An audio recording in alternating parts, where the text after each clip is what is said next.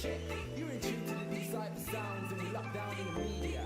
It's all about high-level music for the Y2K vibe. Shout out to the UK talent. Just keep pressing on and moving forward. Cause UK talent is nearly at its peak, yeah? Don't give up now, it's not long.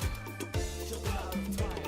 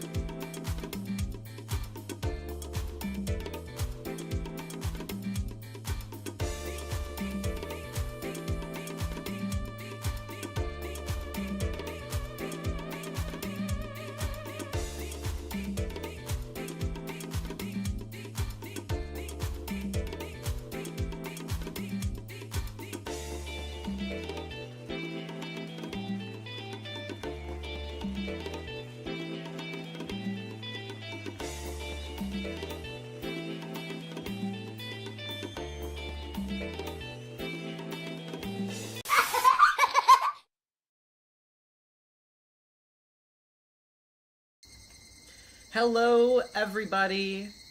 It's Satoko Saturday. Or perhaps Satoshi Saturday. Well, we're doing stream on Saturday this week is the point. If you're watching this in the backlog, the reason for that is because today is July 5th. Yesterday was July 4th. And though I see no cause to celebrate, some other people did. So there were lots of fireworks going off nearby my house. And, kind of thought that that would be a little annoying to deal with while we were streaming. So, I decided to hold off a little bit. Jam, thank you for renewing your channel membership. But, yeah. Other than that, I don't really think there was, anything specific that I had to touch on before we started tonight. My note here on my desk, as you might recall, tells me that we left off on a fragment called A Murder with a Dismembered Body. So that's where we're going to be picking up from as we head back in to connecting fragments. Alrighty, so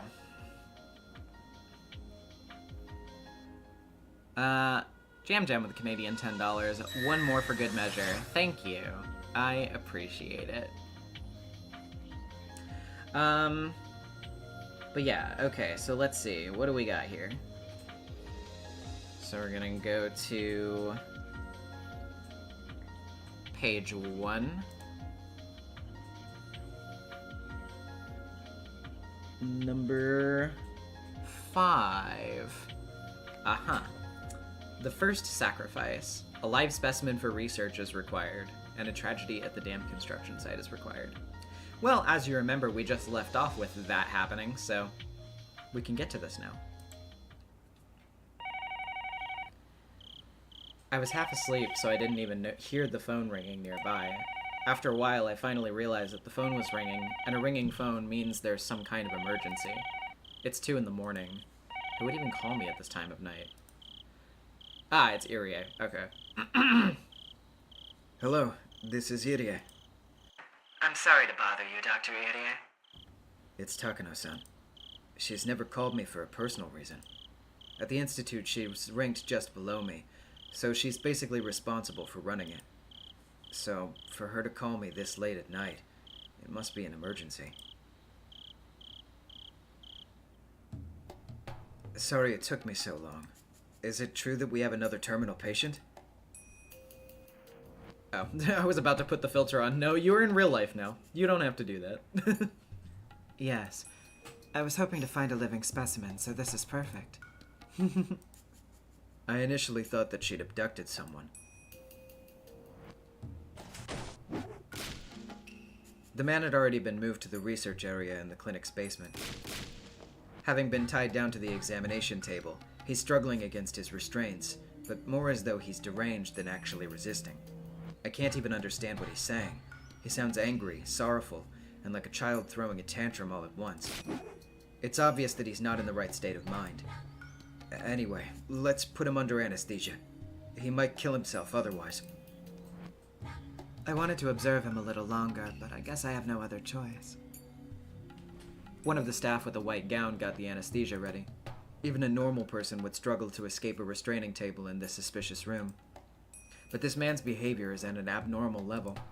I'm sure Okanogi-san and his friends from the Mountain Dogs are the ones who captured him. Capturing a man in this state of mind couldn't have been an easy task.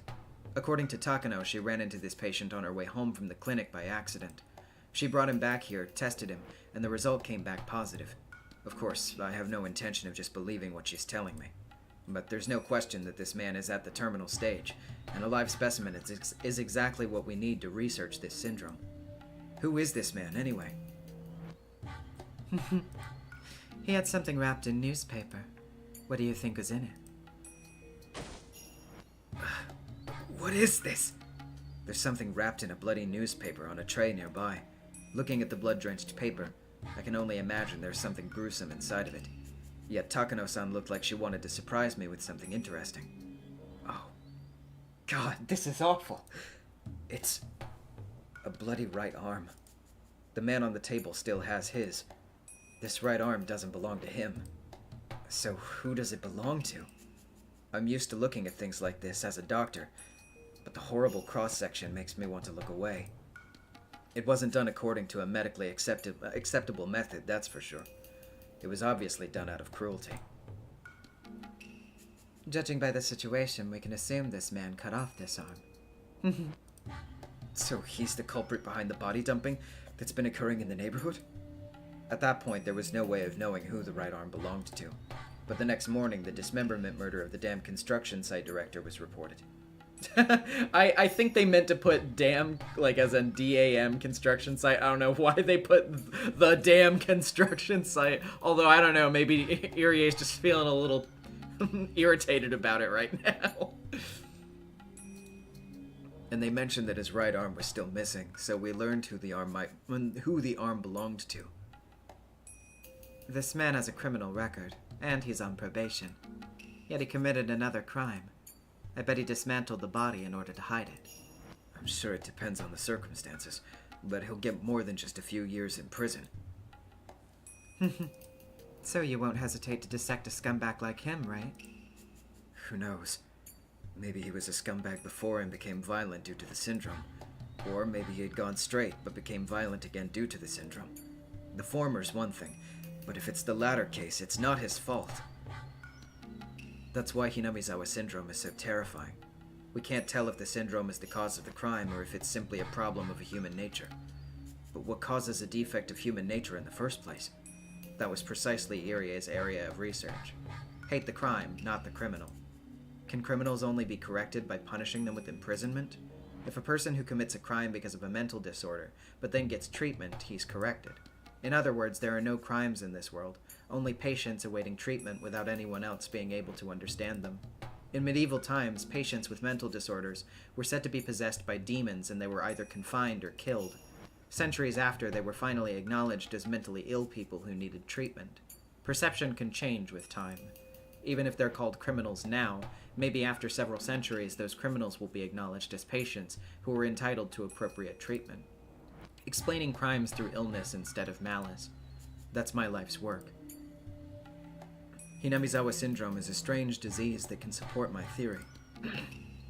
Solving its mysteries is extremely important to me. To solve those mysteries, I need a medical sacrifice. It's an extremely sinful thing to do, but there's no way to unravel this without it. The Irie Institute was authorized to take such drastic measures if necessary. That's why I asked about it so many times when I accepted the position of director. And finally, the opportunity is here. This will be the first step of our research of this strange disease. But even now, I'm a little hesitant. I've opened up human bodies in many surgeries. What I'll be doing on this man is something very similar. But there's also something that's very different. What I did before was part of treatment. I did it to save the patients' lives. I did it so the patients could have a better future. But what I'm trying to do here isn't treatment. He'll die at the end of it. His death will be far from humane. I'm going to violate nature and force him to stay alive while I open up his living brain. Director Irie, are you listening? Sorry. Could you repeat that? I believe it's best that we submit the dissection proposal to Tokyo and request their assistance. He's not only alive, he's also in the terminal stage, so he's an extremely important specimen. We must conduct this dissection very carefully. That's true. You're right. Let's do as you say. I think we'll have a few days before the dissection, so I want to run some reaction tests once he's off the anesthetic. Do you think that's safe? Even if he's restrained, we don't know what will happen. We finally have the opportunity to test a live specimen. We can't only look into his brain. Takano-san's unusual cheerfulness made me feel odd. Maybe her reaction's normal. Maybe I'm the one who's not reacting normally in this situation. I'm here only for the research, so I should be excited to have the opportunity to perform our first live dissection, but I'm still hesitant. How can I call myself a researcher? Researchers of the past were brave enough to cross the line, and that's how they accomplished many things. I've seen many brains. I've operated on them. I've lost some patients, too. But I never thought anything of it because I knew I did the right thing. Even when my hard work was denied afterwards.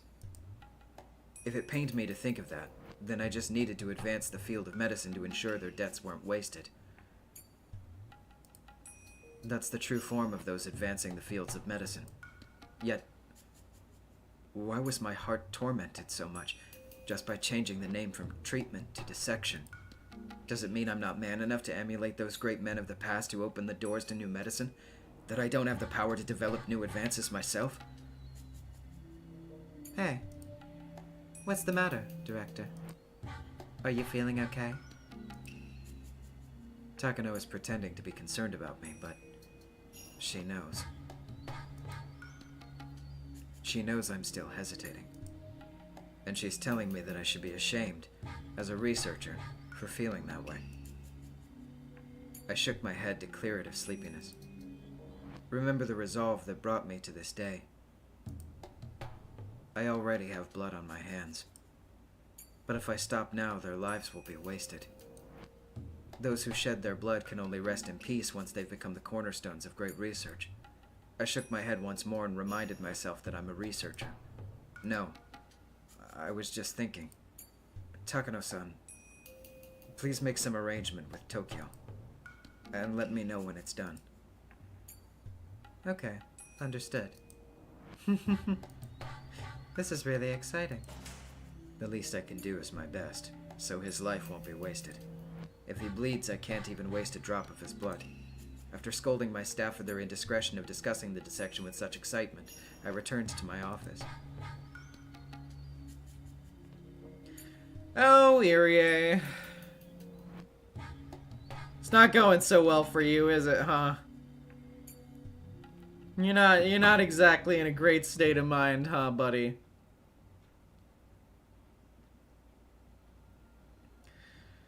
All right.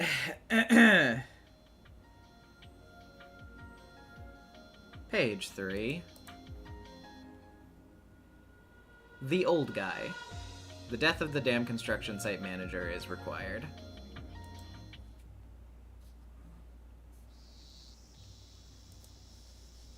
I don't know what to say. I want to say something, but I can't think of the right words. I can only sigh. I guess this is probably Oishi. Yeah. Oishi-san. I've been looking for you. The section manager asked me about the wanted poster. Be quiet. It's a place of rest. As Kumagai barged into the room, the old coroner quickly snapped back at him. Sorry. The section manager asked me about the wanted poster for the suspect. Can you talk to Komiyama-kun about that? I need to speak to the coroner here. Could you tell him I'll be right over? Okay. Kumagai ran out of the autopsy room with the same haste he entered in.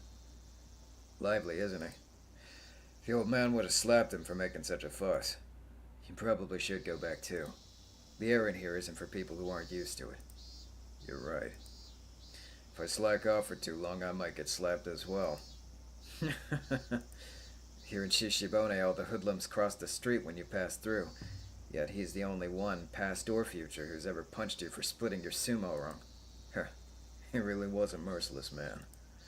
I think he punched me more than my real father. Doesn't matter if he was your real one or not.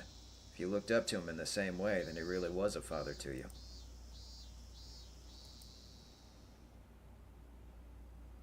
My real father passed away in Nagoya. He was unlucky.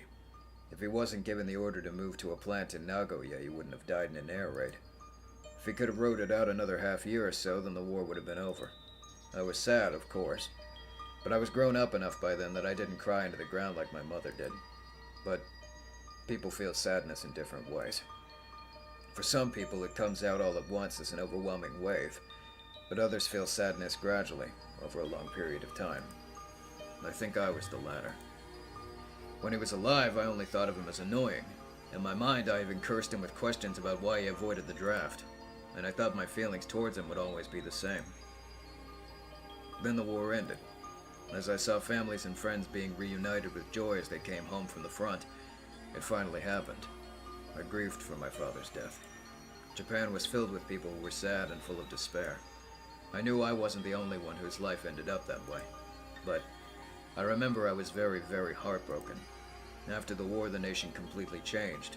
As a policeman, the environment I worked in went through sudden changes too. In order to forget my sorrow, the only thing I could do was devote myself to my work. At the time, I was in charge of busting people for buying rice illegally. I conducted spot checks on travelers at major train stations. And boy, did I find a lot of them. There was a fairly big black market in Gogura, and a lot of people came from as far as Osaka to buy it. After the war, Japan faced a chronic shortage in food supply. To those ends, the nation instituted a food rationing program by signing the Food Control Act. But the rations the government provided weren't even close to being able to feed families. Therefore, people had no choice other than buying food and supplies on the black market. The government hardly had enough food for rations, but there were somehow plenty on the black market. The dealers there sold it at outrageous prices, and some of them became quite wealthy. The Sonozaki family made their money through that black market, but that's another story.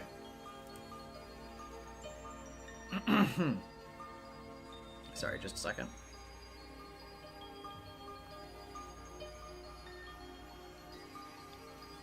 Okay. Sorry about that. The government didn't bother arresting these dealers, for with their money they were able to buy off the top members of the police department. Instead, they decided to go after the people buying the goods, and even confiscated the rice they bought by selling everything they owned. Yeah, I remember that. Wasn't there a prosecutor who starved himself to death? Yeah, there was. The prosecutor who vowed not to eat illegal rice starved to death. Wasn't it in 1947? That was horrible. He, a public prosecutor, proved it himself that people couldn't survive by adhering to the law. That prosecutor had grown tired of the government charging people with doing whatever they could to survive, and he proclaimed that he was never going to buy black market rice again. In 1947, he starved to death when he was only in his mid-30s. The law prohibited people from buying black market rice, but that was the only way to survive. In that case, was the Food Control Act a bad law itself? The death of the prosecutor was seen as a desperate message to the government about the unjustness of that law. We rounded up people with bags of rice and lined them up at the temporary inspection point next to the station. It was like a military tribunal. We inspected their bags and confiscated everything that they bought at the black market. The women all cried. They sold everything they owned to buy the rice. They pleaded that if we confiscated the rice, how would they feed their starving children? Doesn't make sense, huh? Yet they forbade you from going after the sellers, so it was absolutely unfair from the view of the people. Everyone was on edge. If they heard a police inspection was set up at the next station, they'd jump off the train and run. We were aware of these people, so we set up several officers near jump-off spots in order to capture them. I remember chasing after women carrying several kilos of rice on them. That was when I first met the old man. Man, I was surprised. Remember my father? He looked exactly like him. I really thought that maybe my father had miraculously survived the air raid in Nagoya. I was chasing a man who was running away from the inspection point. There was no way for him to run with a heavy bag of rice on him. So either he'd get arrested with the illegal rice, or escape by ditching the rice that he bought by selling all of his belongings. In other words, if a person's being chased by the police, that person can't provide his family any rice to eat. Of course, I felt guilty about that. I knew people had to buy the rice to survive. So we had a tacit agreement to let those that ditched the rice and ran get away. So I always thought the same thing as I chased them. Please throw it away. I didn't want to catch him, because I didn't want to hear him crying and pleading in distress. It was then that the old man showed up. He looked exactly like my dead father. I was dumbfounded. Then all of a sudden he punched me in the head. If a father disciplines you as a child, you lower your head in apology. I was so happy to see my father alive that I couldn't hold my joy in. The old man said, "Let him go." When I heard his voice, I realized he wasn't my father, so I thought I'd arrest him for assaulting a policeman. But a young man like me who'd barely grown any hairs yet was no match for an older man used to fighting. Yeah. He sure taught me a lesson. He gave me a good scolding in the middle of the street after I was all beat up. Who would even listen to him, right? But something struck me then. I kept seeing my father in him. All I could do was listen. Yeah, he was a ruffian, but he showed his guts like a real man. That's what made him such a great guy. You don't see men like him nowadays. He was a true example of a man from the good old times. Despite my age, I still needed a father. I needed someone to look up to and show me what makes a man a man. When I think about it, I really did have two fathers. The old man was a father, a brother, and my best friend. But now, here he lies with his head, body, arms, and legs all dismembered, and his right arm hasn't been found. He taught me how to be a man, how to enjoy alcohol, how to play mahjong, and with that right arm he gave me a good beating when I did something wrong.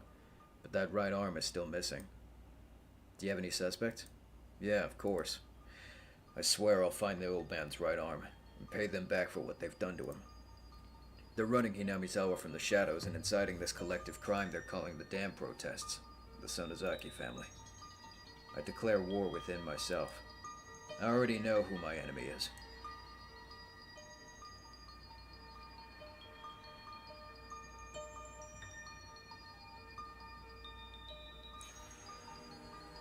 Yeesh.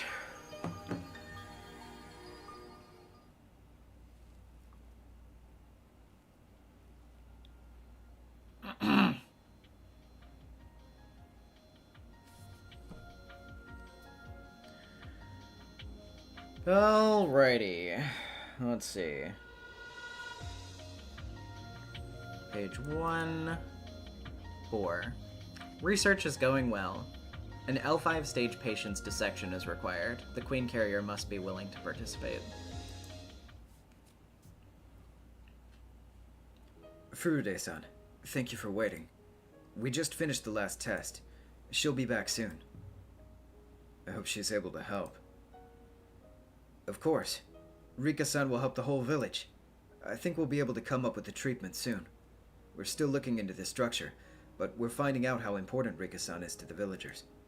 People with more serious conditions can't stabilize themselves, but we found out if they get close to the Queen Carrier, they generate some kind of substance in their brain. This substance has a calming effect, and it seems to have the power to bring their symptoms down. If we can produce this substance, it'll end up making for a powerful treatment. I see. Rika has that kind of power. You shouldn't be surprised. People say that maidens of the Furude Shrine have the psychic power to calm both souls and demons, don't they? Even before we discovered it, it was already recorded in the history of the last few hundred years. That's true. I'm impressed with how wise people were back then. Meep.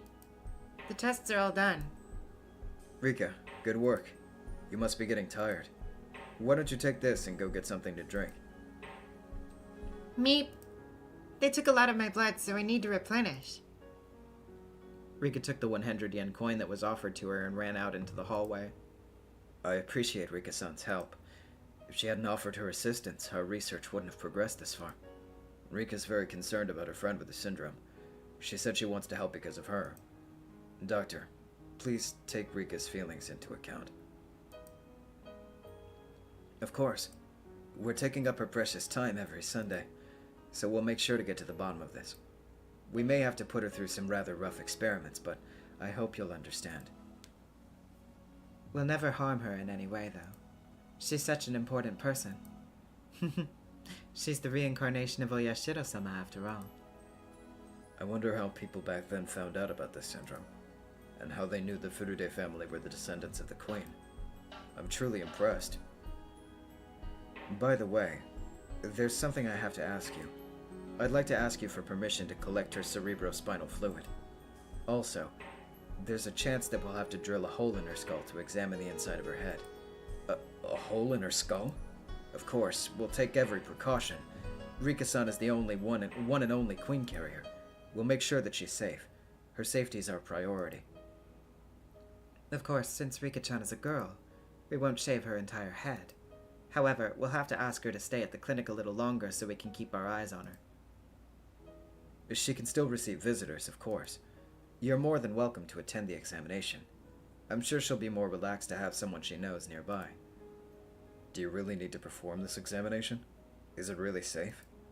I can't absolutely guarantee her safety for either collecting cerebrospinal fluid or for drilling a hole in her skull. There's always the off chance that something might go wrong. Also, Rika-san may suffer from some physical and emotional discomfort. Even if it's this important, we can't perform it without the parents' consent. Actually, I've already talked to Rika-chan about it. What did she say? She said that it's fine. I've explained to her the possibility of danger, but we still need your consent. Sometimes Rika truly believes that she's the reincarnation of Oyashiro-sama, so maybe she feels obligated to sacrifice herself for the village.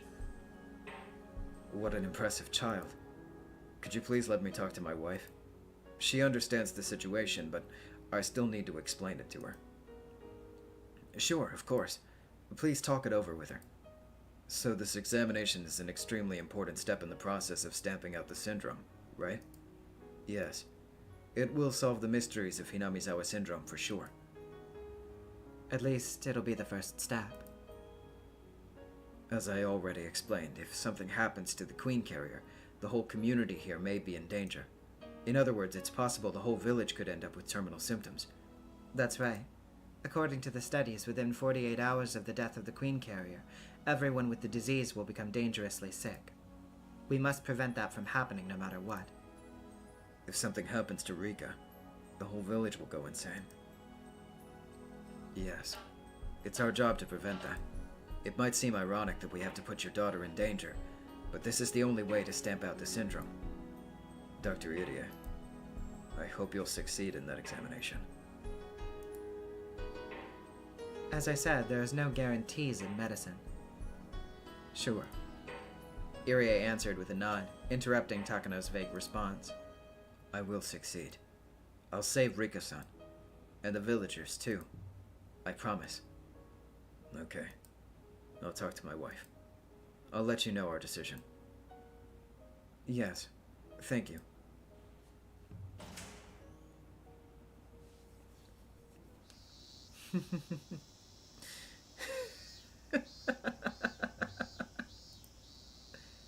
After Rika and her father left, Takano started to laugh. What is it? What's so funny? Oh, nothing. I just thought it was amusing to get permission from both the patient and her parents beforehand. Rika-chan is going through something she doesn't have to. I thought I should, as a courtesy.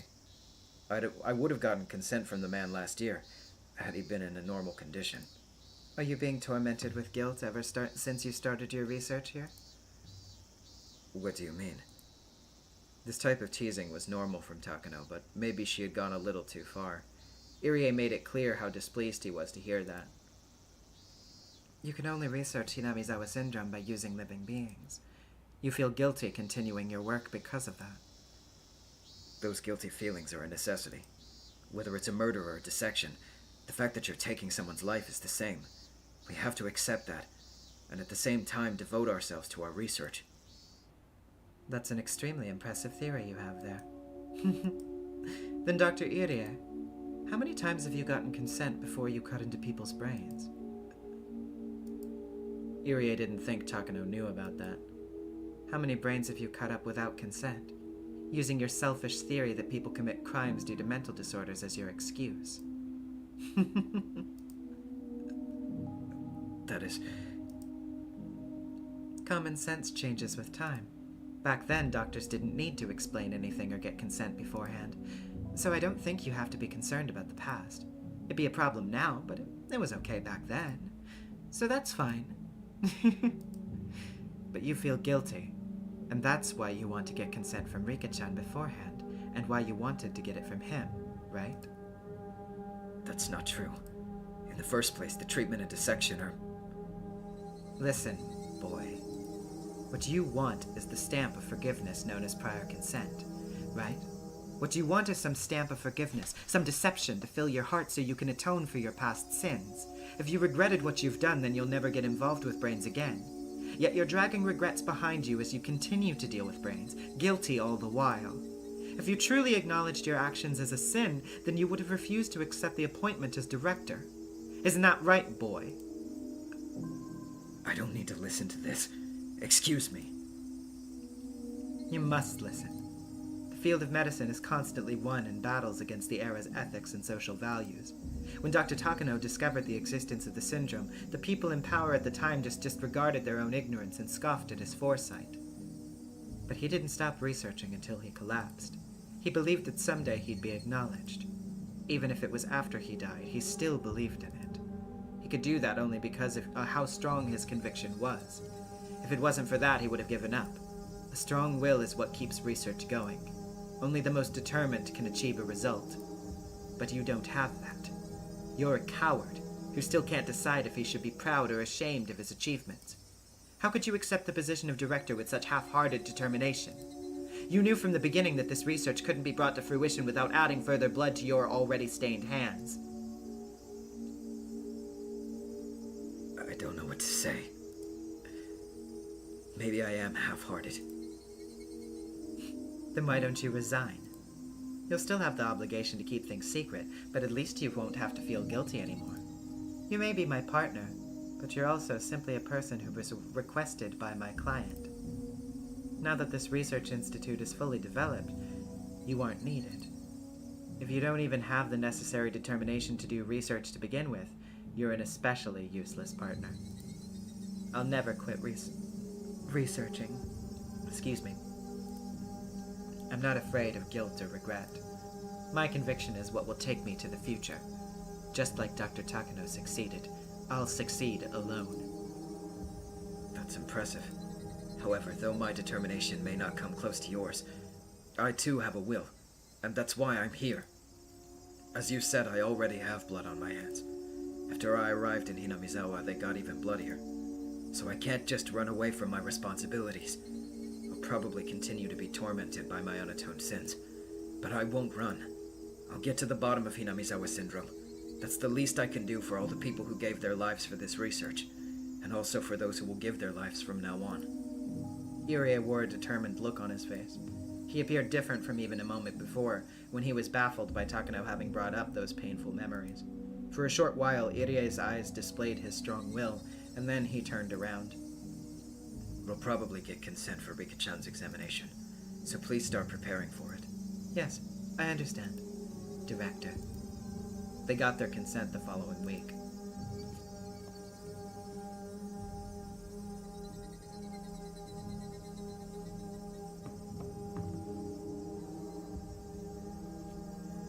Whew! Tense. Good dialogue, though.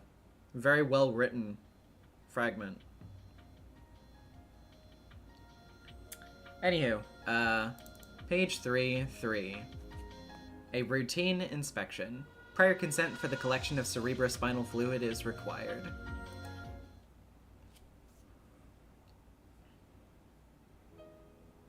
The lights came on in the meeting room as the slideshow ended, and all the auditors began to applaud, praising the Irie Institution's dramatic accomplishments.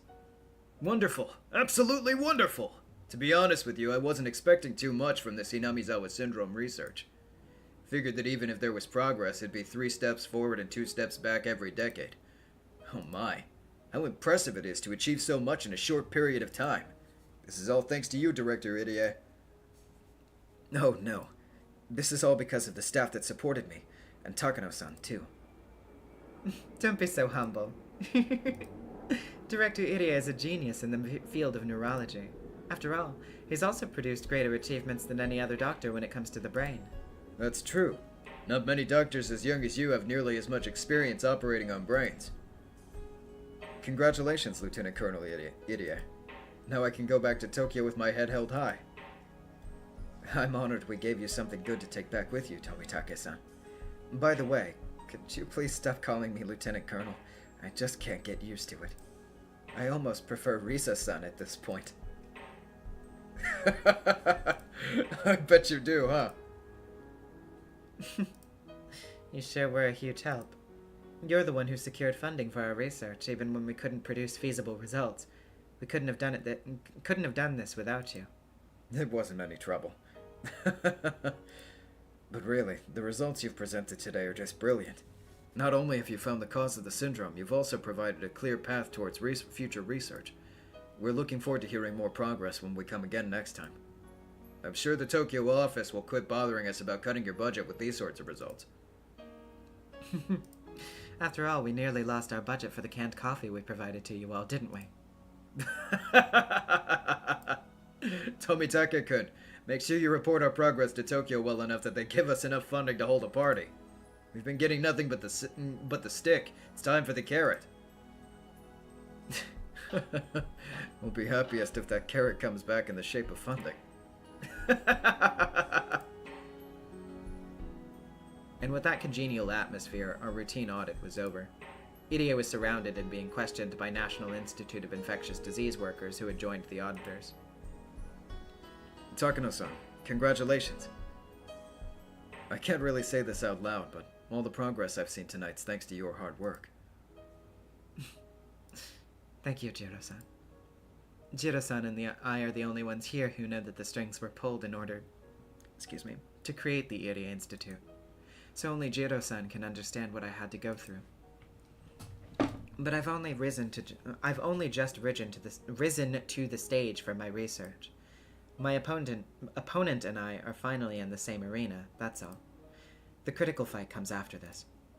And it should be getting even more exciting in the future.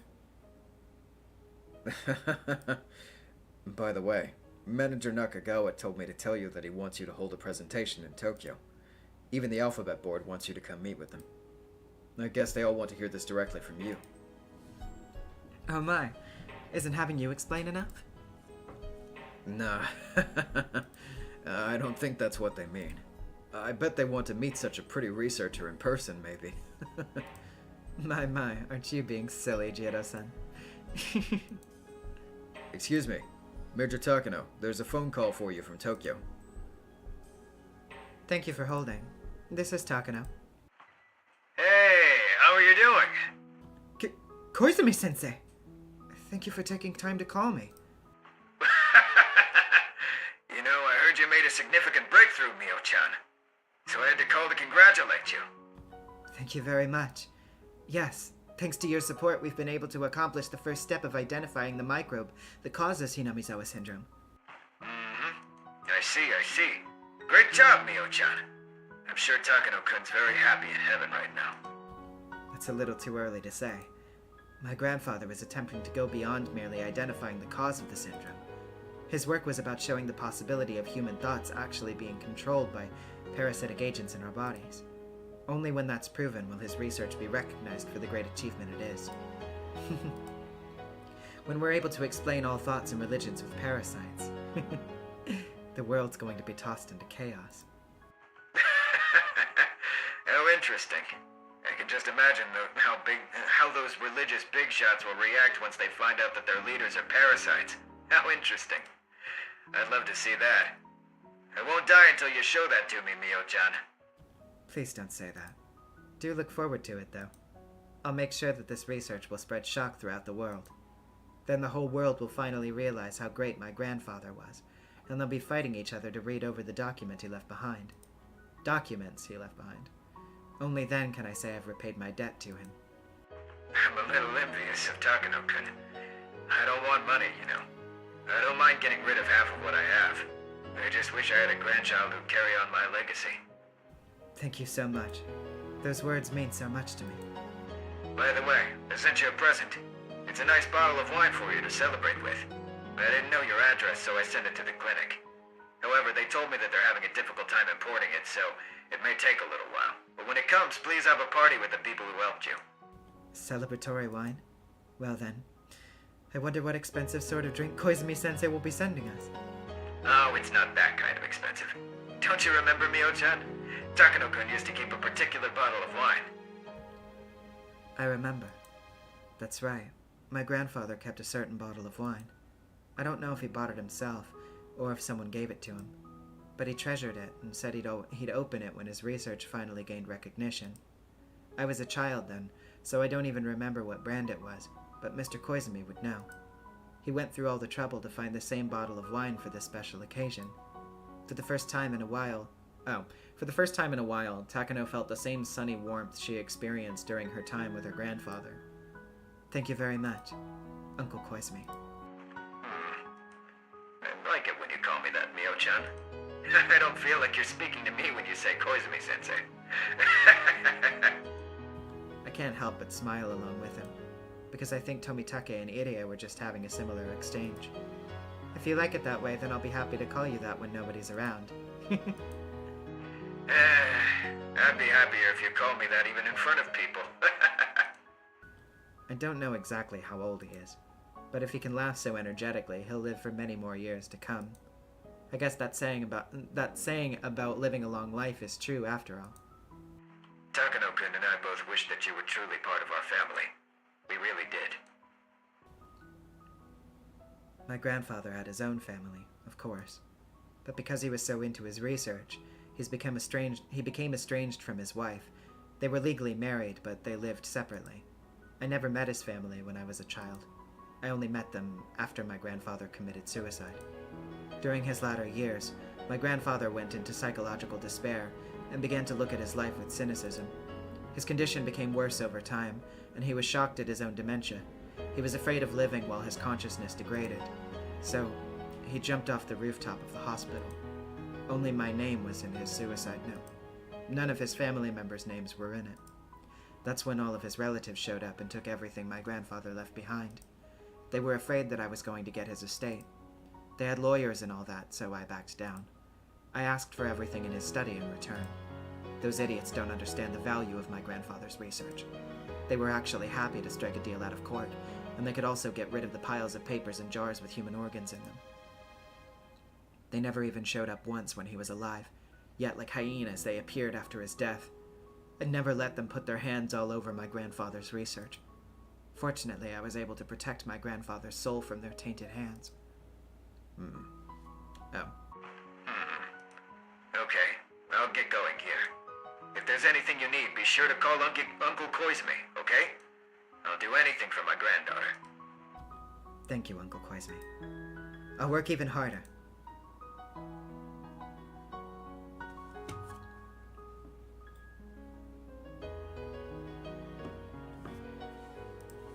I actually can't remember if they even mention how Hifumi dies in the anime. I feel like they don't.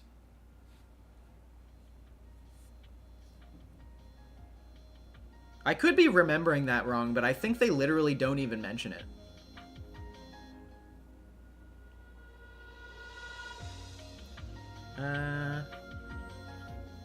Let's see.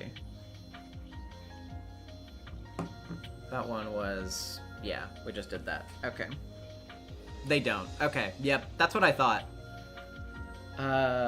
Okay. Next up we have page 4. Number 6, Satoshi Hojo.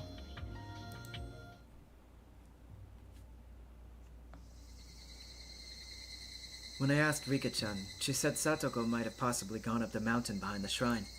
She's fond of going there. That mountain's covered with trees, vines, and fallen logs, and she really likes the area. Any child would dream of having a secret base.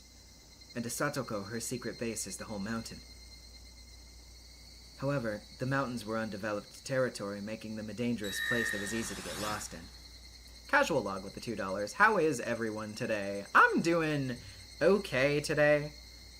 You know, not great, not terrible, just a good old standard is what I would say.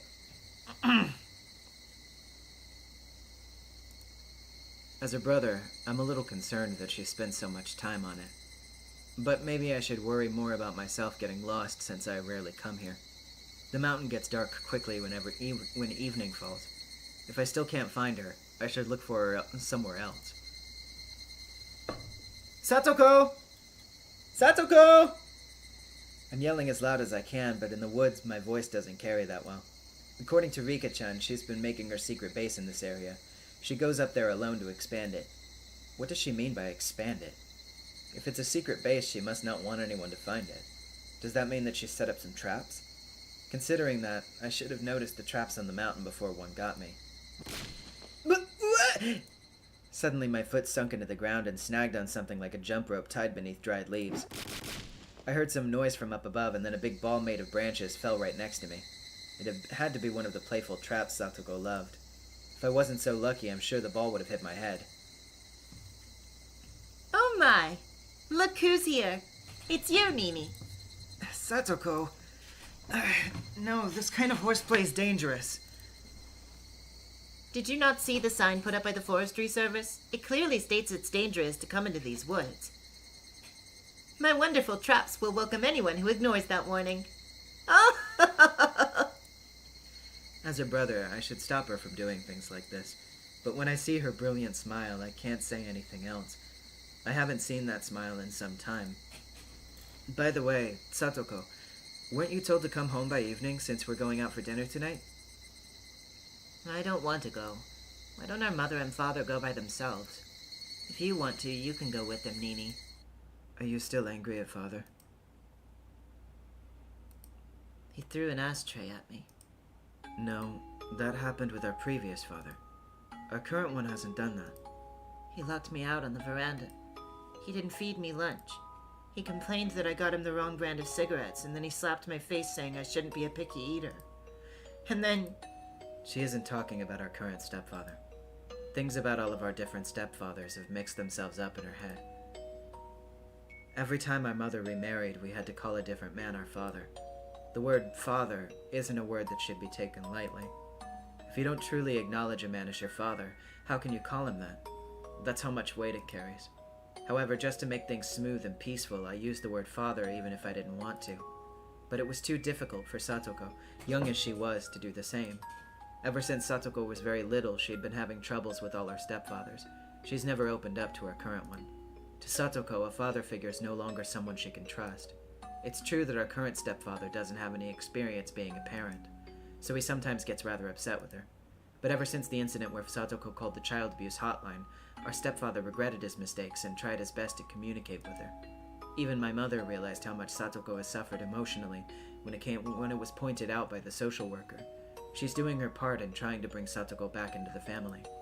But Satoko completely refuses to even try. It's understandable, though. Her childhood has been filled with misery. Satoko can only open up to me. That's why I have to be the one and only family member she can trust. Otherwise, she'll be all alone in this world. But a brother and a sister alone can't be considered a family. Even if we don't get along now, if we continue to communicate, even in a small way, we may be able to become a real family someday. Satoko, our current stepfather's getting nicer. He says he wants to make up with you. That's news to me. That's because every time he tries to say something, you run away. He wants to talk to you. He says he won't make you eat pumpkin anymore. That's a lie. He said I couldn't leave until I ate my pumpkin, and he tied me to the chair. Again, she isn't talking about our current stepfather. Satoko, just come home with me, okay? Mother got a free dinner coupon, and we don't want it to go to waste, do we? We already have the reservation, so we have to go today. Why don't you go, Nini? I prefer staying home alone. Satoko usually doesn't stay out playing this late. She knows that we're going out, and that's why she's out here alone. Although I want to snap at Satoko, I controlled myself, because she only has me. I can't scare her. Please, let's go home, Satoko. You don't have to decide to go or not right now. You can think about it after we get there. Besides, without your help, I can't find my way down the mountain. Nini, I've brought you here so many times already, and yet you still haven't learned? What am I going to do with you, Nini? Satoko holds out her hand. She often says she's embarrassed to hold my hand in front of people, but she's holding out her hand right now. I took that hand. Satoko's fragile hand. I have to protect her as her big brother. Let's go home, Satoko. Sure.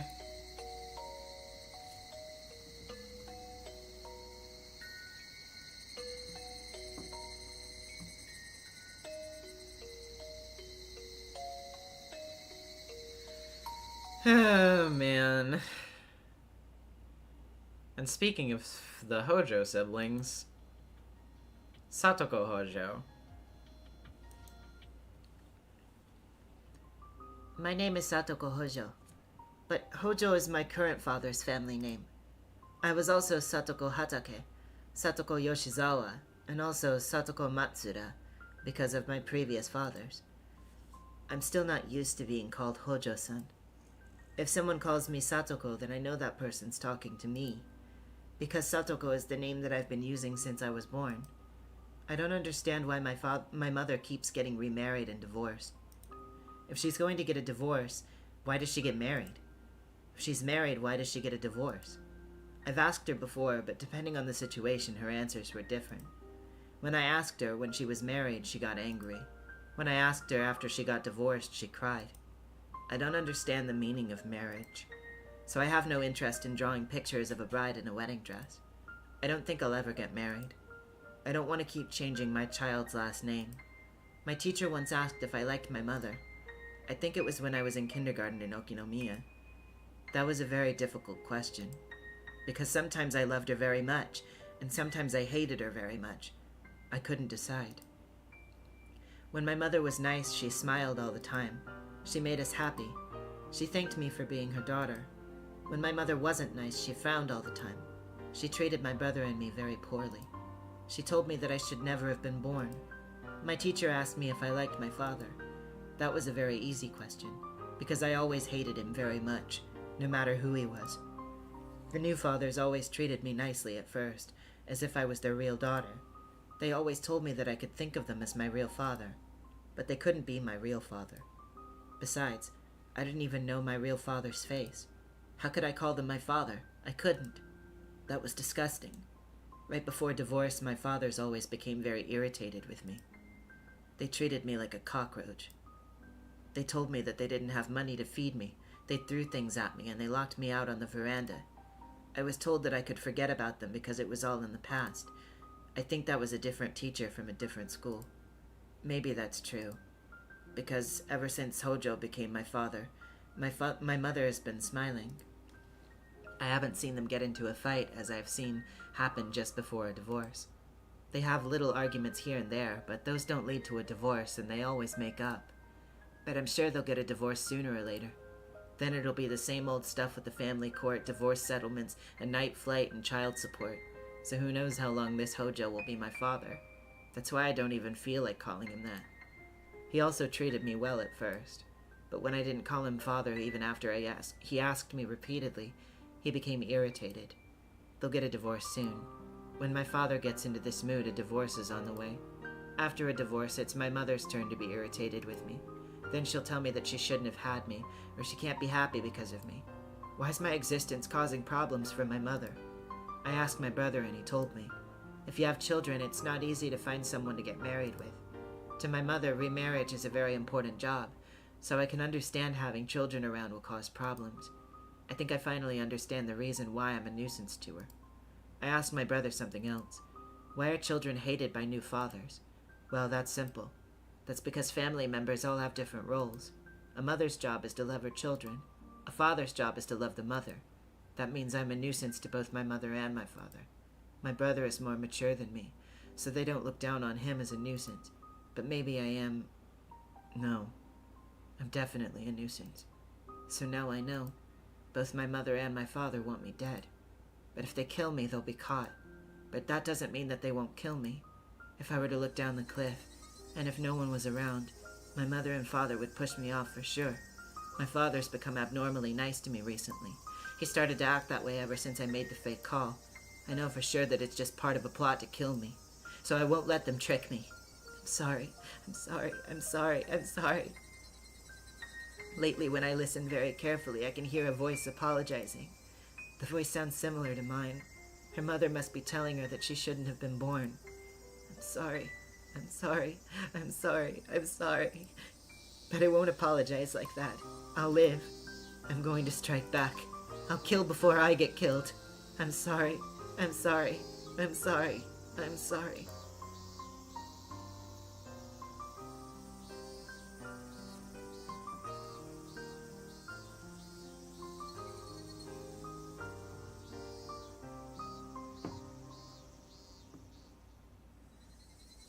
Oh boy.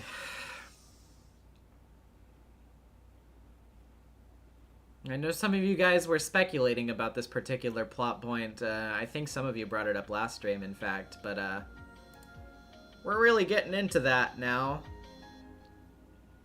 The Hojo siblings. The conflict between the Hojo family and the Sonozaki family is required. The self-introduction of Satoko Hojo is required. The Hojo family is well known for going against the whole village during the dam conflict. Both the husband and the wife were rather aggressive, and they fought a fierce battle, especially against the Sonozaki family. Although the whole village treated them coldly, the husband and wife didn't really care and kept on fighting. In a way, they were extremely strong-willed people. I'm sure their children had to go through a lot because of them, though. Satoko-chan and Satoshi-kun were treated coldly by the villagers as well. In addition to that, Satoko-chan and her stepfather didn't get along, so their stress levels must have reached their limit. Okay, yeah, it's Irie, I see. Because I'm the director of the local clinic, a rather respected member of society, people usually tell me a lot of things, so I was aware of the treatment they were receiving even before I met them. I met Satoshi-kun first. Satoshi-kun came to the clinic because he felt ill from too much stress. He must have thought he had a cold. When I examined him, he even told me that. But hearing his repeated sighs, and by seeing the exhausted look in his eyes, I knew right away that it wasn't just a simple cold. Medication would heal his symptoms, but that'd only be a temporary measure. The only way to truly cure him would be to change his living environment. But that was easier said than done. He was surrounded by tangled and complicated relationships with the village and his family, So just resting for a few days and taking some medication wouldn't do. Time was the only thing that could ease off the cold treatment from the villagers, but we were talking a very, very long time. That's why I felt I had to be their first ally in this village, so I could rescue them. I couldn't do anything about his stressful environment, but I could try to diminish the anxiety. So I thought the best way was to teach him how to vent his stress, and playing sports is the best way to do that. So I asked him to join the junior baseball team that I coach. As a researcher, I devote most of my time to Hinamizawa syndrome, but I too need to do something else to relax. I used to play baseball, so I decided to coach the local kids team. After a while, the children of Hinamizawa started their own baseball team, and somehow I became their coach. Doctors can't provide health just by giving medication. You need a sound mind and a sound body. I believe health can be maintained through sports as well, but our team needed more people. So I thought of asking Satoshi-kun to join. Being a bookworm, Satoshi-kun wasn't interested in playing sports. He wasn't sure how joining the baseball team would help his situation. I didn't need to go on and on about athletic medicine to explain why sports help people become healthy. I just wanted him to experience it himself, to realize how great it feels to play sports. I think he realized it gradually. He was reluctant until the very end, but he attended all of the team activities and games. As I saw Satoshi-kun slowly regain his liveliness, I realized my plan worked. However, if Satoshi-kun was under that much stress, then Satoko-chan, who lived in the same family climate, must have felt the same way. Unfortunately, I didn't think of her back then. So when Satoko-chan was carried into my clinic as a patient, I regretted doing nothing about her even when knowing the situation. As Satoshi-kun recovered under my guidance, Satoko-chan was left alone in her stressful environment. Also around that time, there was an incident bad enough to make Satoko-chan collapse. That was, of course, her parents' deaths. The day of the Watanagashi festival was a very uncomfortable time for the Hojo family, because although it was a village festival, it was also a day to celebrate victory over the dam construction project.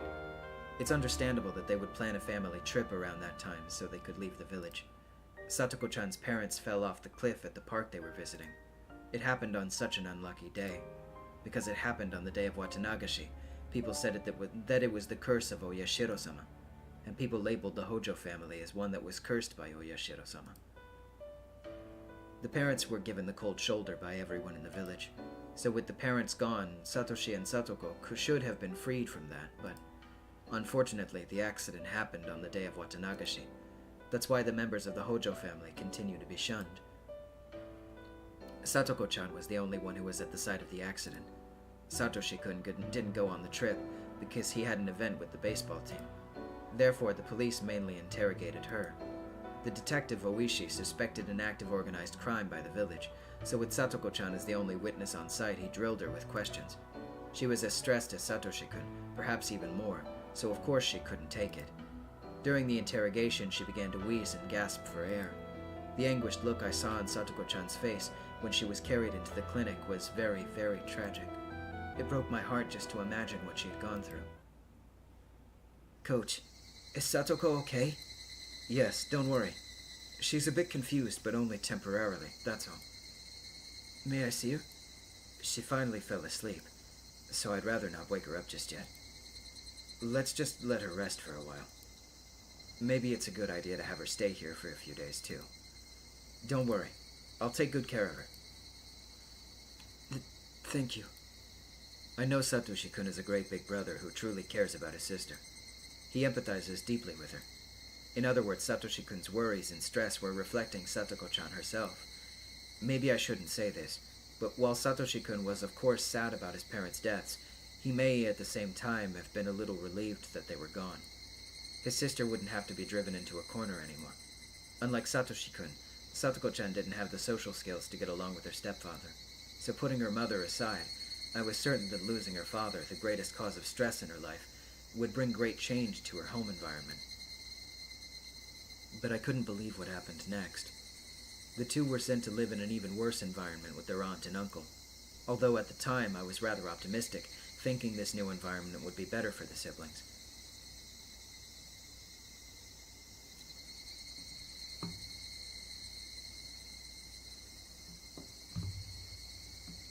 Yeah, about that. Not quite.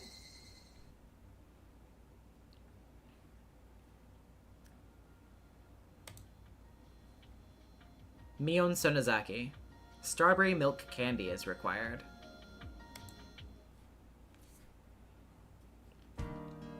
Mion-san! Your friend is here! I heard the housekeeper's voice. Our house and the front yard are huge, so unlike normal houses, ringing a doorbell or yelling my name repeatedly, asking to play won't work. Okay, thank you. Who is it? Rika Furude-chama. Finally. Can you tell Granny that Rika-chama's here? I think she's on the porch. I'll get the watermelon. Granny received many beautiful watermelons from somebody, so she wanted to share. I just called the Furude house a short time ago, and Rika-chan's here to pick one up. Did she come on her bicycle? I can't remember if it has a big enough basket. I pulled the watermelon from the well while thinking about that. The cold water in the well has refrigerated the watermelon, and the condensation makes it look delicious. The 3 members of the Furude family will enjoy it for at least 2 nights. Meep, am I supposed to take it home? I thought... What? Didn't your dad tell you? The priest answered the phone, and I thought I told him to come pick it up. Maybe I wasn't clear enough, or maybe he misunderstood me completely. But she's here to eat the watermelon, not take it home.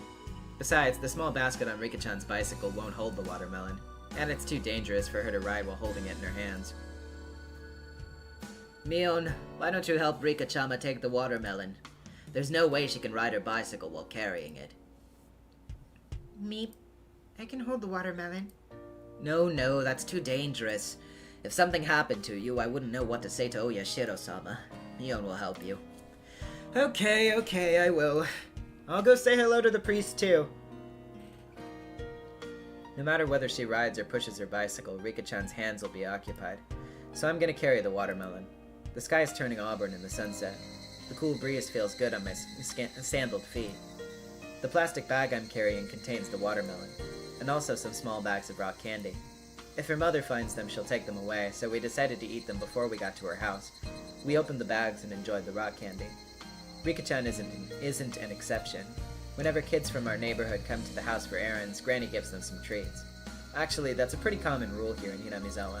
It's funny, but sometimes when parents aren't watching, siblings will fight over who gets to take the circular notice to the next house over. So these bags of rock candy are like tips for them. Of course, she doesn't normally give out this much. Usually it's just a little piece of it. Granny's being extra nice to Rika-chama. I feel bad getting all this candy. Don't worry. Granny loves you. You should just thank her and put a big smile on your face, that's all. Do you get lots of treats? I used to, but at this age they don't give me any. If they did, though, I'd probably feel like I was being treated like a little kid. Meep, I'm being treated like a child then. That's okay. Enjoy it while you can. When you become as old as me, you won't get any, even if you wanted some. As we talked about ordinary things, I noticed Rika-chan seemed a little sad. What's wrong? Whenever I run errands, I get candy as a treat. But Satoko doesn't get any even if she comes with me. I can think of so many reasons why. Not only Satoko, but everyone in the Hojo family is being treated poorly in Hinamizawa. And the Sonozaki family are the ones who instigated that. The 2 dam supporters have died in an accident already, but the malice against the Hojo family is still going. It's directed against Satoko and Satoshi, their children, and the aunt and uncle who were taking care of them. The big fight between the Hojo family and the Sonozaki family at the explanatory meeting started all of this. But that was the Hojo couple, and it shouldn't have anything to do with the children and their aunt and uncle. But the idea that the Hojo family are traitors evolved on its own. Therefore, anyone bearing the Hojo name is to be treated poorly. The aunt and uncle weren't dam supporters, so over time the attacks toward them should have stopped. But they're rather odd, and they keep having trouble with their neighbors. They don't follow the community rules, and they don't do their community duties, and they spray pesticide while their neighbor's laundry is still hanging outside. They often get into fights with the other villagers. They'd be hated even without the dam. Therefore, the Hojo family continues to be treated poorly. But none of that should have anything to do with Satoko and Satoshi. Satoko and Satoshi are often depressed at school. I tried to leave the conflict between the 2 families aside, but I wonder how they really feel about that. From their point of view, I'm just another member of the family that keeps harassing them. I don't want any of that at school. That's why I try to be their friend while we're there. How can we get that to extend outside, too, instead of staying in the school? That'd be pretty difficult. The Hojo family made enemies of the three families. They were branded as traitors, and that's still considered the truth. It wouldn't mean anything if one person suggested an end to the hostilities just because the events around the dam are history now. On the contrary, that'd probably just put them in the same position. Unfortunately for Satoko and Satoshi, the only thing they can do is wait patiently until the issue withers away. All I can do for them is provide an oasis until that day comes. So how long do they have to wait? I don't know. The dam conflict lasted for several years. They were branded back then, so it might take years to clear up, too. Do you mean they won't be forgiven until they become adults? Sorry. Some people are setting off fireworks. I'm sure you can probably hear them. Nothing I can do about it. I knew that they would probably do a couple tonight, too, but... it is what it is, I suppose. Hopefully they're not too disturbing. Do you mean they won't be forgiven until they become adults? Will Satoko have to live out her childhood going through that? That's... pretty miserable, isn't it? We are their friends, aren't we? Sure. They're my friends. We're all buddies. Then, isn't there something that we can do to help our friends? What exactly can we do? Even if the Sonozaki family declares that the dam conflict is over, so the Hojo family are no longer outcasts, that won't solve the problem. It's not that simple. In the first place, Granny hates the Hojo family and won't suffer their name to be mentioned in her presence. It's not a matter of someone forgiving another. It's a matter of very complicated ties between the people in this village. It's absolutely terrifying to have them as your enemies. Everyone knows that very well, and that's why they maintain good relationships with their neighbors. However, if you make enemies out of them, you'll have to face the consequences. That's the unwritten law of the Japanese community. And the Sonozaki family is part of this unwritten law. Now that the Hojo family are outcasts, not even the Sonozaki family can overturn the situation. So even if it's an issue of Hinamizawa, we can't do anything about it as Hinamizawan residents? Unfortunately, that's probably so, yeah. If there's someone who can help Satoko, that person must be someone who has nothing to do with the village. But there's no one like that here. Are you saying someone from outside has to come help her? Like Rika-chan says, would a knight in shining armor from the outside world ever come here? Would that person bring in a new wind into this village that's been filled with stale air for hundreds of years? No way. That's just wishful thinking. Time will solve the problem someday. Until then, I have to be their ally. I can't think of anything else I can do for them. As Rika-chan and I crunched on our rock candy, we can only pray that people will forgive Satoko and her family sooner rather than later. Rika-chan gently broke the heavy silence. I know. Hmm? I know someone who has absolutely nothing to do with the village will come here from the outside. That's right. The dam conflict's over, so it'd be great if more people moved into those lots that are for sale. Wouldn't it be fun if a family with a kid our age moved in? He will come. I know. And we'll break this evil practice alongside him. That'll be the first key to one of the 3 locks that have us trapped in the past. What's this? You talking about a novel or something? Rika-chan says some odd things sometimes. When she talks that way, she seems so mature. I even start to doubt that she's really younger than I am. The unreasonable antagonism towards the Hojo family. Will there really be someone from the outside who will shatter our old traditions?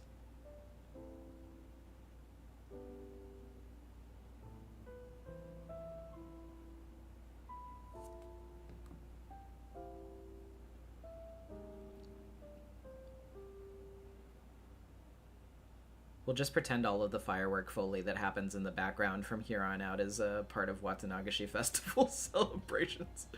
Yeah, those are just big drums. Yeah, those people at the Furude Shrine are just playing their big drums. Don't worry about it.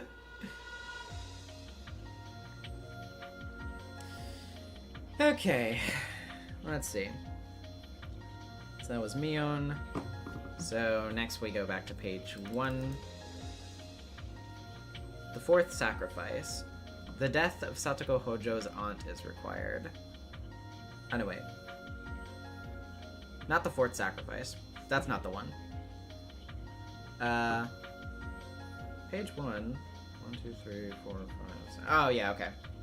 It's the... What the fuck?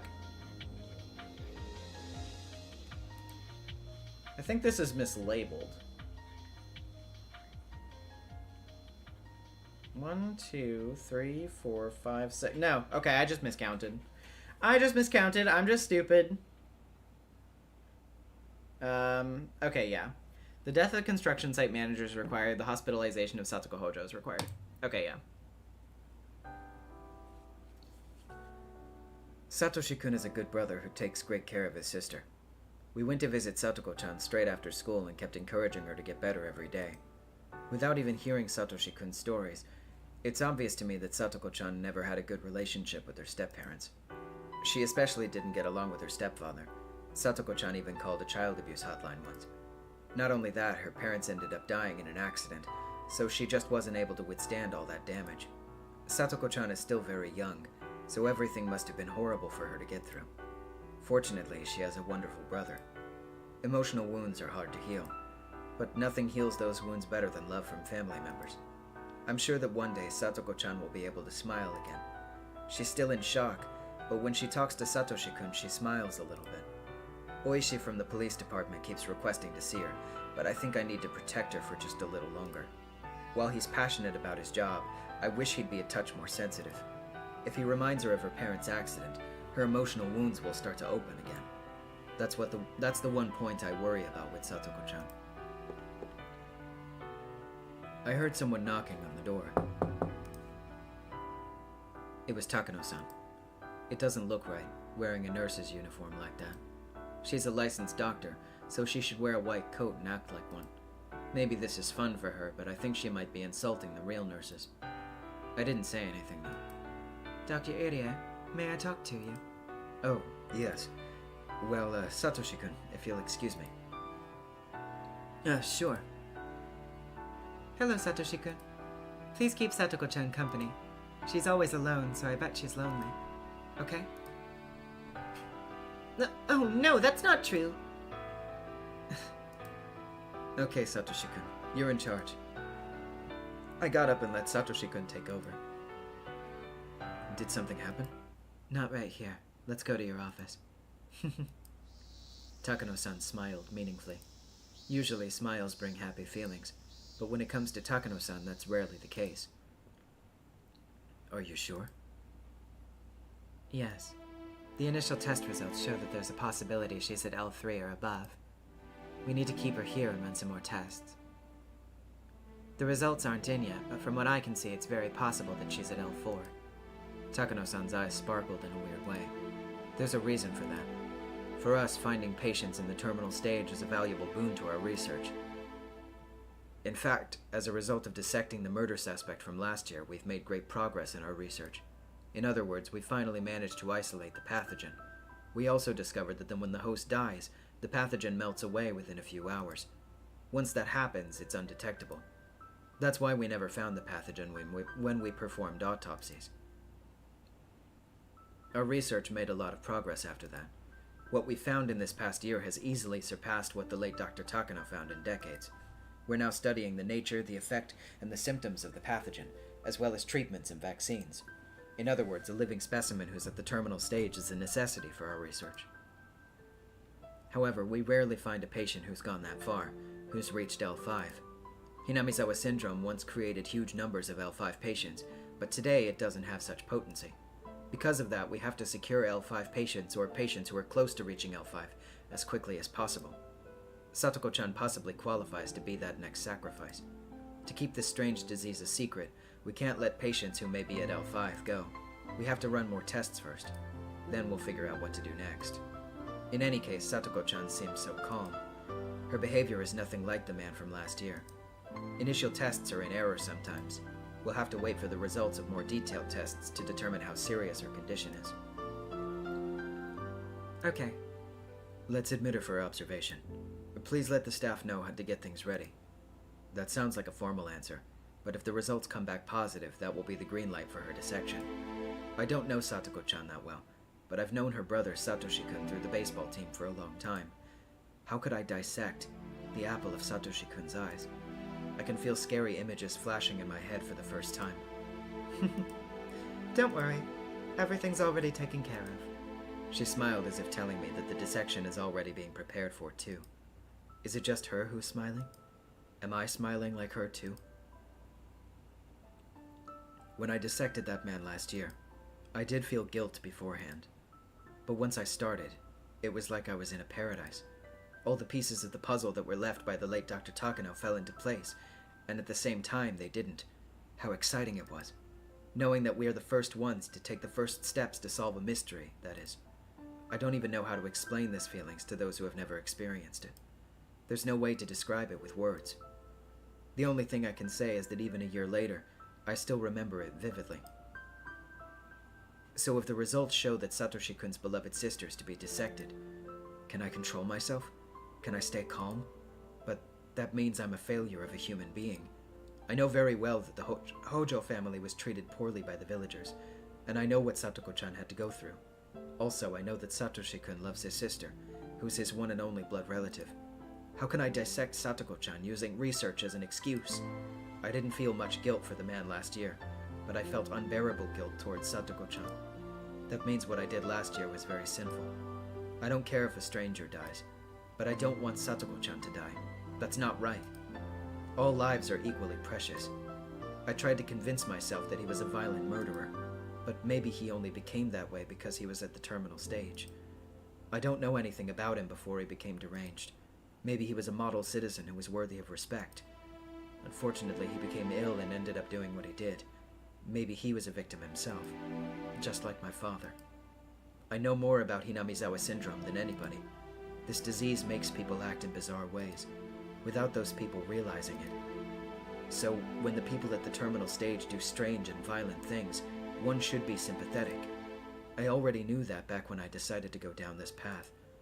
I should have remembered it sooner, but I only did just now. I finally realized what sinful research I'm working on. Satoko Hojo's detailed test results came back. The results say L5.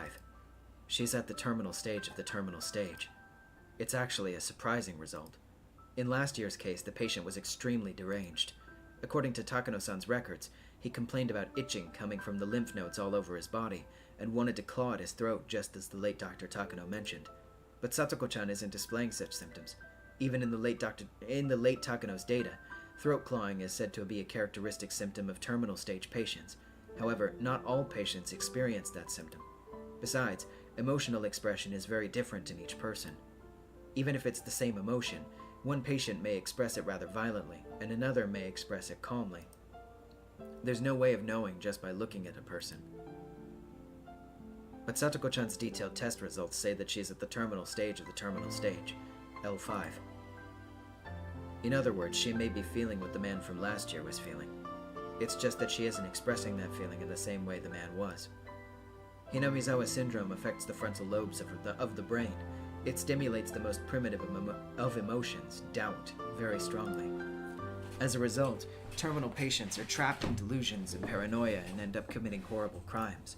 Satoko-chan seems to show improvement when she's exchanging friendly words with Satoshi-kun, but there's a paranoia stirring inside her that may put her in a deranged state at any moment. I can't let her leave the clinic like this. However, if things go according to the manual, I'll have to make a decision on her dissection. My decision will only be a formality. I can't actually refuse. Takano-san appears to already be working on the dissection schedule. That plan will then come to me. Would I feel the same way while dissecting Satoko-chan? Would I be able to experience that trance once again? No. The question is, can I fight the temptation? As I pretend to question myself, I'm letting Takano-san prepare things on her own. By doing so, am I passively agreeing to Satoko-chan's dissection? If possible, I want to save Satoko-chan. I don't want her to be a sacrifice for this research. I don't want to dissect her. Then, what about the man from last year? Do I only care about the lives of the people I know? If I don't dissect her, do I let her live and leave the clinic? Do I simply wait for her to become deranged and commit a horrible crime? and then she'll end up here, just like the man from last year, and I'll end up dissecting her anyway. The man from last year was dissected alive, and kept that way for several months. With his skull left open, he wasn't allowed to die for several months. He was kept alive just for our cruel experiments. I don't want to do that to her. I don't know what to do. Even debating and agonizing over it is leading toward consent to her dissection by elimination.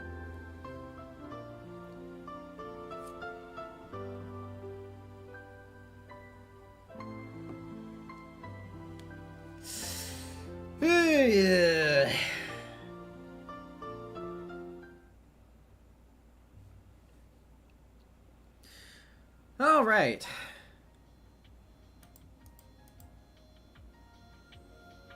Suffering of a Big Brother. Rock candy as a treat is required, and Satoko Hojo's detailed test result is required.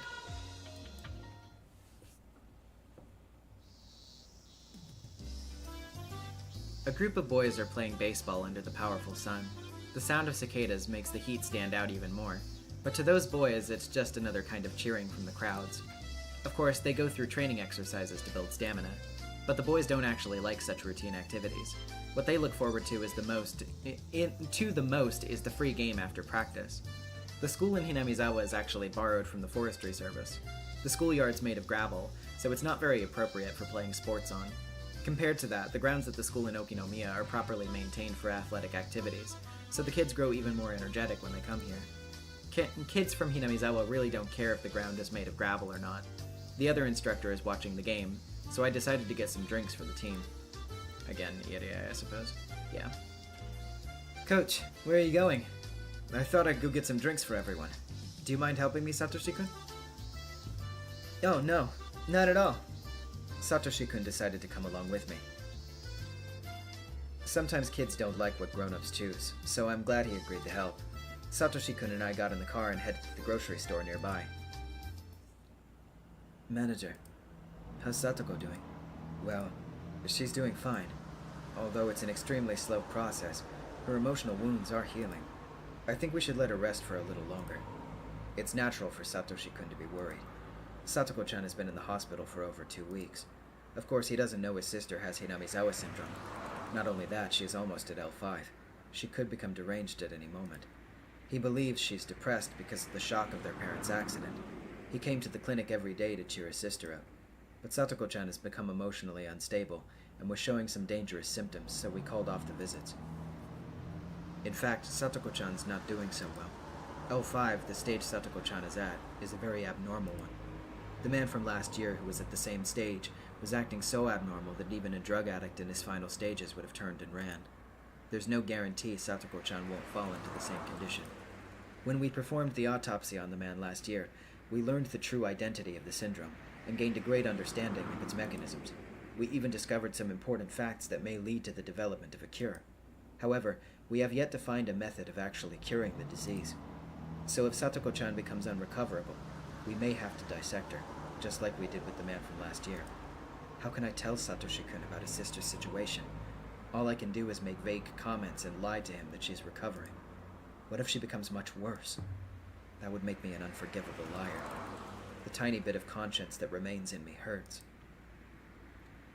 If it's okay with your clinic, can she stay there a little longer?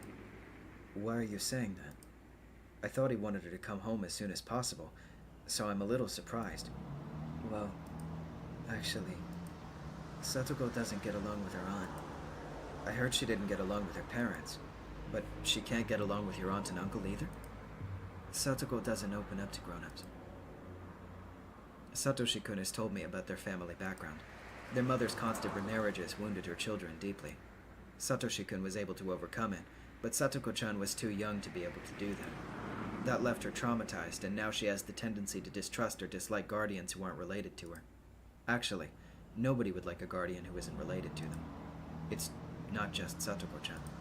But usually people try to deal with that, even if they don't like it. I guess Satoko-chan's not capable of that.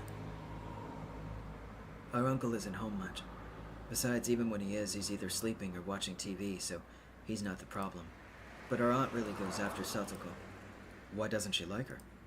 I can guess why. Satoko-chan's parents were dam proponents, and because of that, the villagers considered the aunt and uncle part of the Hojo family and ostracized them as such. Moreover, they passed away suddenly in an accident and left 2 children behind, so I guess there would be more hate there than gratitude. If she had been obedient like Satoshi-kun, everything would have been fine. But Satoko-chan can't be that way. She shows that in her attitude and expressions, which leads to her and her aunt having a big fight. I've told my aunt about Satoko's situation, but she just can't understand. I think you're a great big brother, Satoshi-kun. You're the one and only relative Satoko-chan has left now. I feel that way too. Satoshi-kun said with a slight hint of a sigh. He doesn't say it, but it seems Satoshi-kun has grown tired of having to cover for Satoko-chan every time her and her aunt fight. He's a good person, as well as a good big brother, so I'm sure he'll do anything to cover for his sister. But that's a very exhausting thing to keep doing forever.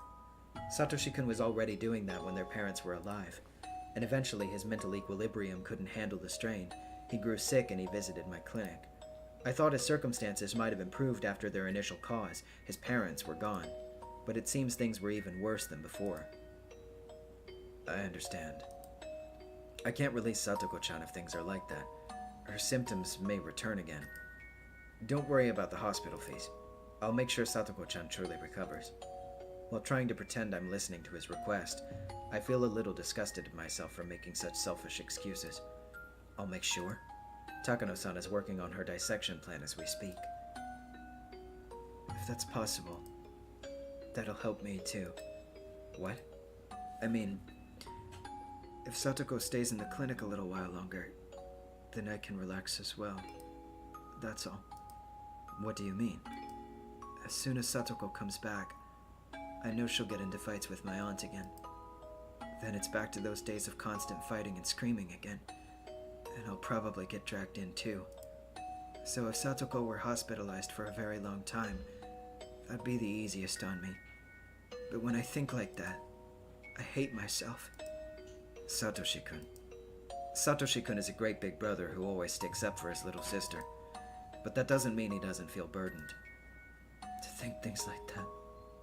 What a terrible big brother I am. The more I think that way, the more I hate myself. Satoshi-kun said, sniffling once.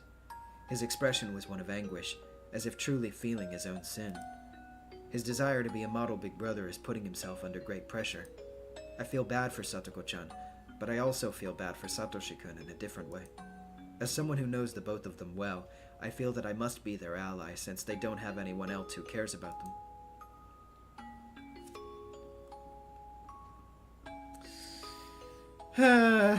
Man. That's all I can say about a lot of these at the end. It's just like, man. It sure does suck. But, yeah. So, let's see. Page 1. Number 1. C-103 dose experiment. Satoko Hojo's detailed test result is required, and Kyosuke Irie's decision is required.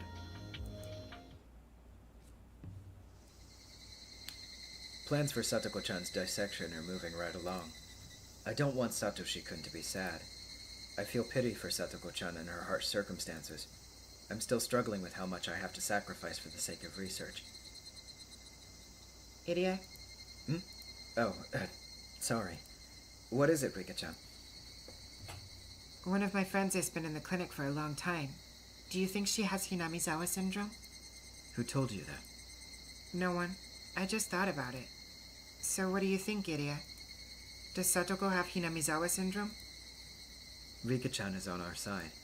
There's nothing I have to hide from her. Actually, I probably shouldn't keep anything from her. Yes. The problems with her parents, and then their sudden deaths, it was all too much for her to bear. Maybe that was what triggered it. What did the test results say? L5.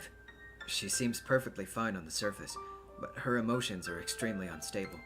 Since the other day, she's even been refusing to meet with Satoshi-kun. Satoshi told me. He's worried that it's taking a very long time for Satoko to get better. Irie, what will happen to Satoko? Satoko-chan is Rika-chan's best friend.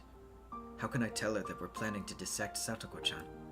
However, even if I don't say anything, she already knows that Satoko-chan's situation is extremely poor. Didn't you find out a lot of things when you examined her? Sure, of course. We're even testing medicine which might be able to control the symptoms. Can't you give that medicine to Satoko? I thought about it, but it's too dangerous. We're still in the trial stages and trying to gather more data. We can't use it on someone who's in a delicate situation like Satoko-chan. Then, if you won't try that medicine, what will happen to Satoko? She spoke as if aware of our plans for Satoko-chan. No, she must actually know. I've told her about most of my research. She's more mature than she looks, so it'd be easy for her to figure out. If there's even a 1% chance of Satoko getting better, then I think we should take that chance. It's extremely risky. Worst case, she could immediately display terminal symptoms and hallucinate, or potentially lose her consciousness and spend the rest of her life just staring blankly at a wall. Either one would be too cruel of a fate for her. So are you saying it's better to have her die in her sleep? Idiot. Just like Takano says, there's no guarantees in medicine. But if we don't do anything, Satoko will die for sure. I think it's clear what we should do. That's true. You're right. But I know too well. C-103, the medicine that's being tested, may not even be something that can be used. It may not even have a 1% chance of success. Worse, I can't even imagine what kind of tragic end she'd meet if her body rejects the medicine. That's why I'm tempted to believe it would be far more merciful to feed her favorite food, let her gently fall asleep, and after that, dissect her while she dreams. I don't want to admit it, but Takano-san is right. I'm being indecisive and showing a lack of resolve. How effective could the medicine made by someone like that really be? So because it was medicine I created myself, I couldn't even believe there might be a 0.1% chance of success. I think we can believe in it. She spoke as if she read my mind. Surprised, I raised my head up to look at her and found her giving me a reassuring look I never would have imagined someone her age capable of. People's lives depend on your job. It's almost absurd that a human being can control life and death like that. I can't even imagine the pressure. Her voice hasn't changed, but I feel like Rika-chan is admonishing me, almost as if she knows what it's like to be responsible for human lives. Guilt and regret are part of that. That's why you can't use the medicine on Satoko. Isn't that right? Takano-san said the same thing when she criticized me earlier. I'm being criticized again. But that's why I can trust you with Satoko. What? Human lives are precious. You understand that very well, and that's why you do what you do. Without knowing that, how could you heal people? Do you think I'd trust medicine created by Takano, who thinks humans are just her guinea pigs?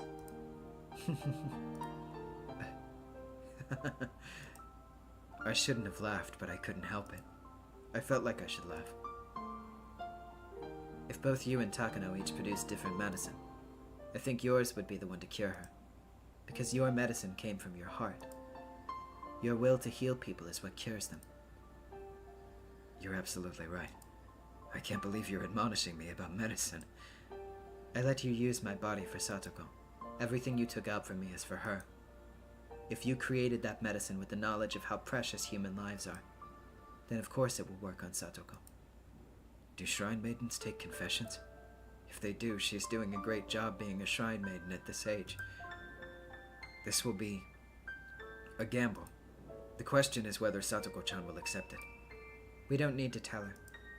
Learning of the Hinamizawa syndrome will only dredge up the deep scar on her heart again. What did she mean by those words? When I realized it later, I was surprised by how thoughtful and perceptive she was. Let's stop plans for the dissection. We're going to give Satoko Hojo C-103. I'll do my best to increase the chance by even 1%. Don't worry, idiot. It'll work. You shouldn't be so optimistic. I know it'll work. It's already decided. That's a very reassuring prophecy from the Furude Shrine's Shrine Maiden. Go for it. Yay!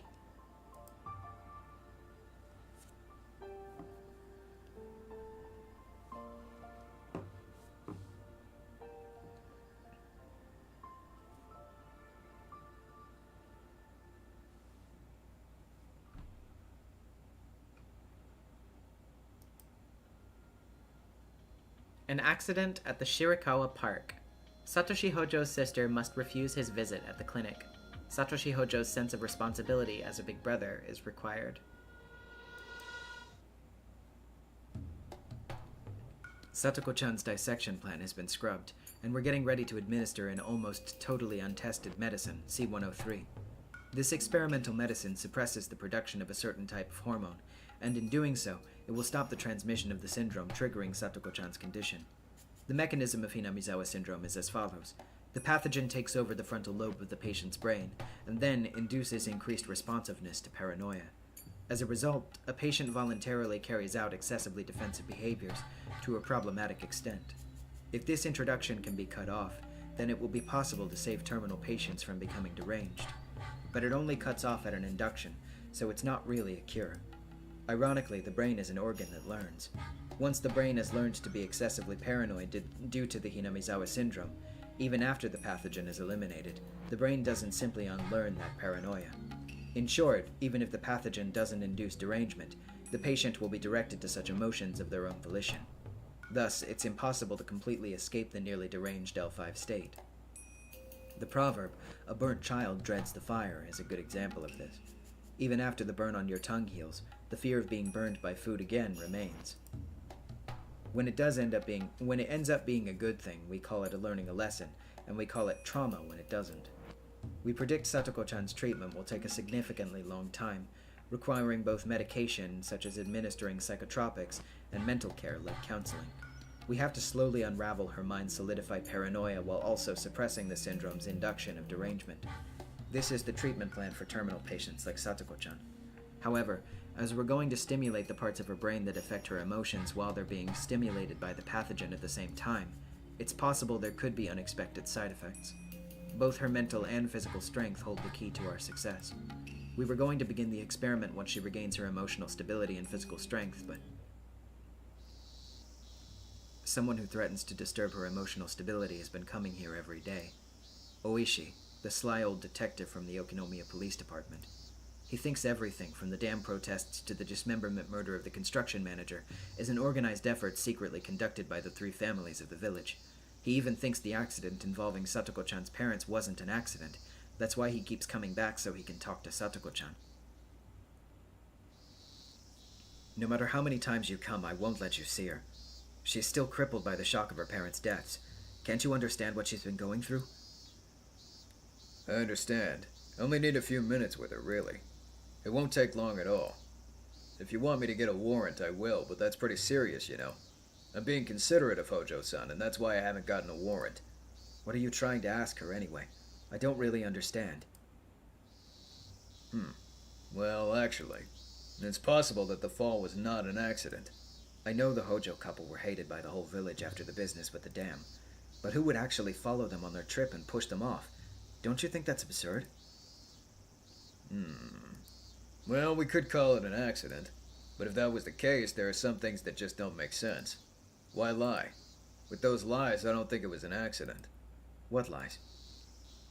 Well, Satoko Hojo-san said she was asleep in the car at the time of the accident. I think that story sounds a little off, doesn't it? Satoko-chan claims she was asleep in the back seat when the accident took place, so she didn't get out of the car at the viewing platform. When she woke up, she didn't see her parents. Then she found out they had fallen off the cliff. Where's the lie exactly?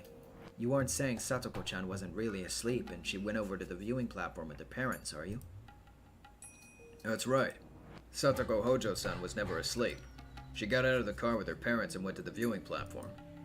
I'm suddenly hit by a terrible possibility. If what Oishi says is true, and Satoko-chan is saying she didn't go to the viewing platform, even though she actually did, it's terrible to even imagine. Why are you saying such a thing? Besides, why would Satoko-chan lie? That's just it. Why would Satoko Hojo-san lie? That's why I need to talk to her. Otherwise, this won't end as just a simple accident. Why are you so convinced that Satoko-chan is lying? This accident took place in a different jurisdiction. The guys from the Shirakawa station conducted the interviews with the parties involved. There are things that bother me in their report. Bother you? Like what? According to Satoko Hojo-san's statement, her parents asked her to come with them to the viewing platform, but she was sleepy, so she didn't get out of the car. Then she fell asleep and woke up after a while. She became concerned because her parents hadn't come back and started to cry. One of the park workers on patrol noticed her crying and talked to her, and that's how the accident was discovered. And at the time, guess what? According to the park worker's testimony, she was the one who first said that her parents had fallen off the cliff. But you see, it's hard to see the accident site in question from where the car was parked. If you look very carefully, you might be able to notice the broken fence. But still, you know. I think it's odd to say that your parents have fallen off a cliff just because you didn't see them when you woke up. Normally, most people would say something like their parents went for a walk and didn't come back. It just doesn't make sense to me that she told a stranger that her parents had fallen off a cliff without even being at the site of the accident. I want to ask her why she was so certain that her parents had fallen off a cliff. That's why I keep coming back here. I asked her many times before she was admitted here, but all she said was that she doesn't remember or that she was confused at the time. Sounds like a politician, huh? That's why I think it's worth taking that time to talk to her. That terrifying possibilities turned to certainty in my head. I'd assumed that her parents' accident triggered her terminal symptoms. But no. Satoko-chan had already gone terminal, and just before the accident, her heart was filled with paranoia that drove her mad. She was under a lot of stress because of her bad relationship with her stepfather. She was also being scolded by her mother for not being able to get along with him. If that made her paranoid, made her think that her parents considered her to be a bother and were going to kill her. When they went to the viewing platform, she must have thought they were going to push her off the cliff. Then a tragedy took place and she pushed her parents off instead, although she considered it to have been self-defense. I'm certain of that, because I know Hinamizawa syndrome better than anybody. This accident isn't an accident. It isn't a crime either, like Oishi is thinking. It's simply a tragedy. When I talked to Satoshi-kun about the family, I was even more convinced. He told me that even though Satoko-chan refused to open up to her stepfather, he'd tried to communicate with her. It's true their relationship didn't go so well in the beginning. Satoko-chan caused trouble repeatedly and even called the city's child abuse hotline. At that point, they received guidance from the Child Consultation Center, and they pointed out the problem lay in lack of communication between daughter and stepfather. So the stepfather took a parenting course under the social worker's guidance, and awkward though it was, he made efforts to communicate with her. Satoshi-kun noticed his efforts, so he tried to talk to Satoko-chan about it. But Satoko-chan didn't notice them at all. The excessive stress she was under triggered terminal symptoms, and she couldn't understand her stepfather's remorse. On the contrary, her stepfather's change created even more mistrust within her. As a result, they went to enjoy the beautiful view of the Shirakawa Nature Park as a family, and to share in that joy. Yet that humble, ordinary family's wish couldn't even get through to Satoko-chan. What a tragic misunderstanding. Satoko-chan stayed in the car telling her parents that she wanted to sleep, but then she got out and snuck up behind them. I bet he heard her footsteps. He pretended not to notice her, thinking that she was doing that to surprise him. It's sad just thinking about what must have run through his mind. While he thought he'd finally gotten through to her, she was actually approaching him with the intent to kill. But that's not Satoko-chan's true nature. It's the disease. Satoko-chan isn't the only one who is to be pitied. Her parents are its victims too. And now Oishi thinks she's a criminal. Judgment and punishment are required for crimes with malicious intent. But what she really needs is understanding and sympathy. And no one has that understanding, except for me, because I know about Hinamizawa syndrome. I'm the director of the Irie Institute, but I've never behaved as such or exercised that authority. But I'm going to do so for the first time since taking this position. I'm not doing it as the head of the Irie Institute, the secret research organization. I'm doing it as a doctor, so I can protect Satoko-chan. It's about the Hojo family's accident to the Shirakawa Nature Park. Do you think you can ask Okanogi-san from the Mountain Dogs to make it out to be an accident? Sure, of course. That's no problem. The Mountain Dogs are a unit specialized in concealment and manipulation, after all. We have to put an end to it quickly, otherwise the police will end up getting closer to finding out about our research. That's right. Please make especially sure Oishi-san is drawn away from this case. We're at a delicate stage of the drug administration test. She doesn't need any more unnecessary stress. You're absolutely right. I'll let the Mountain Dogs know. I've heard they even have connections with the police, so I'll give the order to put pressure on them, too. I'm sure the accident in Shirakawa will be concluded as exactly that within a few days. With that, it was declared as an accident. If only it really was one, it would have eased Satoko-chan's soul. Getting rid of the pathogen can't heal that wounded soul, nor can it erase the tragedy that had already taken place. All I can do is my best, so the day she regains her smile comes sooner.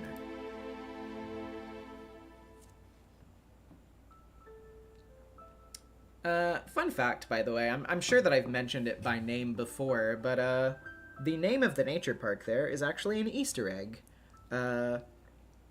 Little shout out to the actual village, Shirakawa-go, that served as the basis for Hinamizawa in all of its photos, like photo backgrounds in the original release of Higurashi.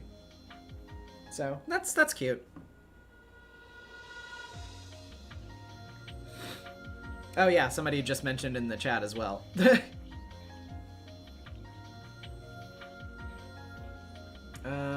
Let's see. Okay. Page 1, number 2. H170. The discontinuation of Satoko Hojo's dissection plan is required. Kyosuke Irie's motive to become a doctor is required. C-103's implementation on Satoko is going well so far. It wouldn't make any difference to me if the experiment failed. However... oh wait. That's not Irie. That's, probably Takano, I would guess. Let's reread. C-103's implementation on Satoko is going well so far. It wouldn't make any difference to me if the experiments failed. However, Irie's extraordinary focus and attention to the experiment has avoided Satoko Hojo hallucinating or turning into a vegetable during the experiment. And surprisingly, we see the prospect of her returning to normal life despite reaching L5. C-103 still has many issues, but this experiment proved that even a person who reached L5 can be cured. I didn't believe it at first, but I guess I have to acknowledge Irie's hard work. Only Irie could have done this. He was tormented by naive humanism and didn't want to make mistakes, and this is why he felt obligated to cure Satoko Hojo. The reason why I dislike Irie isn't because of his achievements or abilities, but because of that weakness. But this time I had to praise him for it. I saw your report. I must tip my hat to you. No, I only did my job as a researcher.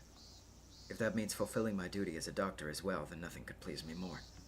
It's hardly an exaggeration to say that Satoko is now our most valuable specimen. After all, she's the first human to reach L5 and live. That's true. We'll let her go back to her life and keep an eye on her. I'm going to tell her to come here every Sunday for a checkup. But how are you going to explain to her that she has to give herself a C-103 shot 3 times a day, and also that she has to come here every Sunday? She has no subjective symptoms. I'm still trying to come up with a good excuse. I think I'll tell her that I want her to help me with my research. She has to give herself shots daily, and to come here every Sunday for a checkup. I'll pay her for helping me, or something like that. I guess Irie is determined to cure Satoko Hojo no matter what. He seems determined to keep her off the dissection table. He and I are in different positions, but I don't have any complaints about his naive ideals so long as they translate directly into passion for our research. If his plans can be put into effect and produce a different result than the dissection would, then they'll still be useful to the overall understanding of the Hinamizawa syndrome. I have nothing against Satoko Hojo. It's only that I see her as a research specimen. If she can be useful in that capacity without being dissected, that's perfectly fine with me. We have to get permission from her guardian to give her shots 3 times a day. After her parents died, her aunt and uncle have been taking care of her, right? Maybe I'll go talk to them. I hope they agree to her involvement in such suspicious research. Oh, don't worry. I'm sure they'll be happy to, once they realize they'll receive 100,000 to 200,000 yen every month for it. Do we have enough money? Sure. As long as we can produce documents that will convince Jiro-san. Okay, then I'll work on that. Also, we'll need to take action to prevent stressing Satoko-chan. We don't want her to return to L5. I hear her aunt and uncle are very mercenary. Perhaps we can handle them with cash. I plan to provide my help with their guidance, too. I've heard Satoko-chan isn't getting along with her aunt and uncle. I never thought that'd affect us in any way. But now Irie has to deal with them. Maybe he's developed some kind of sense of responsibility or duty as her guardian. I don't really care. The more responsible he feels, the more progress our research makes. That's a plus for me. By the way, I saw the report on H-170. Oh. Compared to your success, it's nothing, but I guess it was some kind of accomplishment. It's honestly ironic. This same research center that's produced the remedy to save her from her derangement has developed a dangerous drug that could instantly induce it. Irie wasn't involved in the H-170 research. That was my work. In fact, even if I asked him, he wouldn't have agreed to be involved. This dangerous reagent was developed during the process of uncovering the mechanisms behind how the pathogens controlling Satoko Hojo's brain could induce derangement or paranoia in their host. To put it bluntly, injecting H-170 into a patient with Hinamizawa syndrome forced them to express terminal symptoms. It threw the brain into a simulated state of agitation, intentionally forcing the pathogen to grow unstable. If we continue researching this, it will be possible to drive anyone with Hinamizawa syndrome violently insane at any time. Studying the mechanism behind that will help solve the syndrome's mysteries.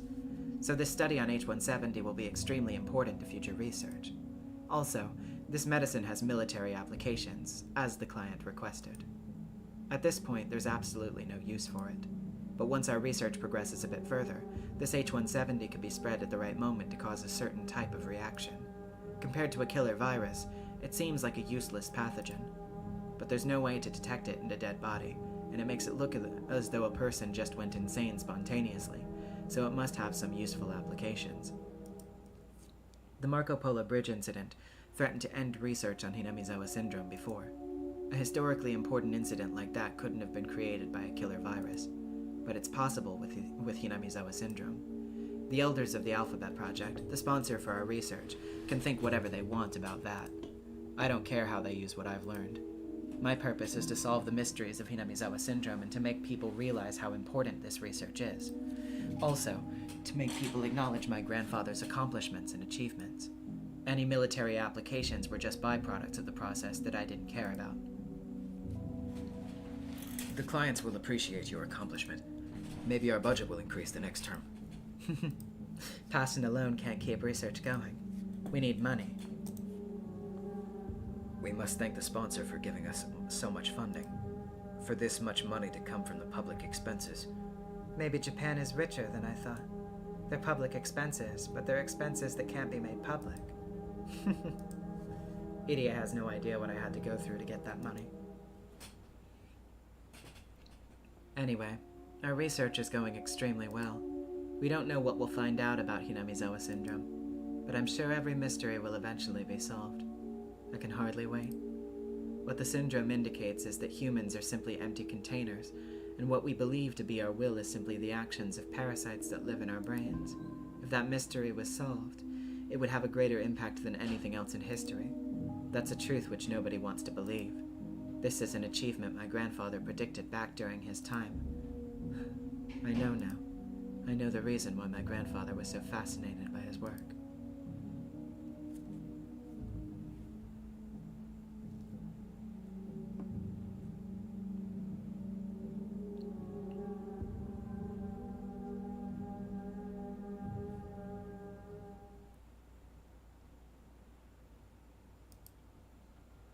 Distrust of the mother of a queen.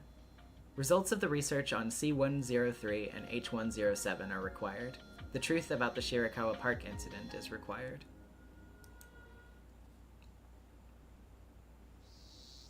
Rika has developed a high fever.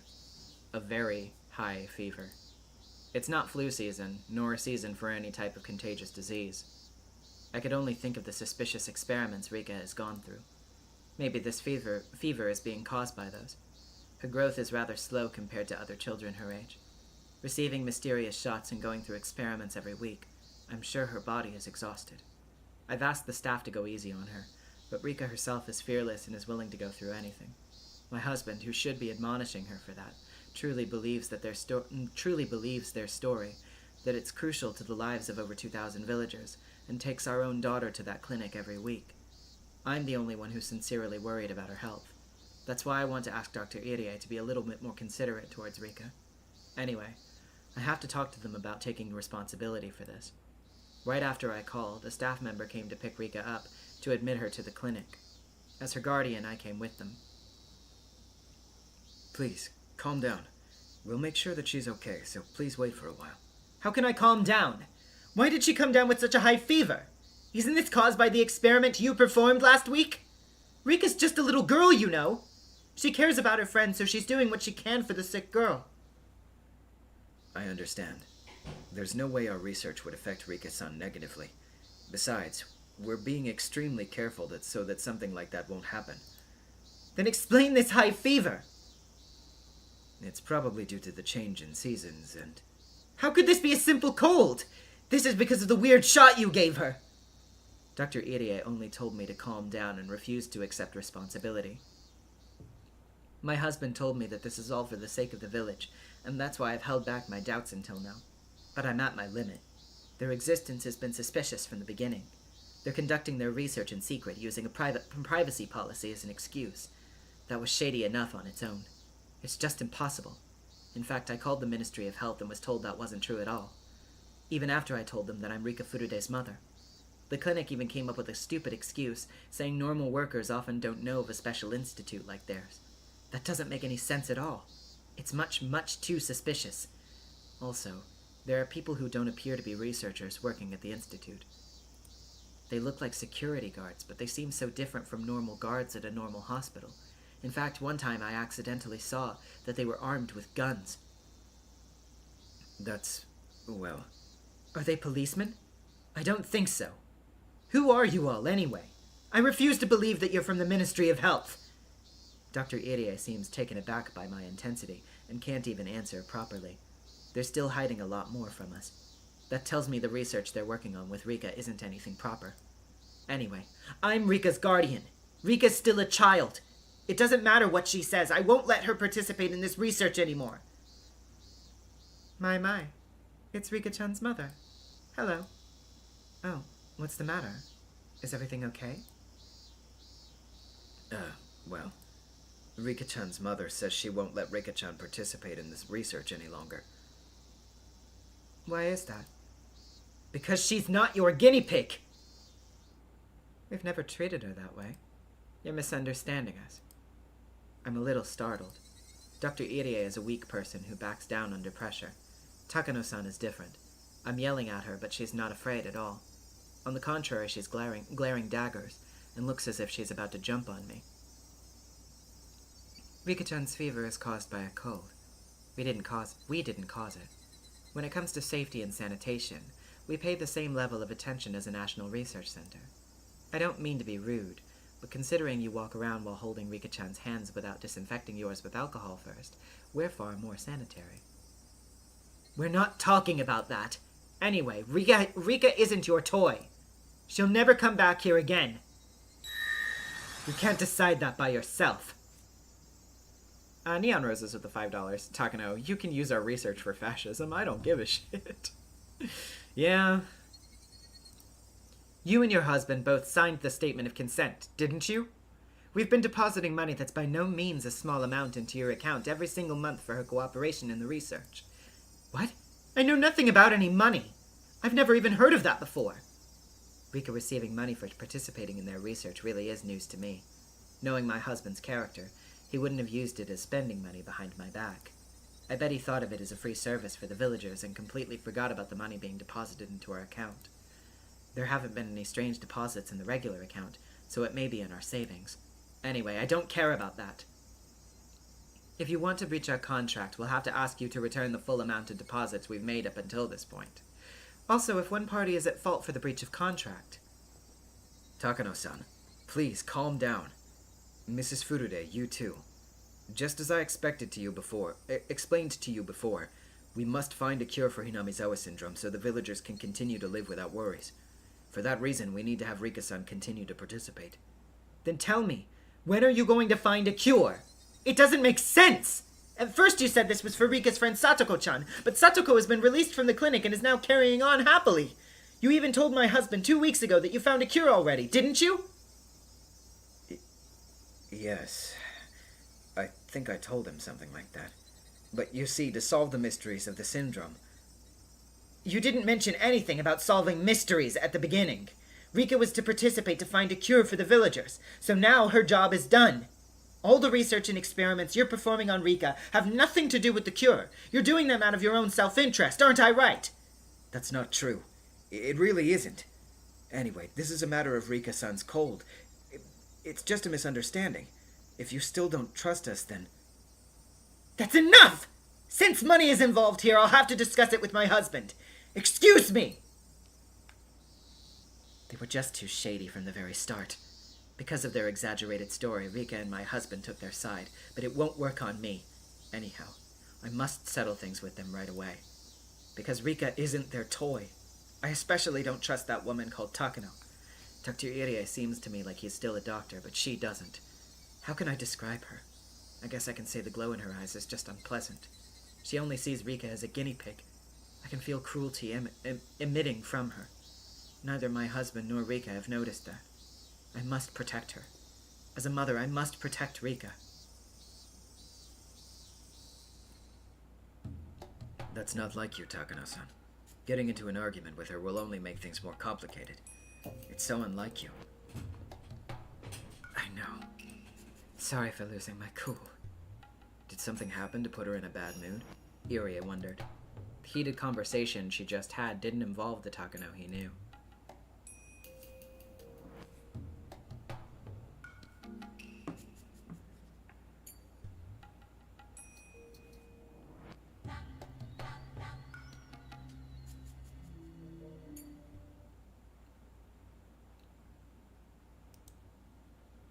One, 2, 3, 4.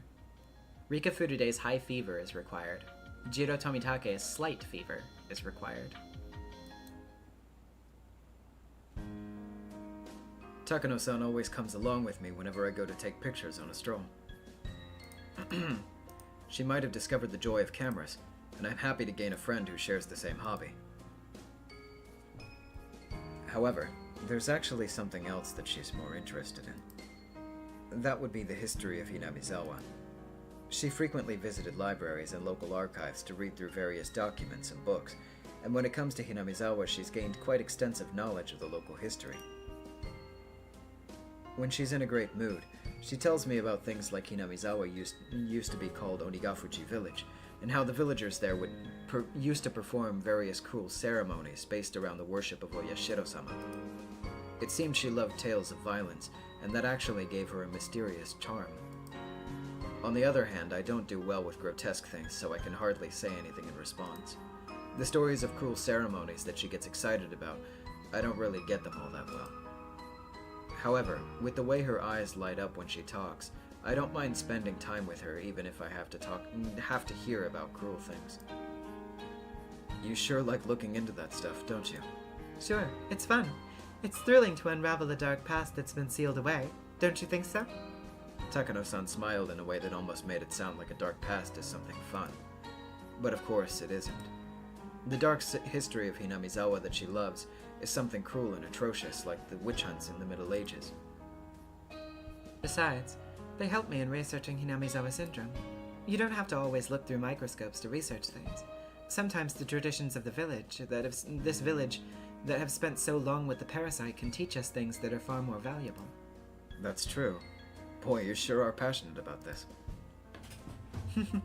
That's because research gives my life meaning. To step into the unknown and uncover a secret that nobody else knows. Don't you think that's wonderful? It tickles my intellectual curiosity. That's probably the greatest entertainment available to humans, who can only feel joy just from thinking. Who can feel joy just from thinking. The first person to work on this, Dr. Takano, must have discovered something fascinating, enough to make him devote his entire life to the researching of the syndrome, too. I think I'm probably the only one who could understand his feelings. I suppose it would be difficult for you too, Jiro-san, since you're not a researcher. She always seems so enthusiastic every time she talks about the late Dr. Takano, an independent researcher who was the first person to discover the existence of this syndrome. There has to be something more than just her admiration as a researcher. Come to think of it, Dr. Takano's full name was Hifumi Takano. Takano-san's full name is Mio Takano. Not only are their last names pronounced the same, but their first names follow a similar pattern. They must be connected somehow. I don't know anything about Takano-san's personal history, but there's a good chance that her name is an alias. So it's very possible that she chose a name to reflect the researcher she admires. I see. So is that why you chose that name? What? Well, the name of the researcher you look up to is Hifumi Takano, right? And your name is Mio. In Japanese, it's like you're counting upwards. You're continuing the research he wasn't able to complete, so I thought maybe that's why you have that name. Who told you that? No, I just thought of that now. I didn't hear it from anybody. You're correct. I'm surprised you figured it out, since you're so dense. I know you admire Dr. Takano, and sometimes you've spoken as if you were his daughter or granddaughter, who inherited his research legitimately. That's why I said that. Even authors like Rampo Edogawa used their pen names as homages towards authors they admired as well. So I thought maybe the name you use is like your pen name, you know. No, that's not so. Mio Takano is my real name. You write my family name differently, though. Then it really is the exact same family name as Dr. Takano? That's even more of a surprise. And Mio is your real name too. Mio Takano, continuing Hifumi Takano's life's work. What a fateful coincidence. You're overstating it, Jiro-san. This isn't fate of any kind. He's my grandfather. What? This is news to me. I heard Takano-san discovered documents about the Hinamizawa syndrome left by Dr. Takano after his death, and decided to continue his research. I've never heard of them being related before. Someone told me that it would leave a bad impression if I asked for money to continue my grandfather's research.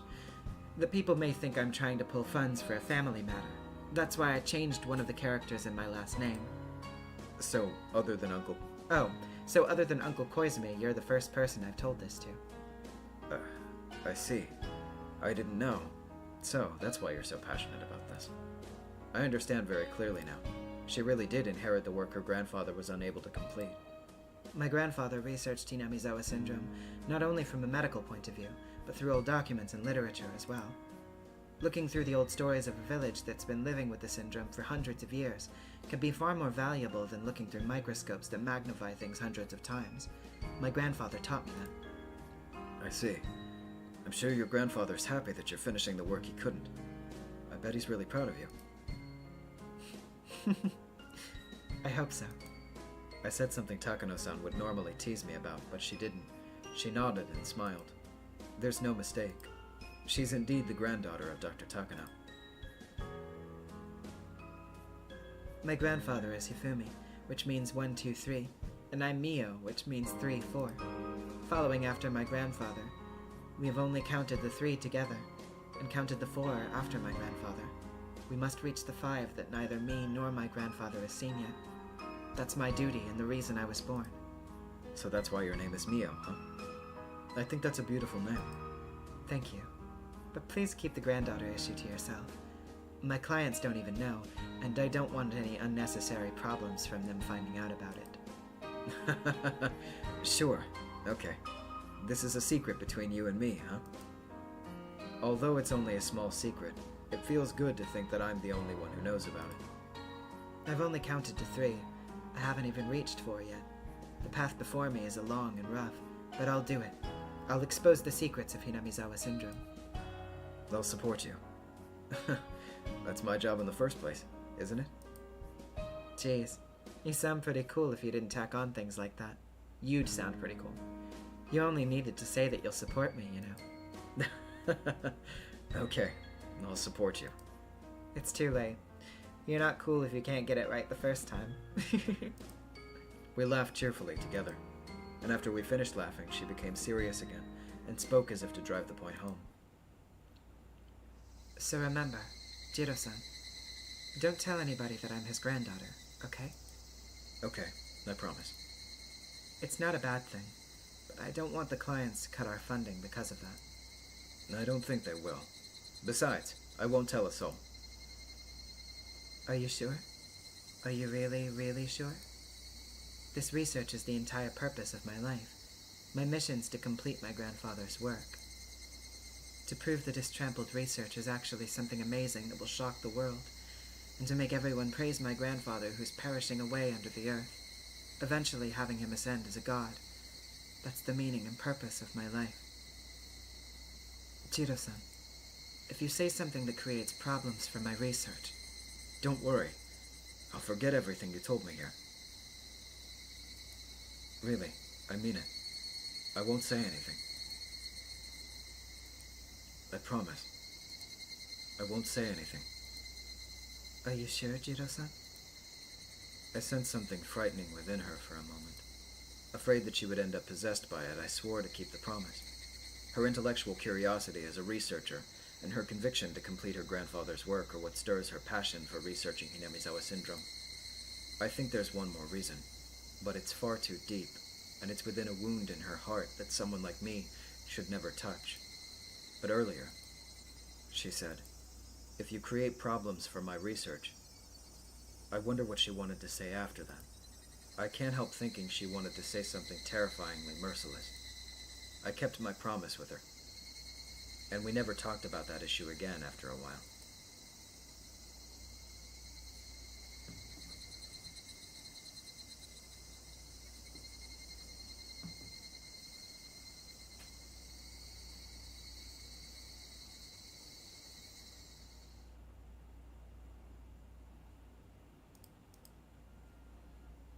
The third sacrifice. Rika's father being marked as an opportunist is required. Rika's mother's suspicion is required. The situation has changed. Rika's father suddenly changed his mind about having her help out with the research. When Rika came down with a high fever the other day, her mother, who wasn't happy about her daughter helping in the first place, finally blew up. I can't remember who we're starting with here. I was hoping the father would convince her somehow, but now he seems to be on her side. Rika's father didn't get emotional like her mother, but he demanded that we make our research plans for Rika clear, and that we finish our research within 3 months at most, which was completely unrealistic. Research can't have a deadline. That's out of the question. We cultivate results by grinding down our knowledge, skills, and time. To take time away from us is like taking away what's vital to live. How could he say such a thing? Curses, curses, curses, curses. I would have to imagine this is Takano. Rika's parents are only saying that because they don't know anything about scientific research. However, as they're the parents of the Queen Carrier, we're completely lost about what to do. Tests and experiments on the Queen Carrier are an essential part of our research into Hinamizawa syndrome. Her existence is the focal point of our work. To lose her would be like losing your sense of direction out in open water. Rika is providing her cooperation with our research, but the withdrawal of her guardian's consent could be a setback. The situation is extremely dire. Rika's parents are only interested in finding a cure, but to me, the cure is only a small part of solving the mystery. I can't let her go. Are our differences causing this predicament? And it's not only them. The same is happening between Irie and me. Yep. He thinks it's inevitable that we'd need to stop the research if Rika's parents refuse to consent. That's understandable. From the beginning, Irie never had the determination to solve the mysteries of Hinamizawa syndrome. He won't back down from the research assertively, but he will passively by agreeing with Rika's parents. Is that the attitude of a researcher who's trying to unravel mysteries? He's the type of man who would step on my grandfather's research with his dirty feet. He's nothing but a coward who's in this half-heartedly. He started to feel guilty over his past the moment he saw blood. He isn't qualified to even be involved in researching Hinamizawa syndrome. He's simply an outsider who joined in because of the client's demands. If I were a man, he wouldn't be here in the first place. While it's true he produced wonderful results with his development of a cure, he seems to think it's all right to close up shop with that. Is he planning to waste everything by being satisfied with just that tiny result? That man doesn't have any right to discard my grandfather's research. I can feel my guts boiling. No. Irie isn't the main person at fault. The one to blame here is that woman, Rika's mother. If she wasn't so selfish, this wouldn't have happened. Maybe it's partly my fault. I maintained trust through relationships and obligations all this time, but somehow Rika's mother and I didn't get along, so I didn't try to socialize with her. I thought it was fine because I got along with Rika and her father, but now the mother has influenced the father and changed his decision. What negligence. What a reversal. What a blunder. Irie is saying that we should talk to the office in Tokyo about what to do next, but I know once the Tokyo office finds out about this, they'll order us to shut the research down. I've worked so hard to even get things started. If they hear anything negative, they'll put a stop to it. I've come too far to complete my grandfather's research. I can't let it be stopped. I still have a little time to think about this. I need to calm down and analyze this carefully. I've always come up with a great plan when I drink my favorite tea, and bite my nails like this.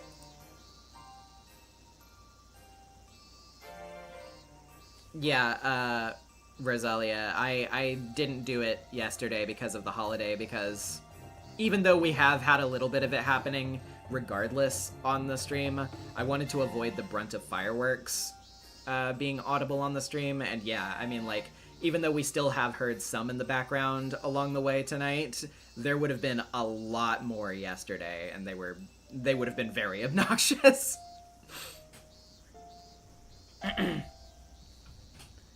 I looked up at the ceiling and closed my eyes, as tenderly as possible. There were times when I couldn't find a solution, but someone else came up with a simple one. I've been able to overcome everything that's been thrown at me. I even endured the hell at that orphanage, so I'll never let that woman get in the way.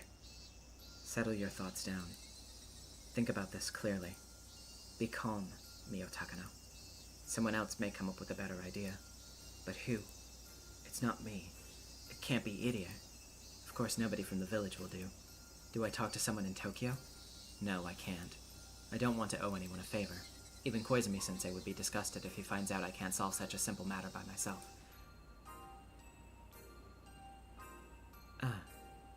I know. There's someone I can talk to nearby. They're supposed to be my subordinates after all, so it's worth a try.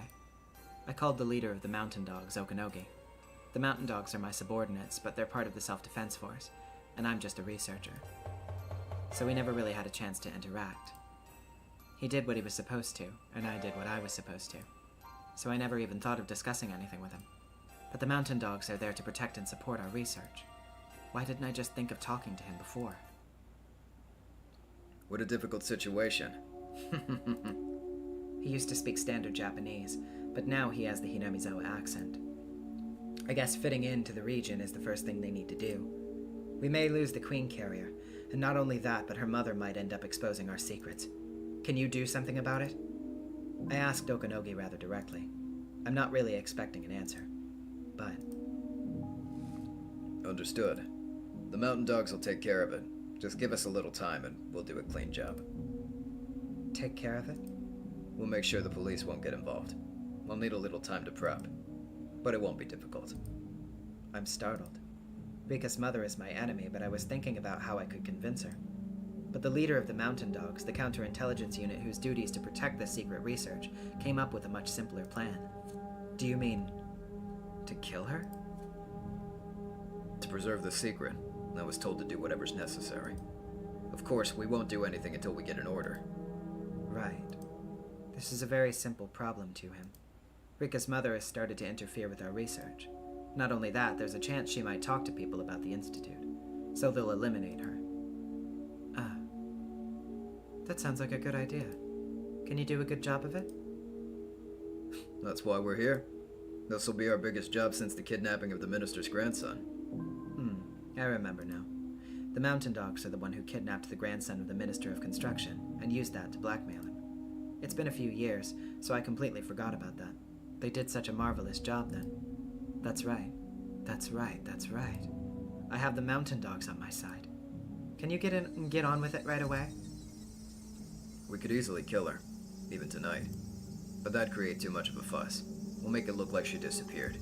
So give us a little time to make some arrangements. Just like a cat's eyes under a bright light. I can feel something in the back of my eyes open up. Up until now, I've been racking my brain trying to figure out how to make her my ally, or at least make her surrender, or pacify her.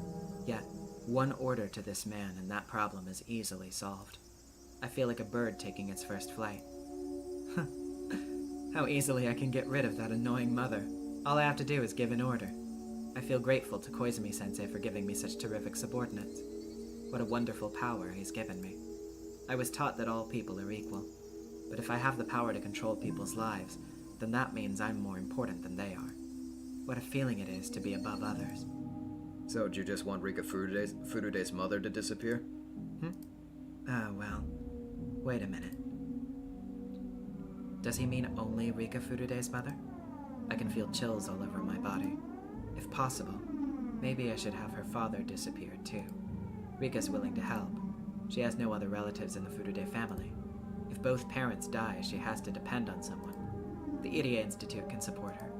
We can give her status, money, and protection. We can give her everything. By doing so, maybe it's possible to make her one of us, rather than just having her as a helper. All my worries are melting away. Everything I was just concerned about seems like a joke now. I had such powerful subordinates at all this time, yet I never realized. All of my tension is being released, and I'm starting to feel relaxed. I can feel myself regaining my cool head. I'm going to get rid of them. Rika's parents, that is. The Queen Carrier is my guinea pig. A guinea pig doesn't need parents. That's right. It's almost time for the Watanagashi festival. If they die on that day, people will call it the Curse of Oyashiro-sama. The murder case from 2 years ago and the accident from last year are two separate incidents, yet because they happened on the day of Watanagashi, they're being called the Curse of Oyashiro-sama. Then, if her parents' deaths occur on this year's Watanagashi, it will be Oyashiro-sama's curse 3 years in a row. The miracle of Oyashiro-sama. Also, the curse. I'm going to create them. This is a chance for me to ascend to godhood and toy with human fate. The incidents that occurred 2 years in a row are said to be a curse, but not everyone believes that. However, if it happens 3 years in a row, then everyone has to believe, because that'll be a true curse that's created by me. I'll become Oyashiro-sama. My desire for revenge against gods coming together. Making her merely disappear isn't that fun, is it? When I started to laugh, Okanogi grinned to show his interest. We're going to create the Curse of Oyashiro-sama. I can't just let her die. She'll be demoned away, and I'm going to enjoy dissecting her alive. Of course, I won't just have fun. This will be extremely useful for our research. After all, she's the previous Queen Carrier.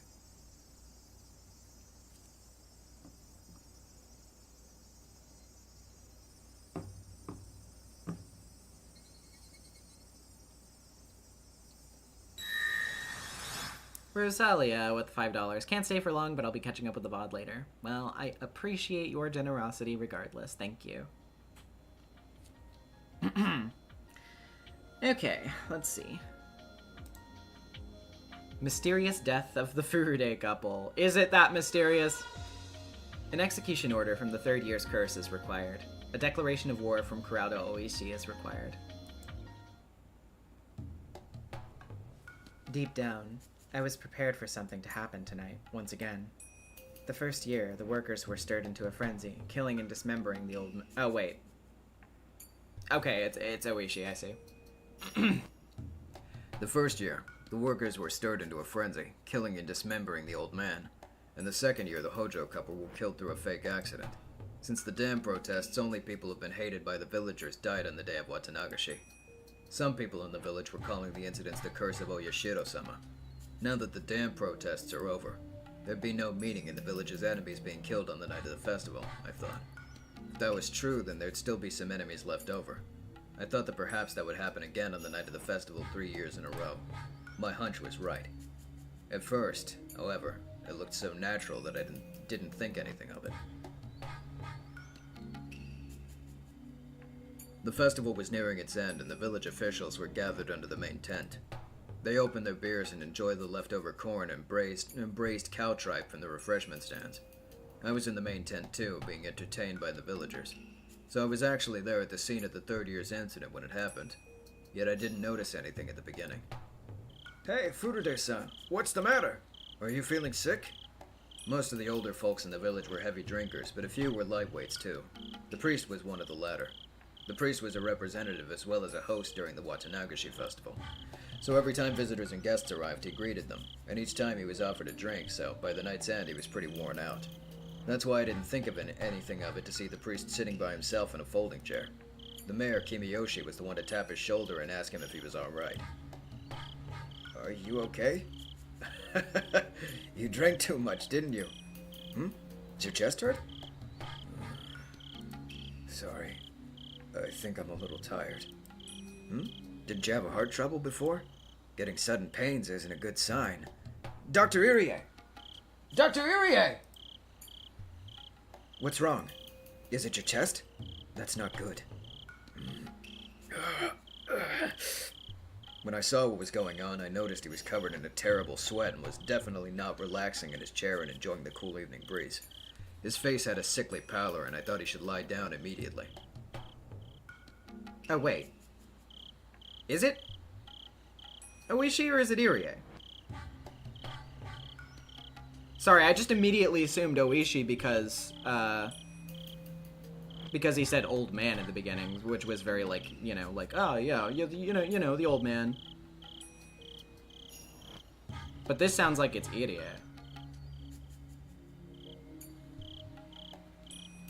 I don't know. I should probably take you to a clinic. Are you okay? Can you hold on to my shoulder? Hey, someone help! The priest doesn't feel well. What's wrong with my husband? Dear, are you alright? Takano-san! Perfect timing. The priest doesn't feel well, so I'm going to take him to the clinic. Could you please have the car come around here? Sure, no problem.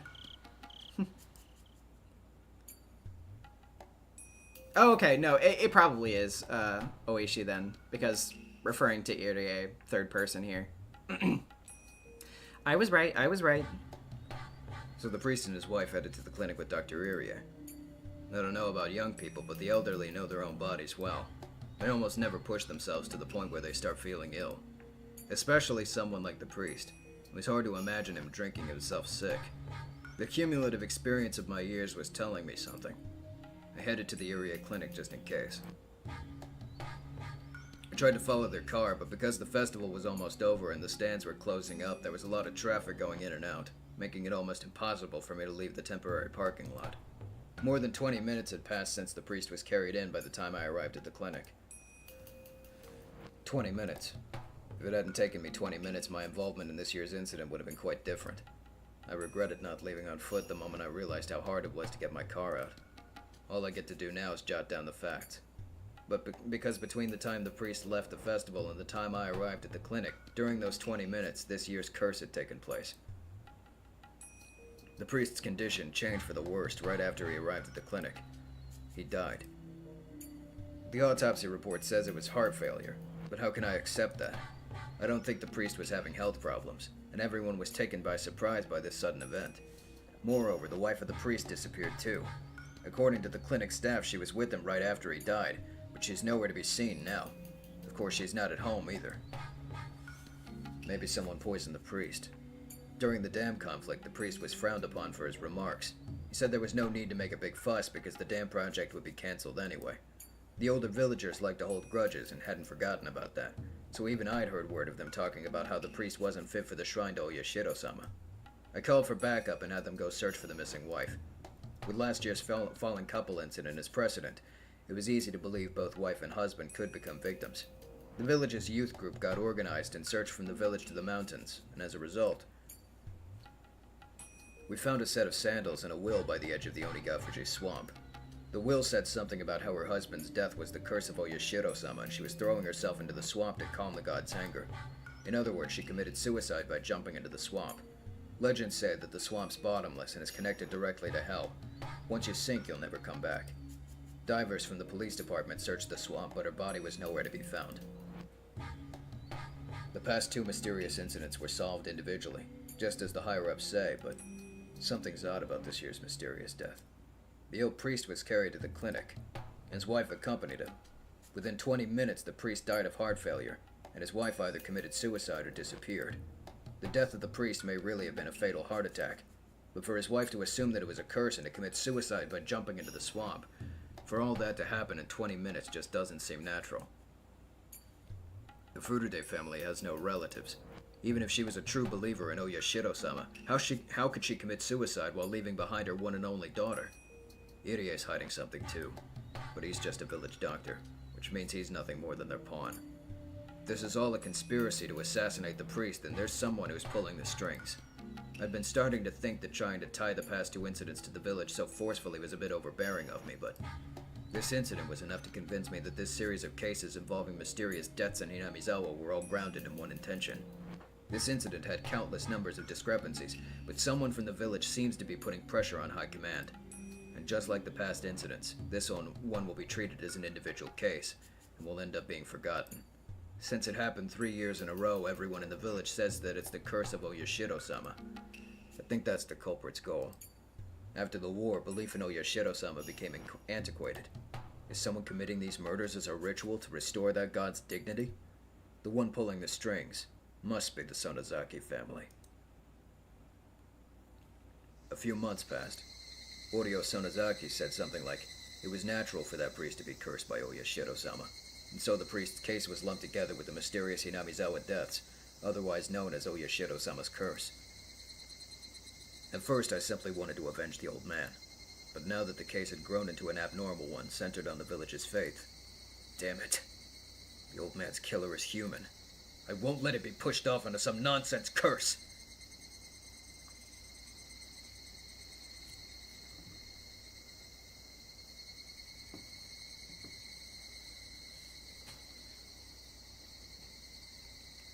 Well, some pretty fucked up developments here, but we do have a light in the darkness for this next one. Formation of a club. Satoshi Hojo's awareness of his sins is required. The mysterious death of the Furude couple is required.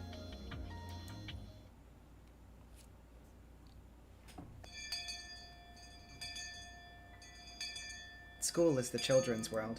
The values of grown-ups don't apply. Children decide their own values and create their own world. So the rules of the grown-up world, of the village, don't mean anything here. Even when the villagers badmouth the Hojo family and try to isolate them, that has no meaning at our school. In the children's world, children decide the rules. Rules they think are irrational don't exist here. That's why. As the representative for the children here, I vow that I'll never let any irrational rules come into our world. Within the school, no harassment's allowed towards the Hojo siblings. In the very beginning, some boys teased Satoko, but they were punished severely and it hasn't happened ever since. That's the least I could do to resist the madness of the village. So I hope Satoshi and Satoko both feel that this school is a safe place for them. Satoshi must notice my concern, because he often smiles when he's here. However, I never see Satoko smile. Satoko's classmates used to try to cheer her up, but soon after they decided that it was best to just leave her alone. I used to try to talk to her, but when I realized something, I stopped doing that. I'm a member of the Sonozaki family. To Satoko, I'm one of her enemies, so I'm sure she feels uncomfortable to have me around her. All I can do is watch over her. That's why Satoko is alone in the classroom. That said, Rika-chan is always hanging around with her, even though Satoko told her that she was annoying. Satoshi, too, is always beside her. These two are the only ones who remain by her side. It isn't limited to Satoko, of course. The malicious isolation still continuing towards the Hojo family. Because their hysterical aunt is so hostile towards her neighbors, there's nobody who sympathizes with her. It's wise to know that there are fights worth picking and also fights better set aside. If the aunt had even a little tolerance or self-control, this isolation wouldn't have continued. Of course, the villagers were the ones who forced them into that role, even though they weren't related to the issue. But if she had stayed quiet, then it wouldn't have gone so far. The aunt's hostility is one thing, but she's dragging everyone in the family into it as well. The uncle and aunt haven't been getting along, and he hardly comes home. Both Satoshi and Satoko are forced to live in shame. The aunt vents her stress by harassing Satoko. This was the same too. The aunt is her guardian after all, but Satoko doesn't even try to hide her disgust, so things aren't going smoothly between them. If she had behaved like Satoshi, then she would have been made into a target. So does that mean the sad life Satoko is living right now is something she caused herself? No, it doesn't. But no matter how much I sympathize, and how much I want to help her, nobody knows what to do. An apology won't change the situation. The flow can't be reversed. The fact that the Hojo family is ostracized by the entire village can't be changed. That's the horribleness lurking underneath our lives. The neighbors, the village, and the community. Once they become your enemies, the world can become so cruel. Japanese people have known that since ancient times, which is why we cultivated empathy and an obligation to show courtesy to one's neighbors.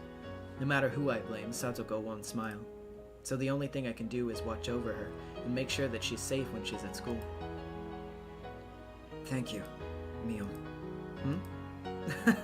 Sorry, what? I just wanted to thank you for being so concerned about Satoko.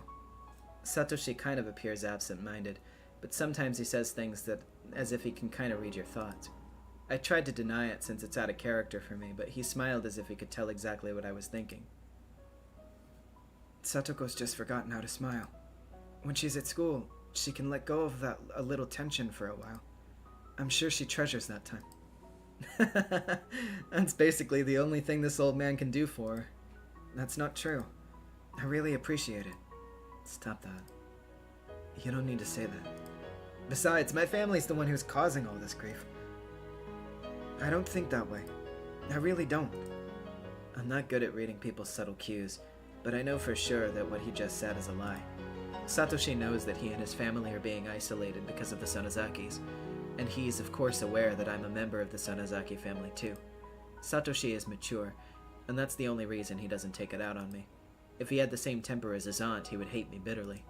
Knowing that, the least I can do is not get close to them. But I'm a meddlesome person, and when I see Satoko looking depressed or Satoshi forcing himself to smile, I have to do something. That might be even more troublesome to Satoshi and Satoko, though. Maybe. I just don't understand Satoko's feelings. Why? My family's causing Satoko grief. So for me, a member of that family, to hang around her, is that the right thing to do? Sure. That's you being you. What do you mean by that? Are you saying I'm insensitive? I don't mean that. If this atmosphere itself is robbing Satoko of her smile, then only someone who can completely ignore it can bring her smile back. This old man can't tell if you're trying to compliment him or not. You're mean. I'm not ridiculing you, really. I just want you to help. Huh? I can't make Satoko smile again by myself. I need someone like you to help me. But... I'm Mion Sonozaki, you know? If I do something insensitive, I might end up hurting Satoko even more. Satoko is already lonely. Are you gonna leave her alone too? This is the first time Satoshi's asked me for something so aggressively. Satoko is a very important person to him. He's saying he needs my help to make her smile again. But still, no. Maybe he's right. What's going on between the Sonozaki family and the Hojo family is an issue among the grown-ups. We children don't need to care about that. The irrational rules of the grown-ups don't mean anything in our world. So I have to object to the irrationality of the grown-up world using methods of my own. Are you sure Satoko won't feel bothered by me? She may, at first. But I'll be with you. I'll be with you, Mion. So she'll open up right away. You think so? Should we do something after school today? If we go home first, our aunt might say something, and we might not be able to leave. Okay, then it's simple. Don't go home first. But if we get home too late, she'll ask us what we were doing. Let's see. I know! Why don't you join a club? A club? Yeah. Tell her that you're going to an after-school club. Tell her that you're doing something after school before going home. There are plenty of people who go out after school before they go home. That'll be no problem. But if we mess up our clothes, our aunt will say, okay, then we'll do something indoors. Then your clothes will stay clean. Indoors? Do you mean in the classroom? But wouldn't Chie-sensei say something?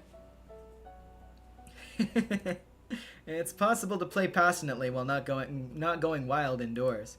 Contrary to my appearance, I love playing games. I've collected some treasures from overseas, too. Some of the manuals are written in English, and are a little complicated, but while some of them I need someone to play with, so a lot of them are just sitting in the storage room. Do you think Satoko can play those too? Sure. If you don't know the rules, then you just make them up. As long as everyone's following the same rules, it's totally okay. I said it so confidently, but would bringing games from home and asking Satoko to play with us actually make her smile again? What have I got to lose? Maybe I'll bring one of the board games tomorrow. Oh, also, Mion, I have something else I want to ask you. What? This old man's all ears. I'm looking for a part-time job. I thought if I could get her a nice birthday present, that might make her feel better.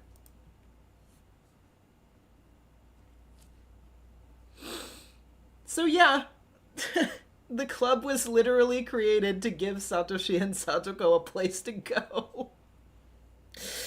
God. Mion is such a good fucking person. I love Mion Sonozaki so much, dude.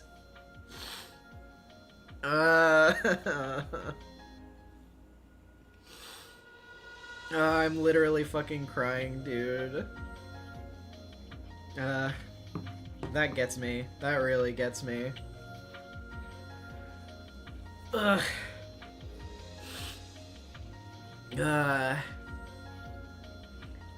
You can also see why, like, going back to Onikakushi as well, why when Keiichi stops showing up to club and is like, yeah, sorry, I can't do it anymore, that's another reason why, like, Satoko in particular seems pretty, like, upset about that. Because it's not just like, oh, I feel upset that we're not gonna have the fun club time, but it's like, oh, also this thing that she's gotten used to that's a really big comfort for her isn't happening anymore.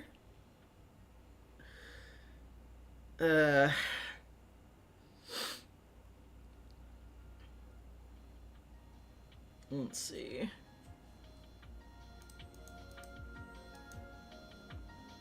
A red capsule. The third year's curse of Oyashiro-sama is required.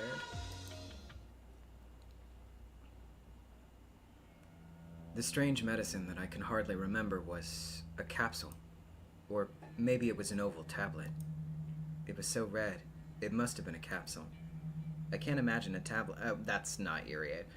I don't know who this is right off the top of my head, but it's definitely not Irie, I don't think. I can't imagine a tablet in that color. It must have been a capsule. I think it was a little bigger than a normal one.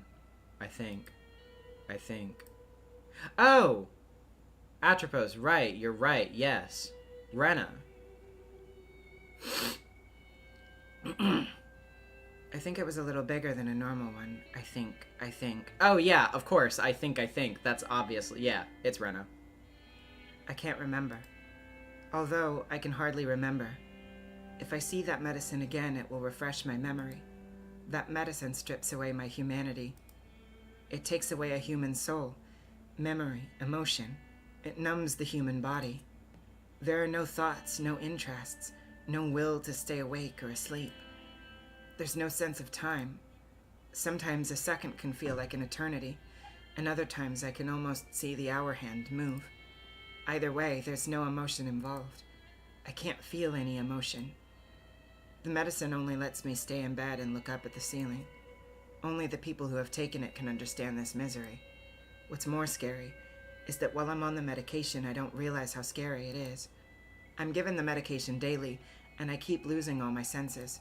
So, when the medicine wore off by accident, I realized I should never take it again. That's right. This isn't medicine that will heal me. It's just going to kill me slowly. If I continued to take this medicine, I probably wouldn't be able to tell if I was dead or alive, and I'd end up losing myself forever. I'll keep looking at the ceiling without any emotions, and keep watching the clock tick forever. If I take the medicine again, I'll lose all the senses I finally regained.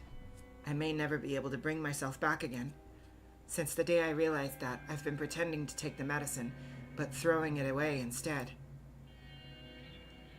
If your doctor prescribes medication, you have to finish taking it, even if your symptoms are gone. I can hear my mother's voice. Anytime I went to the doctor's office when I was a child, my mother said that to me. I usually got well before I finished all the medicine, so I didn't finish taking the rest. That's why my mother said that. But this is a different type of medicine. I don't even remember how old I was when my mother said that. But with this strange capsule in front of me, I have to try and get rid of my mother's voice from inside of my head. I pressed down on my head with my elbows until it hurt, trying to get rid of what my mother kept telling me. Right. As my head clears, I start to remember the ugly side of my mother. My mother betrayed her family. She betrayed me and my father, who waited for her at home with dinner on the table. She told us that she was busy with work, but she was having an affair. That was bad enough, but she asked my father for a divorce after he took such good care of her for so many years. But there's something else I can't forgive her for. She invited only me to meet with her new family. Not my father, just me. My father and I are family. Family means being together. Yet my mother tried to destroy the bond between my father and me. Not only had she tried to destroy my bond with him, she tried to destroy my bond with him too. Destroy her bond with him. She tried to destroy my bond with him too. When I remember, it makes me feel angry and hateful, and I can't forgive her.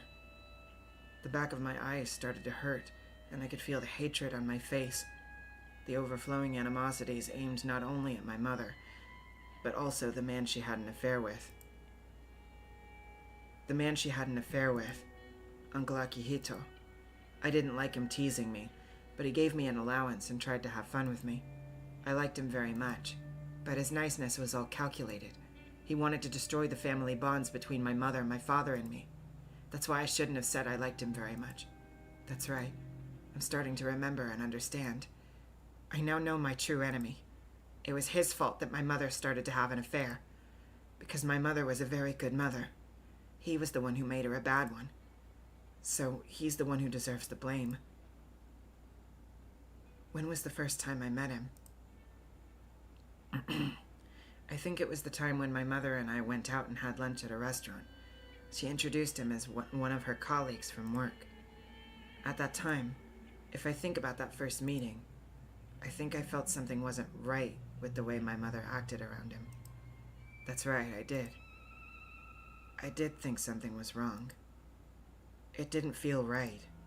I wish I'd trusted my instincts then. I was a fool to think he was a nice person just because he gave me a strawberry from his piece of cake. It was not my father's fault, because I bet he never met Uncle Akihito. But I have. I've met him many times, and there were a lot of chances to realize he was my enemy. If I had a strong enough will to protect my happiness, I could have noticed that. I can't forget how my father looked on that day. My father, who was so nice and gentle, grabbed his knees so tightly and cried so hard. He asked me if I knew Uncle Akihito. I answered yes. Then he slapped me in the face. When he slapped me, I finally realized how stupid I was for being taken in by him. That's right. It was my fault. I destroyed the happiness I hoped to last forever with my own hands. If I hadn't been that stupid, my father wouldn't have had to cry like that, and my mother would have stayed good.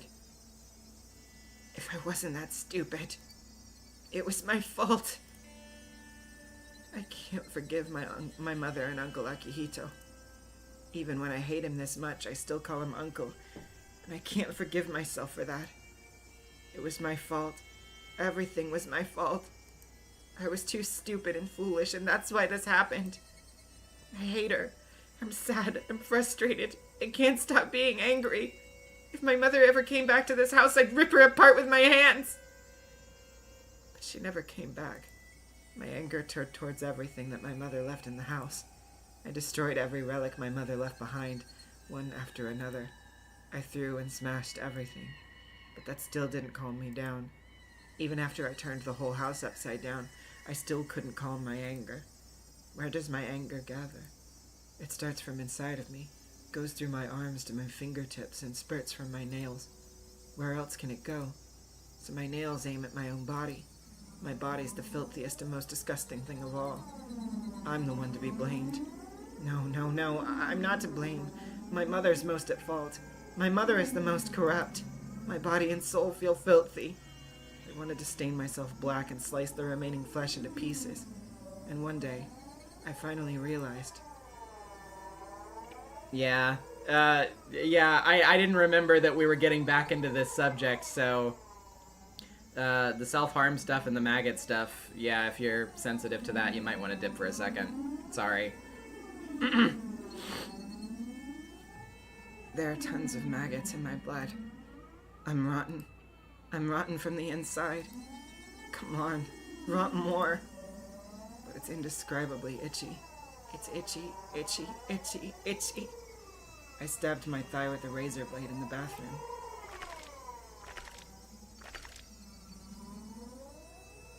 The blood flowed out. Reddish black maggots spilled out. I forced myself to open my blood vessels with my thumbs. The maggots spilled out. Squirm, squirm, squirm, squirm, squirm, squirm, squirm, squirm, squirm. So many maggots spilled out from my left thigh. There are probably just as many in my right thigh. Maybe my calves too. My arms, abdomen, chest. No. How many maggots are in these blood vessels in my neck? Strangely, although I've become rather insane, there's still a part of me that's calm. If I keep ripping myself apart like this, I'll end up dead. But everything is my fault, and I'm the one to be blamed. Even if I blame my mother, the only way I can disgrace her is with my own body. Oh, I get it now. That's the best means for quelling my anger. I feel like I'm thinking incredibly rationally now. In order to forgive myself, I need someone else to blame. It has to be someone else's fault, but no such person exists. No matter how much I think about it or how I twist the logic, my own body is my only outlet to vent this anger. So long as there's no one else to blame, I'll be forced to rip open every blood vessel in my body. Just like no matter how much I scratch, it still itches. No matter how much I rip apart my own body, it's not enough. The blood's all over the bathroom, and I'm sure it makes for quite the gruesome scene. Although I'm trying to stay calm, I can't ignore the sharp pain that runs through my body. Maybe because I've lost so much blood, or maybe because I'm naked in the bathroom, I feel freezing cold. My whole body is throbbing, and my heart is beating so fast. I'm cold and hot at the same time, and I'm also sad, angry, and in pain. I want to find something that lets me forgive myself.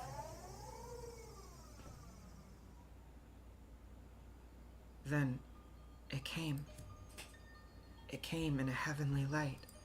It was mysterious and unreal, like something out of this world. It apologized. It kept apologizing. Why is it apologizing? You apologize when you're at fault. So this thing I just met for the first time was admitting to wronging me. That means I'm not at fault. It's at fault, not me. I dropped the razor blade. It fell into a puddle of blood. The pain's taking over my body. The pain of ripping apart my own body's taking over me. I've been telling myself this pain is the punishment for what I've done. But I'm not at fault. It is. So I don't need to accept this pain as a punishment. So I don't need to defile my body anymore. She continued apologizing to me over and over as I stood there covered in fresh blood. She apologized every time I wanted to blame myself, constantly whispering that it wasn't my fault. Oyashiro-sama exists. She's always following me. Pit, pat, pit, pat. And every time I can't endure the guilt, she apologizes and tells me that I'm not at fault. Everything is caused by the curse of Oyashiro-sama. Things started to go wrong when I broke the rule that I wasn't supposed to leave Hinamizawa. I finally remembered. When I moved from Hinamizawa, one of my neighbors gave me a charm. She said that if I left Hinamizawa, I'd be cursed, so I had to take the charm. That's right, she gave me a charm. It had some complicated writing on it, but I haven't seen it since I moved here. I might have lost it. There's nothing I can do about that. If Hinamizawan residents leave Hinamizawa, they'll be cursed. My mother and I, even Uncle Akihito too, may have gone insane because of the curse of Oyashiro-sama. Nobody was at fault from the beginning, because everything is caused by the curse of Oyashiro-sama. Nobody is at fault. Nobody. Nobody. I'm finally able to forgive everything. The anger that I couldn't get rid of even after I destroyed everything, including my body and soul. Father, now I know. The curse of Oyashiro-sama is what caused my mother to leave, and for you to be so sad. You remember Oyashiro-sama, don't you? The guardian deity of Hinamizawa. That's right. People of Hinamizawa aren't supposed to go to the outside world. That's why Mother went insane. It's all because of that curse of Oyashiro-sama. If we'd stayed in Hinamizawa, he would have been happy. We would have been happy. Oyashiro-sama came to me and told me that. Come to think of it, Oyashiro-sama's been trying to tell me that for a long time. After Mother left, I didn't know why she left or how to express my anger. Oyashiro-sama's kept following me ever since then to let me know that. She followed me everywhere, the sound of her footsteps echoing behind me. But I pretended I didn't notice her. I was so stupid. I didn't hear her voice until I slashed my body all over. If only I'd listened to Oyashiro-sama's voice. I bet she started warning me once Uncle Akihito came into my life. If the whole family had gone back to Hinamizawa, my mother wouldn't have had an affair. We would have been happy there. I bet Oyashiro-sama's been trying to tell me that. That's right. She must have been trying to warn me, ever since we left Hinamizawa. She was always with me. She followed me everywhere. I was stupid trying to pretend I didn't notice. Everything was because of that stupidity. If I'd noticed Oyashiro-sama's voice, my family wouldn't have suffered from the curse. It's all my fault. Oyashiro-sama is apologizing. She keeps apologizing, which means this is all her fault. So this isn't my fault, is it? Because this is the curse of Oyashiro-sama, right? She's apologizing, saying, I'm sorry, I'm sorry, I'm sorry. Oyashiro-sama is apologizing repeatedly. So I'm sorry too. I'm sorry, I'm sorry, I'm sorry. I'm sorry that I didn't hear your voice. I'm sorry, I'm sorry, I'm sorry. We're from Hinamizawa, so we have to keep hearing your voice. Oyashiro-sama definitely exists. Can't you hear, Father? Don't you see? Oyashiro-sama's right there, apologizing, saying, I'm sorry, I'm sorry, I'm sorry. I'm sorry too. Come on, Father. Let's apologize too. Mother, you don't have to apologize. You should die because of the curse. I hate you, Mother. I hate you, I hate you, I hate you. I hate myself for being your daughter. These maggots are your fault. They make me itch everywhere. I'm sorry, I'm sorry. I'm sorry, I'm sorry. No, I don't want that medicine. My mother got it to kill me, so I don't want it. I won't take it. I told you I won't take it. Stop! Stop!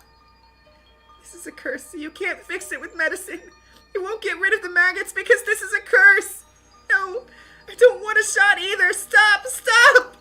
It hurts, it hurts, it hurts, it hurts! Everything is falling into a gray world. The voices of my father and the doctor sound so far away. Even what just happened seems like it happened such a long time ago. Again, I'm given the capsule, and even my memory from a minute ago is gone.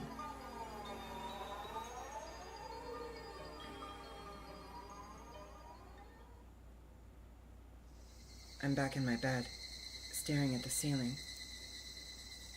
In what I can see, the only thing that interests me is the hands on the clock.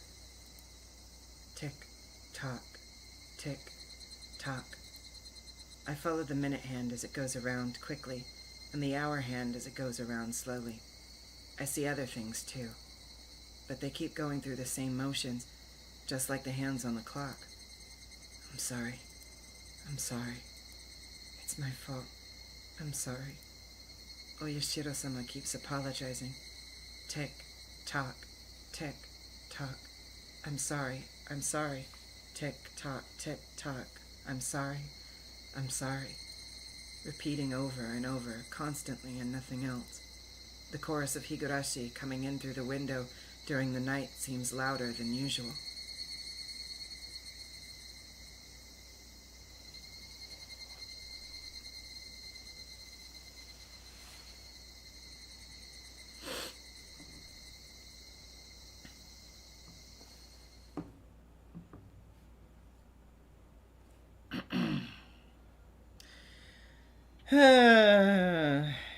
Jeez.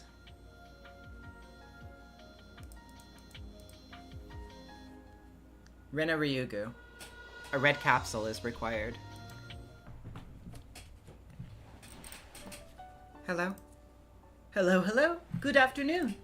Oh, who are you? Sorry. We just moved in next door. We're here to introduce ourselves. Pleased to meet you. Oh my, oh my. Someone as young as you moved here? I see. Welcome. Ma. Oh, wait. Probably a younger woman, actually. Mom, our new neighbor is here to say hello. Don't yell like that. Thank you for taking time to come over. They're the Ryugu family. They just moved into the empty house next door. Ah, you're Reina-chan, aren't you? My, how you've grown. Yes, I'm Reina. Thank you for remembering how... Mom, do you know her? Of course I do. You were living in Okinomiya then, so you probably don't remember. But they used to live next door. So you came back, huh? This village is better than the big city, is it? I don't remember much because I was so small when we lived here. But I feel this is where I belong. Then you'll fit right in. Oh, wait. Then you'll fit right in. If there's anything we can do for you, let us know. There's no need to hesitate. Being unreserved is the rule here, after all. Yes. Thank you very much. I thought I'd remember things if I walked around the village, but I still don't remember much. I do recall, however, the vivid breeze, as well as the brilliant greenery. I don't remember the village, but I remember that this is my hometown. Red scars still remain on my body. They're hardly visible, and I can't even feel them. I'm sure they'll disappear soon. Now that I'm back in Hinamizawa, sometimes I wonder who I was back in Ibaraki. In fact, I think I wasn't myself from the moment I left. And now, by coming back here, I've finally regained my true self. I can hardly remember what I was like back in Ibaraki. Well, that's probably because of the red medicine. The medicine erased all of my painful memories. Maybe that was for the best. I just wanted to be forgiven back then. I couldn't forgive my mother. I couldn't forgive Uncle Akihito. And more than anybody, I couldn't forgive myself. I wanted someone to acknowledge that I wasn't at fault. I wanted to be forgiven. So Oyashiro-sama apologized. She told me I wasn't at fault, because it was the curse of Oyashiro-sama. Jupiter August, how many streams until finale? Want to make sure I'm caught up by then. Let's see. This stream number is... what?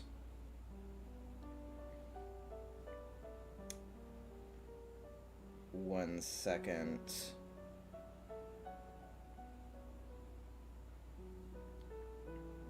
Yeah, 28. So this is 28, so 29, 30. Yeah. Let me double check my schedule thing real quick. Yes. So we're on 28 right now. The final one of Matsurebayashi will be 31. Then we'll have a break, and then we'll come back for the epilogue in stream 32. So, there you go. That's how I was able to forgive myself. I didn't have to die by tearing my blood vessels out of my body. I think people have to die because they become corrupted. That's why people try their hardest not to dirty themselves all their lives. But I'm still living, despite how dirty I am. Honeyfae, are you going to do any alt arcs? Maybe, but probably not. I'm definitely not going to do the advanced story stuff. I'm definitely doing Saikoroshi because that's the epilogue to the main story. Other than that, we'll just have to see in the future. I've been allowed to live. Is there still some filth left on me? Or am I all clean? I don't know. The only thing I know is that the me who lived in Ibaraki and the me who's here right now are two different people. I no longer feel the need to take responsibility by ripping myself apart because of the filth.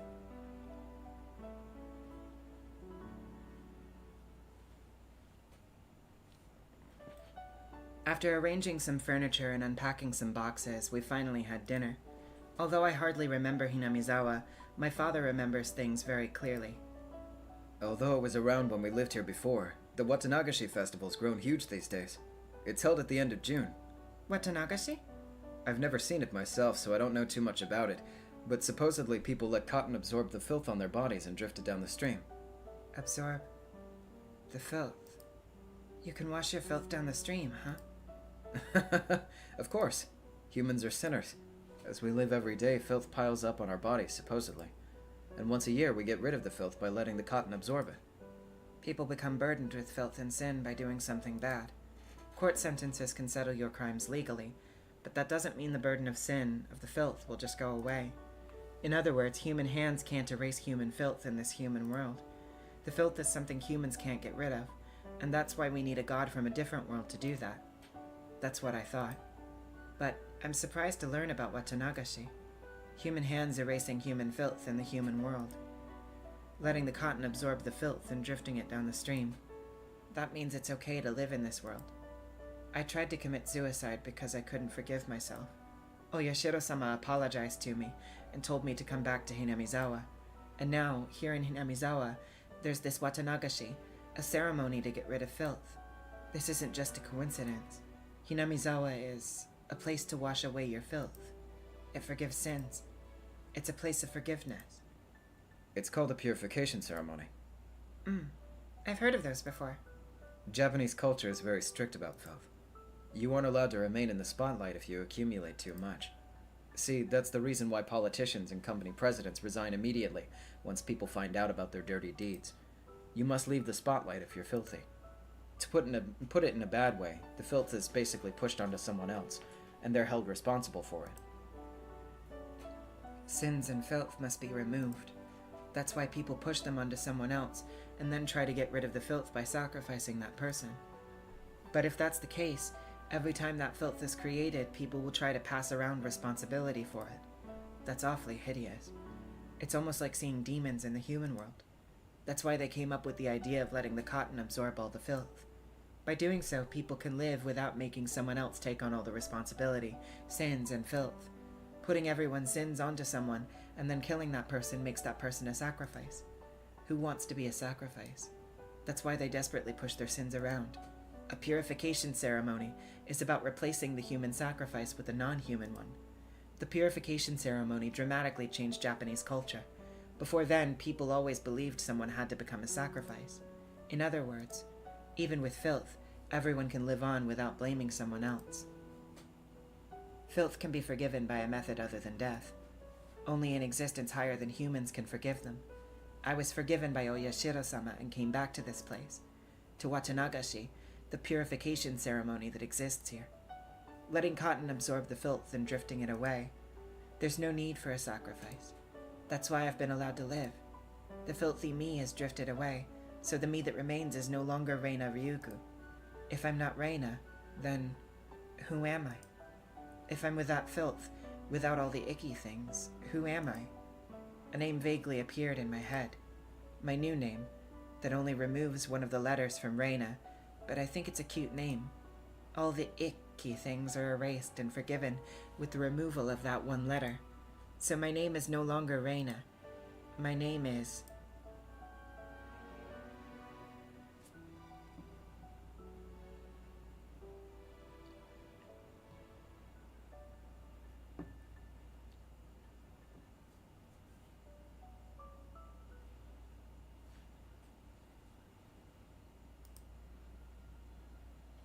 Footsteps in the 4th year.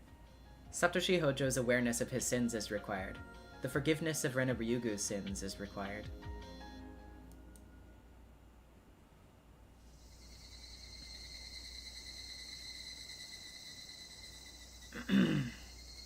My harsh and brutal days are still continuing without end. The situation between my aunt and Satoko remains the same. My aunt yells at Satoko for no reason every night. Although Satoko cries, she still talks back to her, so my aunt's yelling goes on and on forever. Satoko's crying goes on and on too. When Satoko sees me, she grabs onto me. She hides behind my back and tries to ignore my aunt's yelling. She always comes to seek my help. Satoko doesn't open up to anyone but me, so if I don't protect her, she'll be devastated. That security is something our parents didn't grant to Satoko. I have to be the one to provide it. But every day, day after day, every time Satoko cries, every day, day after day, Satoko grabbed onto me while crying yesterday. I patted her head, but along with pity, a different emotion came to me. I wanted to grasp her head and smash her against the wall. What an unbelievably devilish and awful emotion. No. I can't think like that. No, it's not that I can't think it. I just can't acknowledge that feeling. Since that day, there's been someone else inside of me. That someone is trying to eat me up from the inside and switch places with me. When Satoko begs for my help while crying, that person tries to make me spill out some awful and hateful words that are sure to damage Satoko forever. Leave me alone. Don't grab onto me. Go away! No. I can't! To prevent him from taking over my body, I clenched my stomach and drove him out. I managed to do that. But that wasn't it. That person is coming after me, trying to get back inside of me. I won't let such a scary thing get back inside of me. He knows there's no room to slip into my heart as long as I keep it held shut like this. So he stopped trying, and instead's following right behind me. He's waiting for me to let my guard down. When I walk, he walks right behind me. He's breathing down my neck. He follows me everywhere, and when I lie down, he stares down at me. He's waiting for the right moment to jump back inside of me so he can hurt Satoko. It's been so hot lately. Maybe the heat's getting to me, and that's why I think things like this. I'm the only family Satoko has, so I'll have to protect her from my aunt for the rest of my life. That's my eternal duty. The rest of my life? Forever? Do I really have to do that forever? If only Satoko. But I'm her only family. But it's because of my aunt. But it's because of the villagers, too. It's almost Watanagashi. Some irresponsible people are saying that the curse will once again fall upon Hinamizawa. They're also saying it will fall upon me and Satoko for sure. Maybe it's just my imagination, but lately the villagers expecting it are giving me especially sharp looks. I feel like I'll be killed on the day of Watanagashi. Of course, there's no reason why I'd be killed, and it's just my imagination. Pat, pat, pat, pat. Don't come inside of me. Satoko is my only sister and my family, so don't tell me those awful things. Pat, pat, pat, pat. Stop, stop, don't come this way, don't come this way! The footsteps came up right behind me, and the hand touched me on the shoulder. Oh, Rena. Are you okay? Are you? I must have been acting weird. Rena looked worried. Her name is Rena Ryugu. She just moved here and transferred to my school. Nobody remembers her, but supposedly she lived here in Hinamizawa a long time ago. In fact, she hardly remembers anything about Hinamizawa either. Since Mion's the only other classmate who's my age, I'm glad she's my friend. She usually carries on happily alongside Mion, but occasionally she shows more feminine consideration. Are you feeling okay? Do you want me to take you to the nurse's office? Do you? Thank you. I'm okay. Do I look sick or something? Yep. Her immediate answer made me realize I wasn't myself. Is it about Satoko-chan? Are you worried? No, that isn't it. She knows that my problem isn't physical, but a mental one. This is just something I think to myself. But even though Rena seems like a very easygoing person, maybe she's more perceptive than she appears. Since I just transferred here recently, I may not be able to help much, but I can at least listen. Sometimes talking can help. Although she just transferred, she already knows quite a bit about me and my sister, and also the situation with the villagers. But talking about it won't solve anything. Actually, if I talk about it, I feel like I'd be admitting to my own weakness, which might give that person a chance to get inside of me again. You were so surprised just now. That's why I thought something really serious was bothering you. How? Oh, that. Lately, I feel like someone is following me all the time. Pit, pit, pat, pat. I thought that was you. Sorry. I don't even know what I'm talking about anymore. Footsteps? Following you?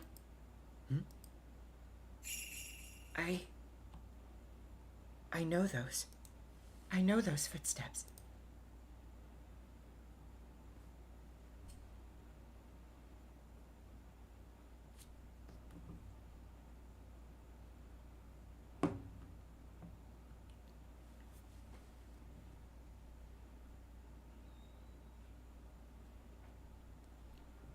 A notice of leave of absence. Satoshi Hojo's part-time job is required.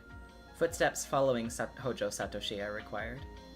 I don't know why they switched the format of Satoshi's name halfway through that, but alright.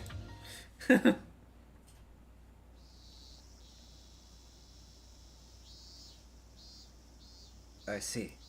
No, you don't need to do that. You're a promising member of the Hinamizawa Fighters. We'll save your spot. So you can come back anytime, okay? I don't know about that, though. I have no idea when I can come back, so I thought I should resign, at least for now. Satoshi-kun says he wants to quit the Hinamizawa fighters. I know very well of Satoshi-kun and Satoko-chan's situation, so I was expecting that he might say this. The relationship between Satoko-chan and her aunt has gotten worse, to the point that it can be considered abuse. When someone from the child consultation center came, of course her aunt behaved herself. Then, immediately after, her harassment turned even more vicious. According to the neighbors, the aunt's scolding and Satoko-chan's crying can be heard nightly, and sometimes it goes on past midnight. Satoko-chan's weekly physical checkup results are slowly growing worse, and we're trying to keep her stable by increasing her medication. But unless her relationship with her aunt improves, she's sure to go terminal and sink into madness. Although she isn't the type to become deranged, even at the terminal stage. She's the type who holds everything in, harboring her insanity inside. Just like when she pushed her parents both off the cliff 2 years ago, Satoko-chan may kill her aunt. Thanks to the mountain dogs, the incident was resolved as an accident, and Oishi stepped aside, although he is still suspicious. If something like that happens again around Satoko-chan, he's sure to investigate her mercilessly. I can't do anything more about Satoko-chan's environment changing for the worse, so I'm not surprised to hear that Satoshi-kun wants to quit the baseball team so he can be with his sister more. Actually, I'm starting a part-time job. That's why I can't come to practice. A part-time job? Is there something you want to buy? Yes.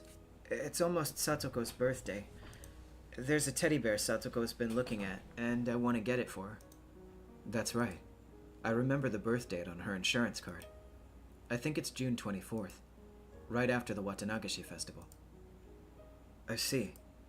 You're such a good brother. I'm sure Satoko-chan will be thrilled. I hope so. I can tell Satoshi-kun is also stressed out. To him, seeing Satoko-chan being harassed is the same thing as being harassed himself. His stress can be released through moderate exercise, such as with sports and also with plenty of rest. If Satoko-chan is being yelled at nightly, then it's easy to figure out that Satoshi-kun isn't getting enough sleep either.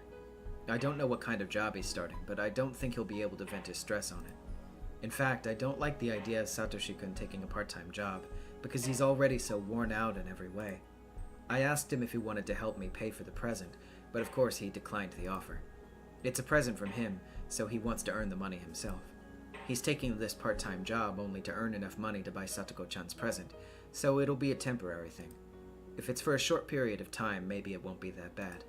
While I want to stop him from working, because I don't want him to get even more stressed, since he says Satoko-chan's birthday is near, I don't think I can stop him. Satoshi-kun is determined. If I say any more, I may lose his trust, so I'll have to accept his leave of absence. Oh, Coach, can I maybe borrow a bat? I completely misunderstood his words. Later, I found out that he carried around that bat to protect himself, and realized that, even then, he was already showing some dangerous symptoms. He believed there would be a fourth mysterious death this year, and that he would be the victim.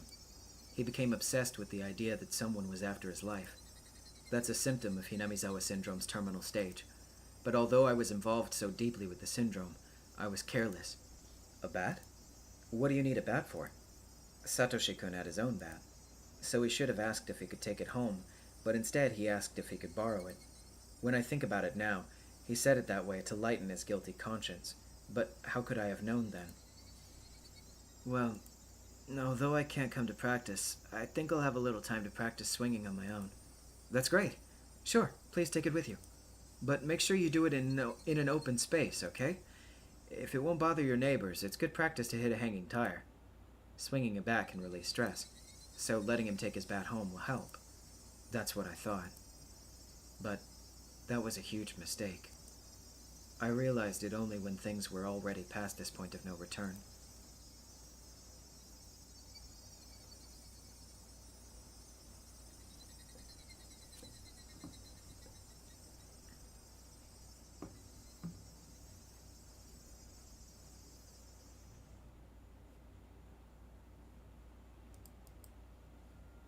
Death of Satoshi's aunt. A bat to beat her to death is required.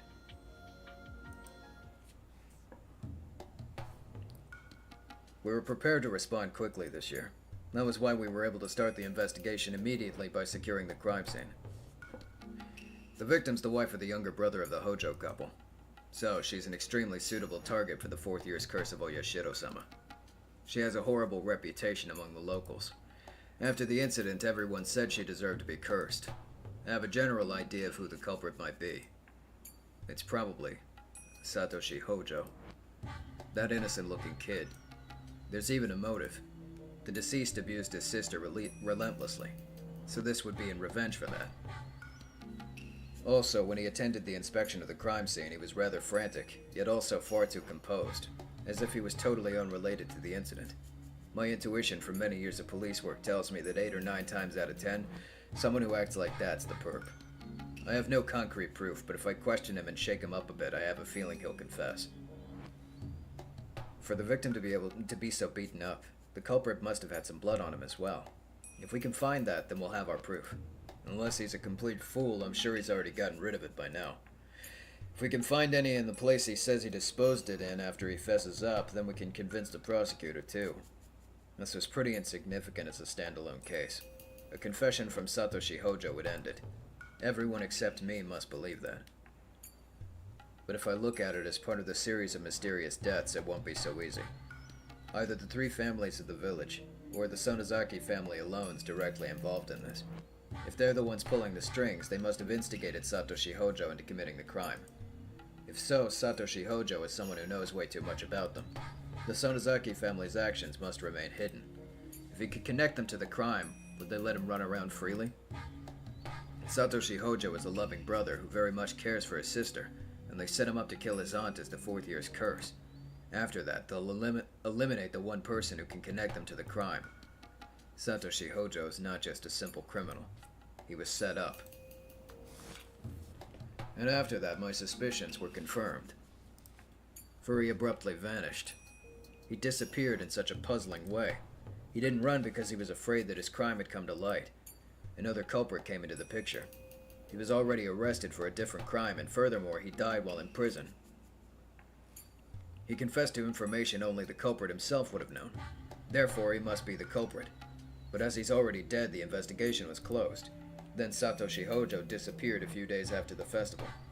It's obvious someone doesn't want Satoshi Hojo to be connected to this incident. My boss put pressure on me to close the investigation and to file Satoshi Hojo's disappearance as a separate incident. He even handed the case over to a different section. The way this case is closing so rapidly greatly resembles the same trick used 2 years ago with the Hojo couple's accident. There's no doubt that it's the work of someone who can put pressure on the police. As it happens, the Sonozaki family is the only one who can actually exact influence on the police department here in the Hinamizawa area. They may think that their trails are covered, but this points towards them more clearly than anything. According to my informant, Orio Sonozaki mentioned the 4th year's curse at the family meeting and hinted that she was the one behind it all. Hinting isn't strong enough evidence, but there's no mistaking that Orio Sonozaki is the one pulling the strings. I know they're the ones who did in the old man, but I just can't grab them. The principal offender's still on the loose, but I'm sure he's being sheltered somewhere by the Sonozaki family. I have to locate him and find that missing right arm. I'll return the arm to his grave, and make the principal offender and the masterminds both bow down before it. However, just like how Satoshi Hojo disappeared, it's possible the principal offender's already been eliminated. I bet he's already been killed and buried somewhere nobody can find him. If that's the case, then that's fine. I'll make the old bag who ordered someone to kill the old man slam her forehead on the ground before his grave. This I swear. After the 4th year's curse, people are already saying something will happen again next year. Even with all my preparations, I couldn't prevent the incident from happening this time. It's too late if something happens. I must keep my eyes on the core of the village before something takes place. There's a reason why I have to get to the bottom of this by next year. Because I'm retiring. My mother's been wanting to go back to her hometown in Hokkaido, and for a long time she's been asking me to move there when I retire. I feel that's the least I can do for her, so I agreed to move to Hokkaido when I retire. So next year's my last chance to avenge the old man's death. It happened 4 years in a row, so more than likely there'll be a 5th curse too. As a result of the series of mysterious deaths, the village has been tightly knit together since the dam protests. They were told that betrayers will be punished in the name of the curse. To the masterminds, that's enough reason to continue with the series of mysterious deaths. According to rumors, This year's victim, the aunt, was cursed because she didn't participate in the Watanagashi festival. So there are villagers who believe that if they don't participate in next year's Watanagashi, they'll be cursed. It'll be a huge festival next year for sure. Something will happen. The series of mysterious deaths in Hinamizawa, also known as the Curse of Oyashiro-sama. I'll avenge the old man. I definitely will.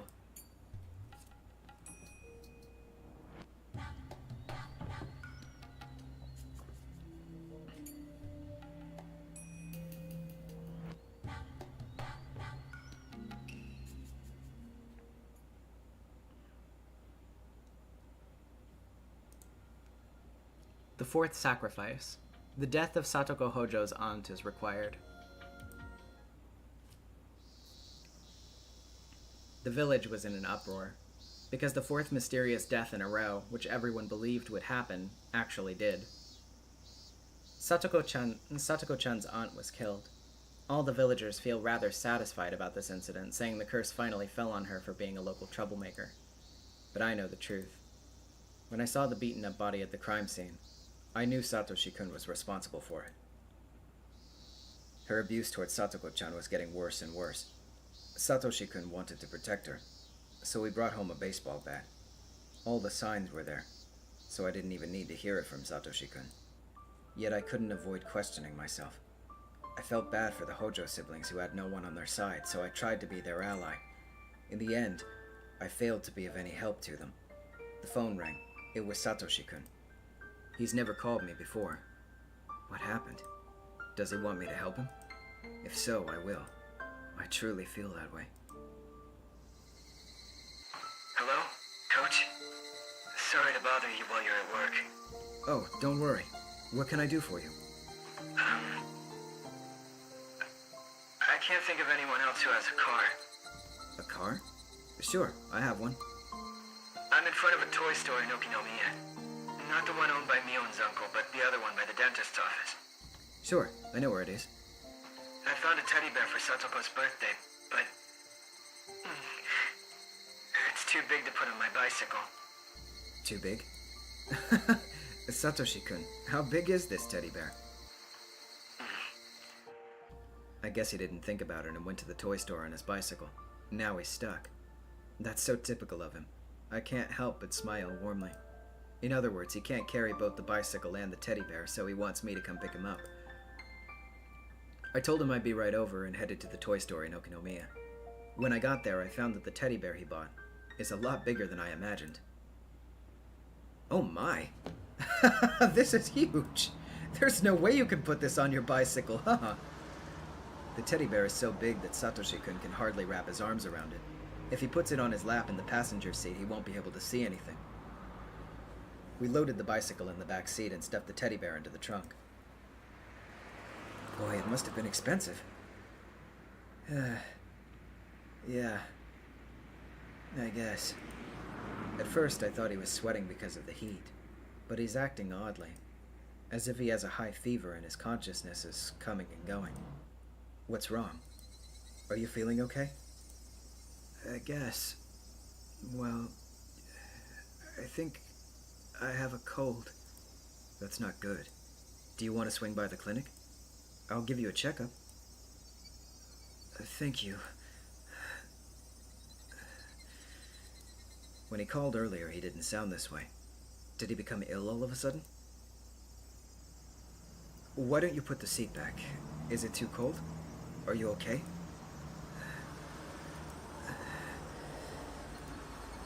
His face is turning pale. I can tell he has a high fever. Satoshi-kun was pushing himself to buy this teddy bear. A teddy bear this size can't be that cheap. For him to earn enough money in such a short period of time, he must have worked hard and long hours. Maybe he felt relieved now that he had gotten the teddy bear he wanted to buy. It's not unusual for a person to collapse after reaching his big goal. I'm proud of you for earning enough money to buy such a huge teddy bear. Satoko-chan will be so happy. I hope so. I'm sure she will be. I guarantee it. Our aunt is gone. Our uncle isn't coming back. There's nobody who can hurt her in any way anymore. Right? That's right. There won't be anyone who can hurt her. So you can relax now. Her aunt is gone. Right? She died. Right? Yes. She's dead. I performed the autopsy. There can be no mistake. She'll never abuse Satoko-chan again. Are you sure? Did you really confirm that she's dead? Yes, I sure did. So, even if I see someone who looks just like her, it's not her, right? It's not like she was actually alive and recovered, right? No, that's not possible. She'll never come back to us. Then, look, that lady! She looks like her, but that's not my aunt, right? Right?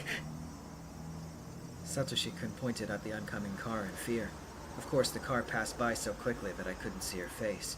But no matter how much she looks like her, it's impossible for her to be alive.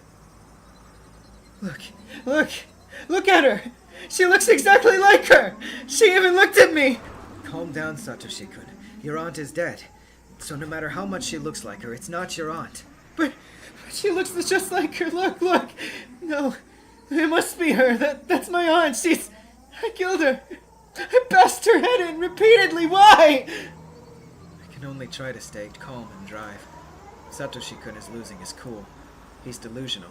He's seeing his aunt coming back from the dead. Then I finally realize Satoshi-kun is displaying symptoms of the terminal stage. I need to examine him once I get to the clinic. It's different from Satoko-chan's case.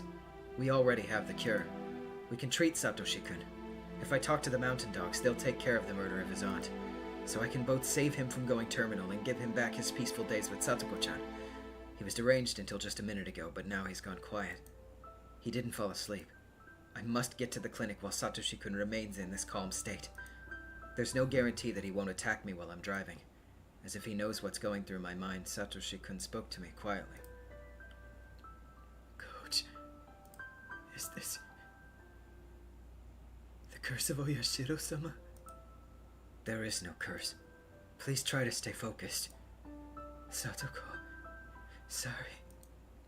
Until just before I bought the teddy bear, I was thinking about running away. That's why Oyashiro-sama got angry. I'm a failure as a big brother. I'm... You don't need to say anything. Close your eyes and get some rest. We'll get to the clinic soon.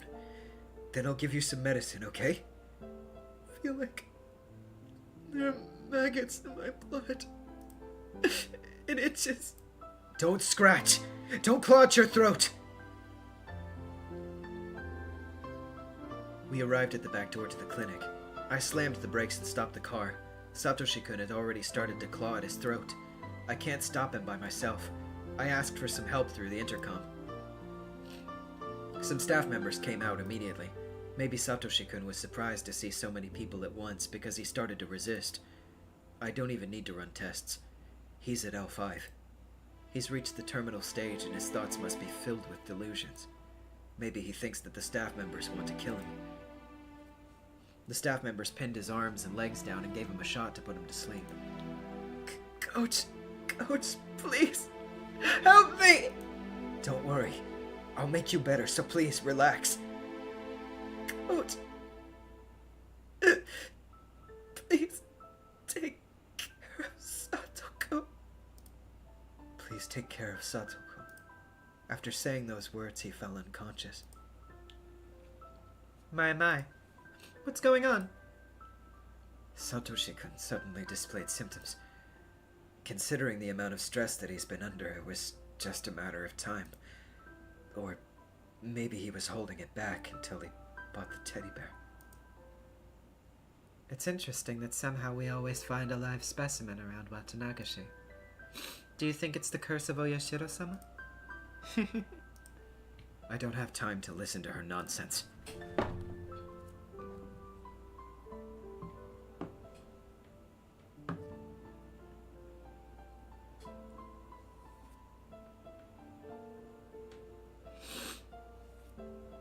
Oh, man.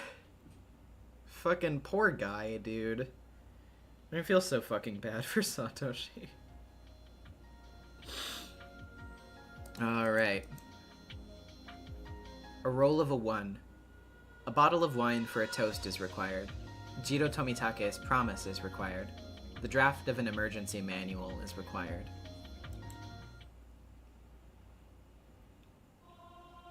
It happened so suddenly.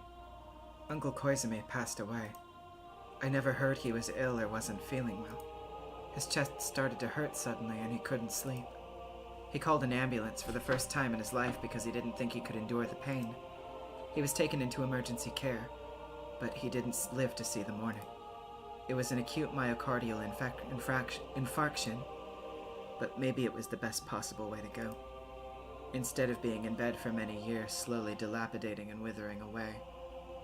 He was healthy until his death, so I think he must have lived a wonderful life. But still, it was too sudden. I wish I had called him Uncle more. It's too late, though.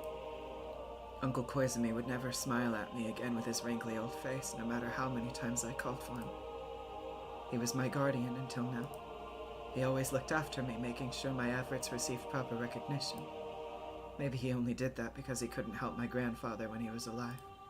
But still, he was an important person to me. He wasn't just my political backing. I didn't realize that when he was alive. I only thought of using his power for my own agenda. But after he died, I realized Uncle Koizumi was my grandpa too. He provided the warmth and protection that I longed for from my own grandfather. At his funeral, I shed tears that I thought I had forgotten how to. Uncle, thank you for everything. I should have called you Uncle more, huh?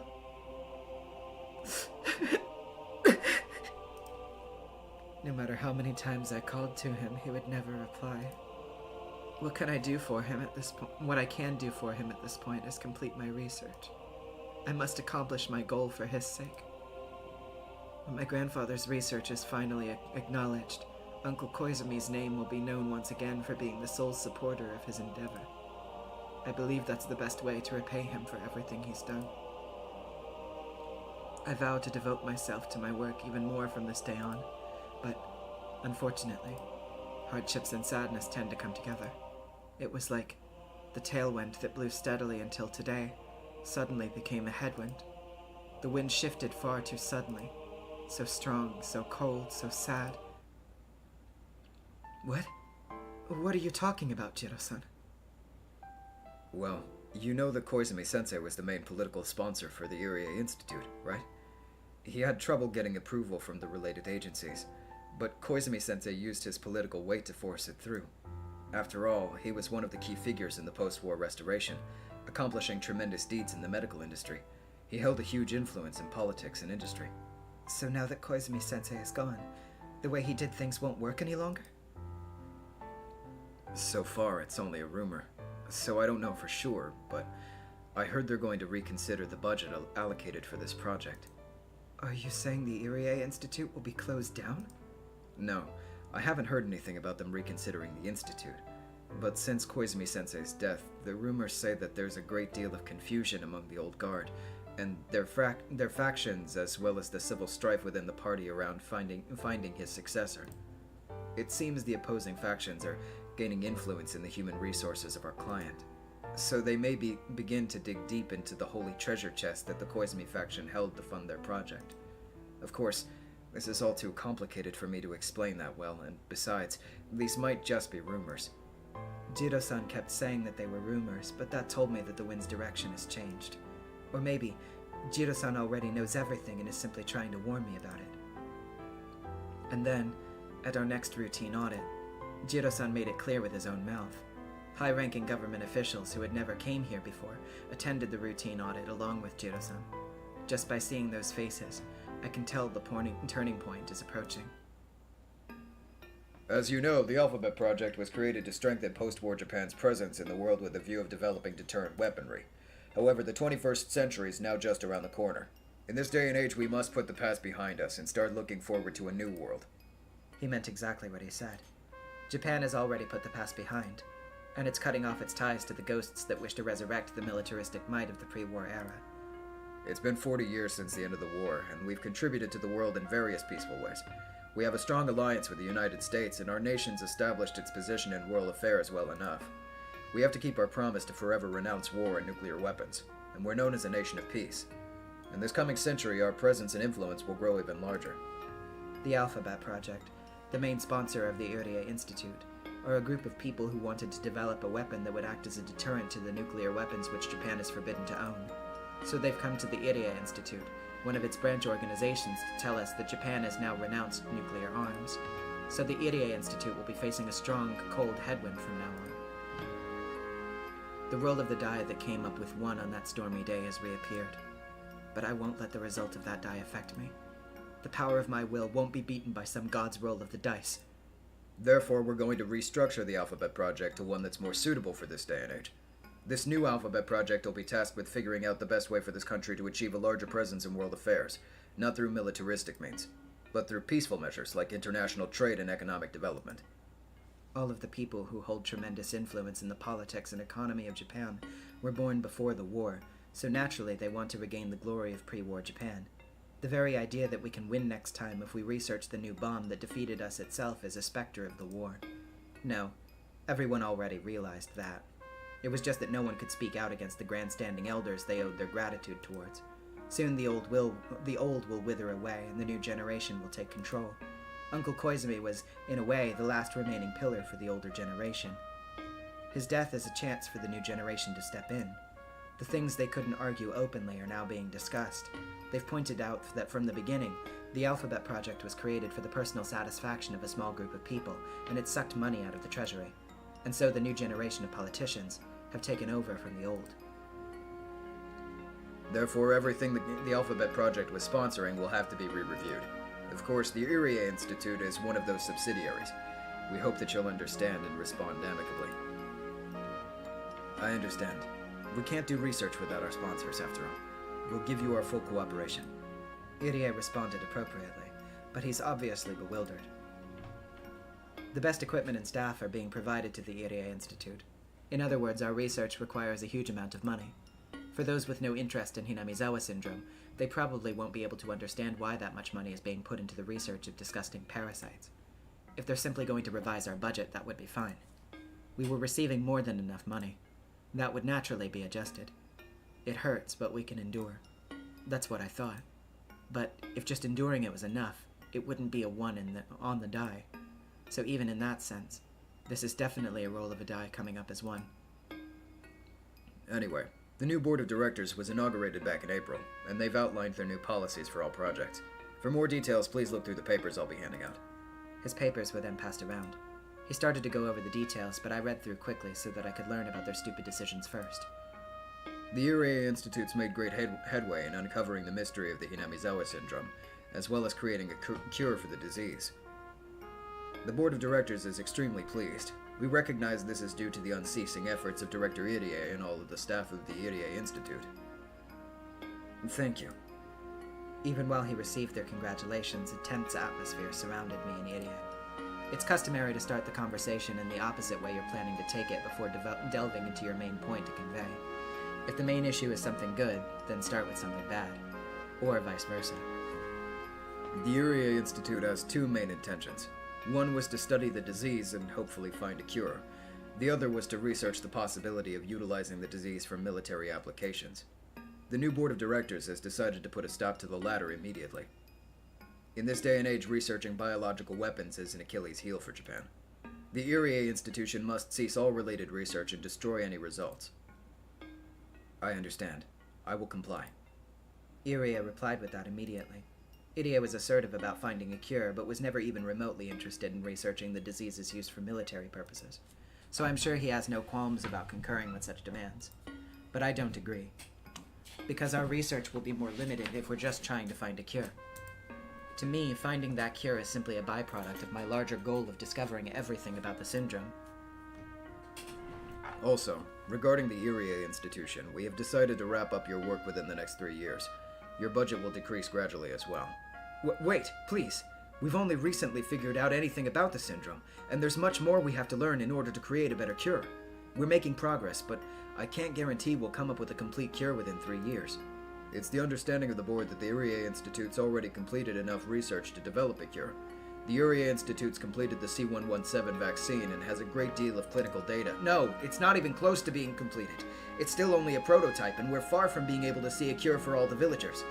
Debating the end of our research at this stage can only be described as absolutely positively reckless. I'm surprised that Iria objected. Thanks to him, I didn't have to say anything.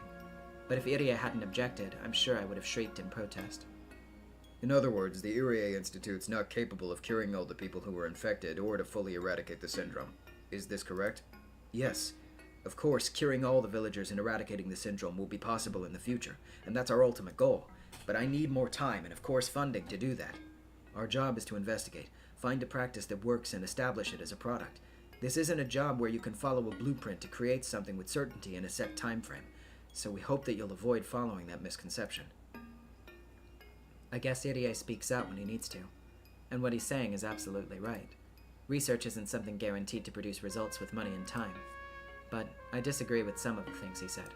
He's objecting about the time and money, but he's basically agreeing to limit our research only towards finding a cure for Hinamizawa syndrome. That won't do. We won't unravel any mysteries that way. At that rate, the discovery of the Hinamizawa syndrome won't be recognized as my grandfather's great achievement. I see. I think I see your point. Our main purpose here is to dispose of the fact that this research was conducted for military purposes. So we must forever hide the fact that the research was conducted on the strange disease called Hinamizawa syndrome, as well as hide its existence. If you can eradicate the disease without anyone ever learning about it, then we'll give you the time and funding you require, but we'll discuss more about that later. Is that acceptable? Yes, I have no problem with that. Then please submit a plan and budget proposal for eradicating the syndrome in secrecy. We'll do our best on our part to approve your proposal. Thank you. I'll work on it immediately. Please don't misunderstand that it's our intention to halt the research immediately. We want to see the best possible outcome for your work. Please understand that. Yes, of course. I understand. While I was listening to their conversation, I was struck dumbfounded with something they said. Eradicating the syndrome in secrecy.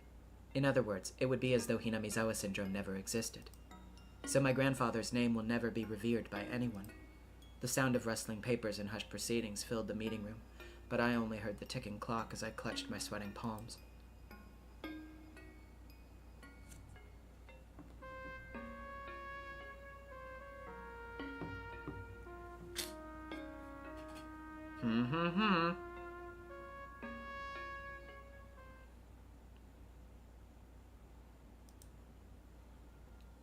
New wind. The Ryugu family's move is required. A watermelon from the Sonozaki family is required. Okay, I'll get going. Thank you. Don't mention it. Come back anytime, okay? Hi, I'm home. Hey, Uncle Hiroshi. Long time no see. Hey, Mion-chan. You going home? I have to give my clients a ride. A ride? You're talking about your realtor business, huh? The Sonozaki family is one of the largest landowners here in the Hinamizawa area. However, since all the land's out here in the countryside, it just ends up sitting there. Recently, the land owned by the Sonozaki family was put on sale in lots. At the family meeting, some of our relatives opposed the idea by saying we shouldn't sell off land that was handed down from our ancestors. But Granny snapped and shut them right up. Some of the unused fields were made into vacant lots and released for public sale. Actually, I had some questions about it too. The Sonozaki family is very wealthy. We have plenty of land as well as money. So why do we have to sell it off?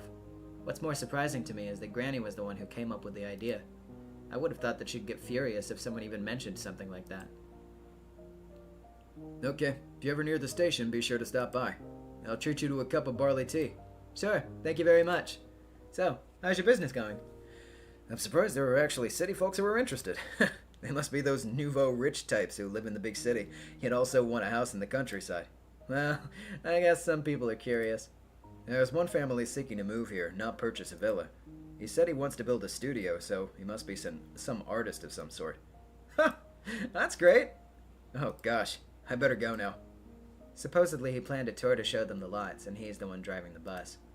It should be about time for the tour and explanations to end. He left in a hurry. Hey, can I ask you something? Why'd you want to sell our land? You don't like newcomers. I don't like newcomers, and I don't like big city people either. But the village needs them. It's like ventilating a room. Is it good for the village to have new people move in? This is a wonderful village, but the world's changing quickly. In the past, a very small change took 10 or even 20 years to happen. It was such a quiet and unchanging village. Well, that's rural life. In this village, nothing is different from yesterday and today. It's too boring for me, though. But you made a friend, didn't you?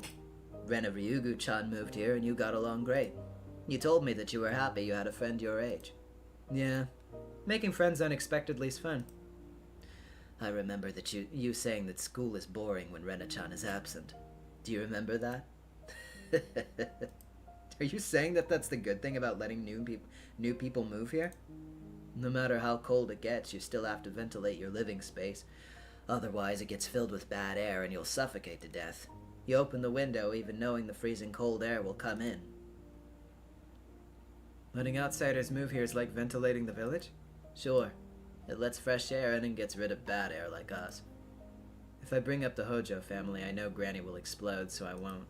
But I think what Granny's trying to say includes things like their ongoing isolation. Even now, when she remembers about what happened at that explanatory meeting, she gets really upset. But I guess even she feels the need to come to an end. But of course, she can't just say she'll forgive them, not when she's at this stubborn age. She can't lose face by openly saying they need to be forgiven. Honestly, I think she's behaving like a little schoolgirl who actually likes a person, but treats them rudely when they're around. Maybe people really do go back to being children when they get old enough. I'm not just talking about Granny. The same can be said about all the old people in the village. No, maybe I should say the evil around here. That must be what she meant by bad air. There's no use circulating the air in a closed room. Unless you open the windows and let fresh air in, the air in the room won't be purified. We don't know if there's actually going to be new people moving here, but don't you think you're expecting too much from whoever does? Just Rena-chan moving here changed you, Myung. Whoever moves here will change this village. If possible, I hope some young and energetic people who have the charisma to lead will appear. They need to be the ones to put us old people away into heaven. You thinking about Gramps? Damn you, nobody's thinking about him. Here, have the housekeeper put away the tea set on the veranda. Okay. I will. Mion. The day Satoshi Hojo disappeared. You came to me, huh? Yeah, I guess I did. That is what woke me up. The problem with the Hojo family. We can't just let time take care of it. We have to take care of it ourselves as soon as possible. But you can't do it yourself. So you're gonna have an outsider take care of it? That's the best I can do. No matter how bad your hand is, the next card can change the flow of the game. So maybe it's a good idea to draw cards from the stack. Your generation will be the new wind. Let that new wind come from the outside. And you'll get the wind from you'll be the wind from the inside. When both winds create a gale, the gust will blow away the stale air from the village. That's the epitome of leaving your problems to others. You're the one who started the fire, and you're trying to have your grandchild take care of it? Oh, don't say that.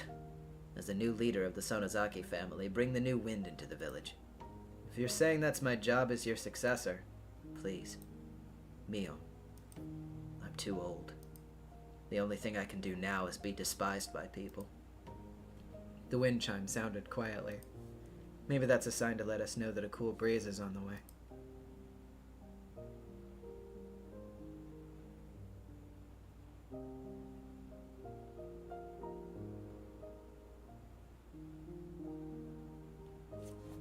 I really like that one a lot. Obviously, I mean, like, yeah, like, the audio is still, like, a piece of shit. And I don't forgive her for all the shit she did, but I do like that scene for how much, like, it actually humanizes her and also shows you a little bit of the relationship between her and Mion and, like, why Mion still really cares about her as a grandmother, as opposed to a lot of people who sort of come at audio from this stance of, like, she's just some fucking demon hag.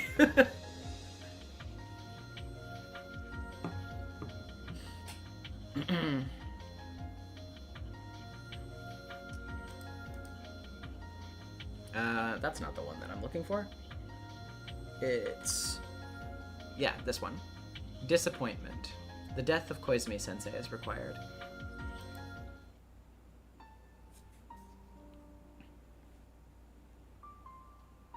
Maybe we should wrap up for now. I don't think you're in the mood today. That's not true. Sorry I gave you that impression. Takano-san has been looking through the viewfinder, but I haven't seen her push the shutter at all. While she came along, I don't think she's in the mood for birdwatching. Takano-san has been depressed ever since the announcement of the new policies at the board meeting the other day. That's understandable. The Irie Institute was created by her in the first place. It was created so that they can devote her life to so she can devote her life to researching Hinamizawa syndrome. For all that to be tossed aside while being asked to wrap up work within a few years, of course she is depressed. Besides, she can't even fully spend the rest of the time left on research. Their funding was being cut in stages, and by the end they'll barely be able to finish closing up, let alone researching anything. I heard that she's the granddaughter of the late Dr. Takano. Her determination to finish her grandfather's research is what kept her going until today. Since everything has been going so smoothly until recently, this sudden change in the wind's direction must have been a total shock. The shift in people pulling the strings must be pretty serious.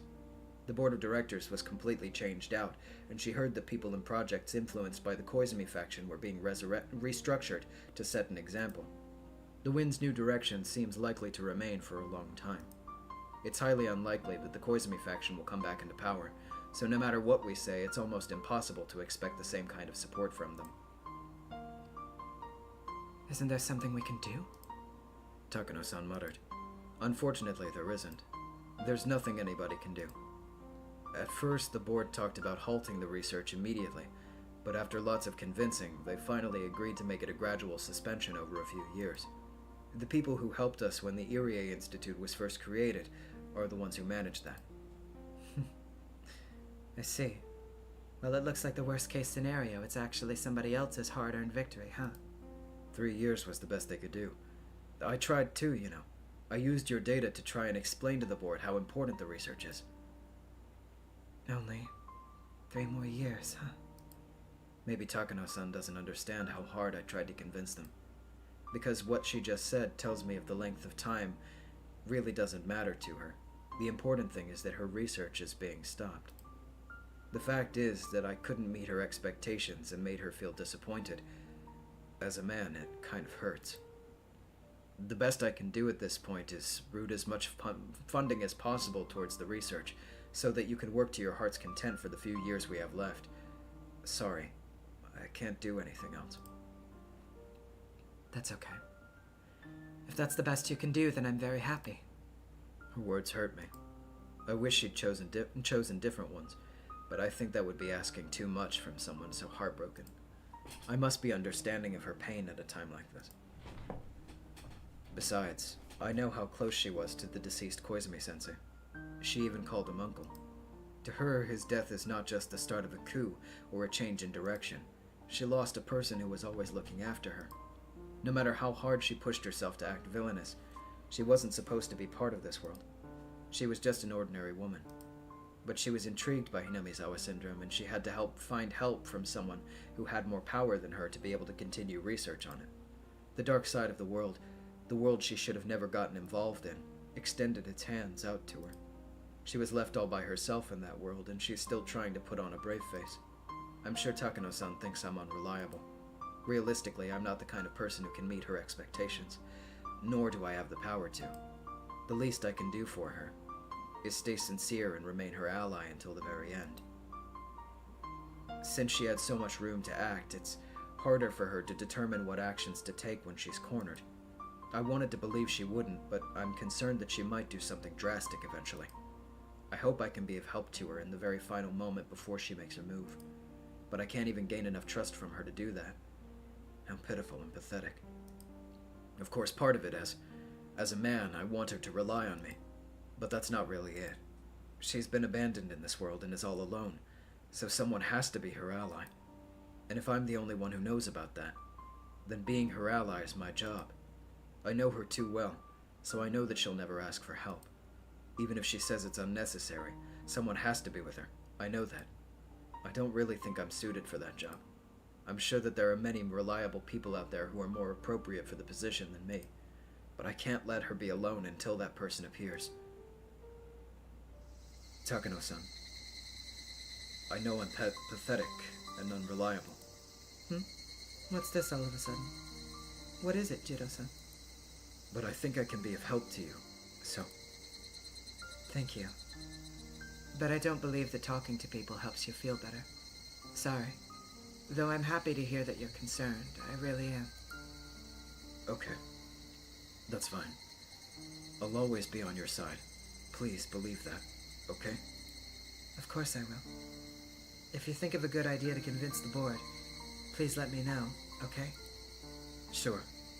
I'll do my best. Why is it? I know she's such a strong person, and there's nothing someone like me can do for her. But somehow, I feel she needs help and support right now. She looks as tough as ever, but only I, who's been taking pictures of her all this time, can tell.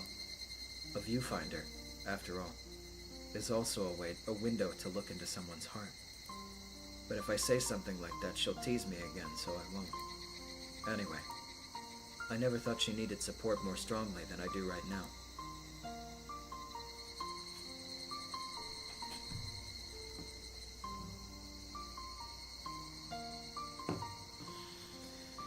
Oh, man.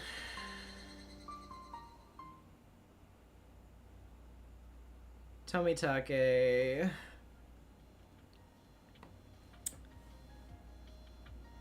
Deja vu. Completion of the medicine C117 is required. Hey, Nakagawa-kun. Long time no see. Still at it lately? You know that. You know that? No, not at all. It's no fun getting old. You gotta concentrate when you work with clay. You put it off for a long time, your senses get dull, and there's no point. Sensei, allow me to introduce someone. This is Major Takano. Very nice to meet you. Thank you for taking time to meet with me today. I truly appreciate it. I really didn't make time for you, actually. I was told that I could have some good raw sea urchins. Sea urchins are good for you, do you know? Rich in vitamin A, and they're good for your skin. Women like sea urchins, right? It is true that sea urchins are rich in vitamin A, but compared to spinach, it's not anything that's worth making a fuss about. Well, none of that matters right now. He just seemed like an unpleasant man, so I wanted to criticize him. These men are the directors of the Alphabet Project who control the funding for the Irie Institute. There are also people who are in a position of being able to offer their opinions to those directors.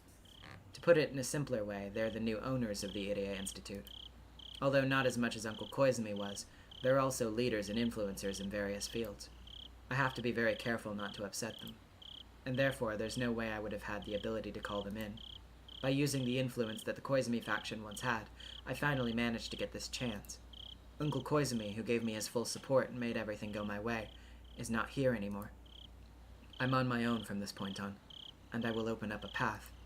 But this stage doesn't just belong to me today. I can't let the people who offered me this chance lose face, so I have to wait patiently until it's my turn. My primary objective today is to explain what a prominent research subject the Hinamizawa syndrome is, and acquire an indefinite extension for our research. They only ever think about money, so they aren't realizing the hidden potential of Hinamizawa syndrome. They don't recognize that it's worth spending a lot of money on. This is not a mere research on the existence of an unknown parasite, but something that may overthrow the basic foundations of anthropology. A Nobel Prize wouldn't even be enough. It won't be easy trying to explain all that to men who know nothing about any of it, but I have to. That's why I spent many hours making these straightforward support documents. Sometimes we make documents confusing on purpose because we don't like dealing with uneducated people, but this time it's different. I can't look down at them. I must sincerely try to make them understand. The accessible support documents are there in a huge pile. It feels like we're wasting time eating traditional Japanese food in such a relaxed mood. I want to get to the point and explain to them in detail so they can understand. But there's the saying, luck lies in the last helping. I have to be patient right now. To be frank, I thought the alphabet project we've seen wasn't that good. In the end, it's been nothing but a sandbox for the old men with their heads still stuck in the Pacific War.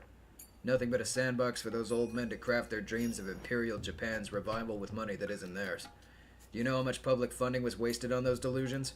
From what I've heard, there are already prosecutors poking people like Okuno-sensei and trying to pin embezzlement on the old board of directors. That's what you get for trying to suck up to those old men. Of course, none of it can be made public, so I guess they'll be held responsible or demoted in another form. This is what the country gets for letting those ghosts of the war run around freely all this time. Boy, these grilled sea urchins are fantastic. Well, this is harsh. I realize it's extremely difficult to ask all of this when you feel that way, but might I have a moment of your time? You're from the Irie Institute, aren't you? You're researching some kind of local disease in Nagano or Gifu, right? What's going on down there? The board's decided to halt the research for military applications. The research project itself is to wrap up within 3 years as well. Oh, no, sorry, that's still being discussed. Anyhow, our work is scheduled to be shut down within a few years. Ah, yes. I remember now. The Irie Institute had a bad reputation even among our old board of directors. After all, it sucked up huge funds with barely any inspections. I don't know why, but someone high up kept pushing for it for some reason. Because of that, nobody could really say anything about it and it was left alone. But you know, that guy loved to flirt around with women, so maybe that had something to do with it. Is he implying that I slept with Uncle Koizumi? He's insulting both of us. But I held my anger in. I can't let myself be bothered by something like this. Anyway, today I'd like to explain to you the details of our Institute's research and ask you to reconsider your decision. I truly appreciate you taking your time out of your busy schedule to attend this meeting today. Well, guess they don't give out free sea urchins for nothing, huh? I explained to them how much the Hinamizawa syndrome mattered, while being very careful not to go too fast. I tried to let them know that the syndrome's potential is not limited to small things like military applications, but is much more meaningful than that. It may explain ideology and religion. It may even shake the very definition of a human being. I took my time to explain as slowly and clearly as possible. I'm not confident that all of it had gotten through to those boorish men, but I'm happy if they understood even just a part of it. As long as they understand how much of a magnificent discovery Hinamizawa syndrome really is. Sorry, I had to check something real quick. The first Umineko stream finally got demonetized, literally just a second ago. But I'm not going to strip the song out of that one, because I figure I should at least keep the song for the first part, even if some of the later ones have to have the song muted, unfortunately. Thank you, Major. I see. We'd like to discuss among ourselves, so could you please excuse yourself? Yes. Thank you. Obviously, they can't discuss in front of me. I left all the documents with them. All I could do now was hope they viewed them favorably. I left the room and closed the sliding door. The room next door is a preparation room, so I was to head there. But I stopped. I shouldn't have done it, but I tried to listen in through the sliding door. Well, Oh, wait. Maybe I should use this. 1 second. well, I don't know what to say. I feel sorry for everyone on the previous board of directors. I know how you feel. Koizumi-sensei pushed this so strongly. Met him once before, when he became founding director of XX Pharmaceuticals. Seems like a very, very intelligent person to me. I guess you just can't win against age. Makes you realize how important it is for humans to know when to pull out. But it's a fact that a very rare disease called Hinamizawa syndrome really exists. Though not everything is a delusion. I hear the Irie Institute succeeded in identifying the disease and developing a treatment. Isn't that enough? In modern Japan, we have to be careful with things that might make neighboring countries nervous. And military-related issues are the most sensitive ones. So at the very least, we must erase the fact that research for military purposes has been going on for the past few years immediately. Is that separate from simply discontinuing the military research then? Yes. Even if we stopped it immediately, the fact that this Hinamizawa syndrome is being researched in order to create a biological weapon remains. We should hide that fact no matter what purpose the research ends up being used for. If possible, it'd be best if Hinamizawa syndrome just disappeared. That's true. If the disease remains, then sooner or later someone will become curious about it and dig up the hole we filled. I think we should follow the decision of the board of directors, and as soon as the Erie Institute eradicates this disease, we should have them destroy all evidence of their work before disbanding. I guess that's for the best. It's not even a matter of a Nobel Prize, it's just useless for post-war Japan. Besides, this disease has existed for hundreds of years, right? We've made it this far without any problems. From the start, I thought this amounted to little more than poking around in the bushes. Me too. I don't doubt the existence of the syndrome, but Dr. Takano, who discovered the disease, is exaggerating more than a little. He had quite a unique interpretation of things. First of all, I've never even heard of a parasite that's capable of controlling people's thoughts. It's just too much.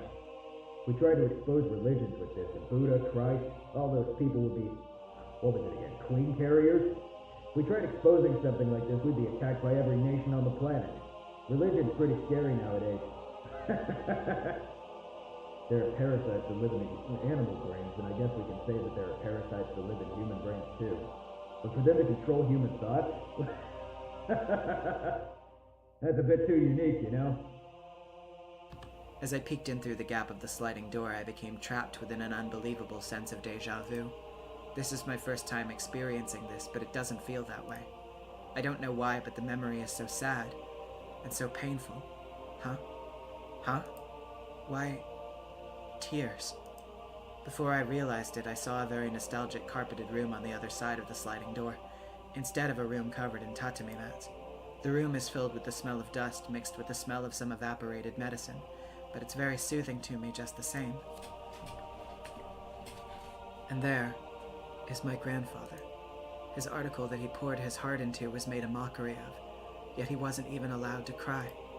This isn't a delusion, because within the documents I left with those men, there are a lot of references to the article my grandfather wrote. So I'm not surprised for my grandfather to be standing right there, explaining it to them himself. Together with my tears from seeing the sight of my beloved grandfather, I watched these men insult and belittle his masterpiece. I've seen this sight before, and the sight should have ended there. But why is it repeating before my eyes? I can only blankly peer through the sliding door at this strange world where reality and illusion overlap. The Major's a little strange. And Koizumi-sensei, who believes in something as ridiculous as this, is a little strange too. But the strangest one of all is the person who wrote this article in the first place. Blends together expectations and delusions, looks more like fiction than a thesis. I think this will be a big hit once it gets published, you know? You're absolutely right. I have a friend who's the head of a publishing company. Bet he'll love this. This is not a laughing matter, gentlemen. A huge amount of money was poured into this over the past few years. The worst thing is that the equipment used to gas the villages in case of an emergency has already been procured. Our people must never learn about this. For such a plan to exist is scary enough, but if people find out about this equipment, the whole country will turn against us. On top of that, the cost to maintain this equipment is enormous. You don't really think it's being maintained, do you? Surely this whole project is some kind of money laundering scheme. What'd they say anyway? One girl dies, the whole village will go crazy at once? What kind of comic book is this? Exactly. Someone actually believes such a childish story and put a huge amount of money into it? Now that's crazy.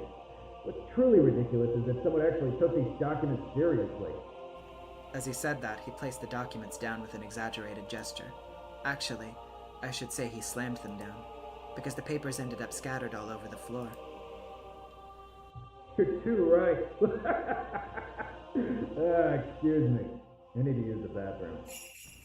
One of the men stood up and stepped On the papers. And then they weren't the papers on the tatami mats, but the ones on the carpet. Right there, I can see my grandfather filled with heart-rending sadness. Yet he can't let it show on his face. Grandfather's expression didn't change. Yet it seemed distorted to me. I could see the walls of my grandfather's study crumpling and twisting behind him. I jumped into the room. I grabbed onto the man's legs. I don't hate him. No, it's not whether I hate him or not. Sure, I hate him, but that's not it. I just can't forgive the feet stepping on my grandfather's article. Don't step on them! My grandpa wrote these. Please don't step on them. Sorry. Those feet are still stepping on the papers. I tried to make them move, but they won't even budge, as though they've grown roots. So I begged as I grabbed onto his legs. I tried to pull the papers from under his feet, but I can't move his feet. I can't pull out the papers. Don't step on them. Don't step on them. My grandpas. Don't step on them. My sobbing echoed in that silent room, just like it did back then.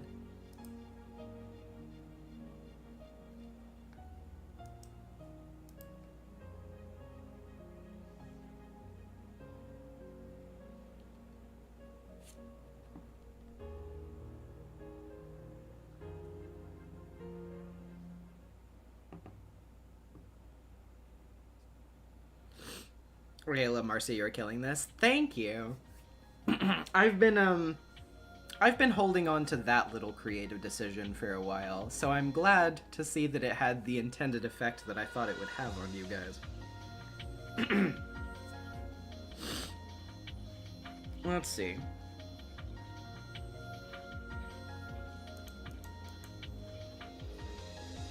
An invitation to an end. A raw sea urchin and vitamin A are required. A big teddy bear is required. She needs moral support.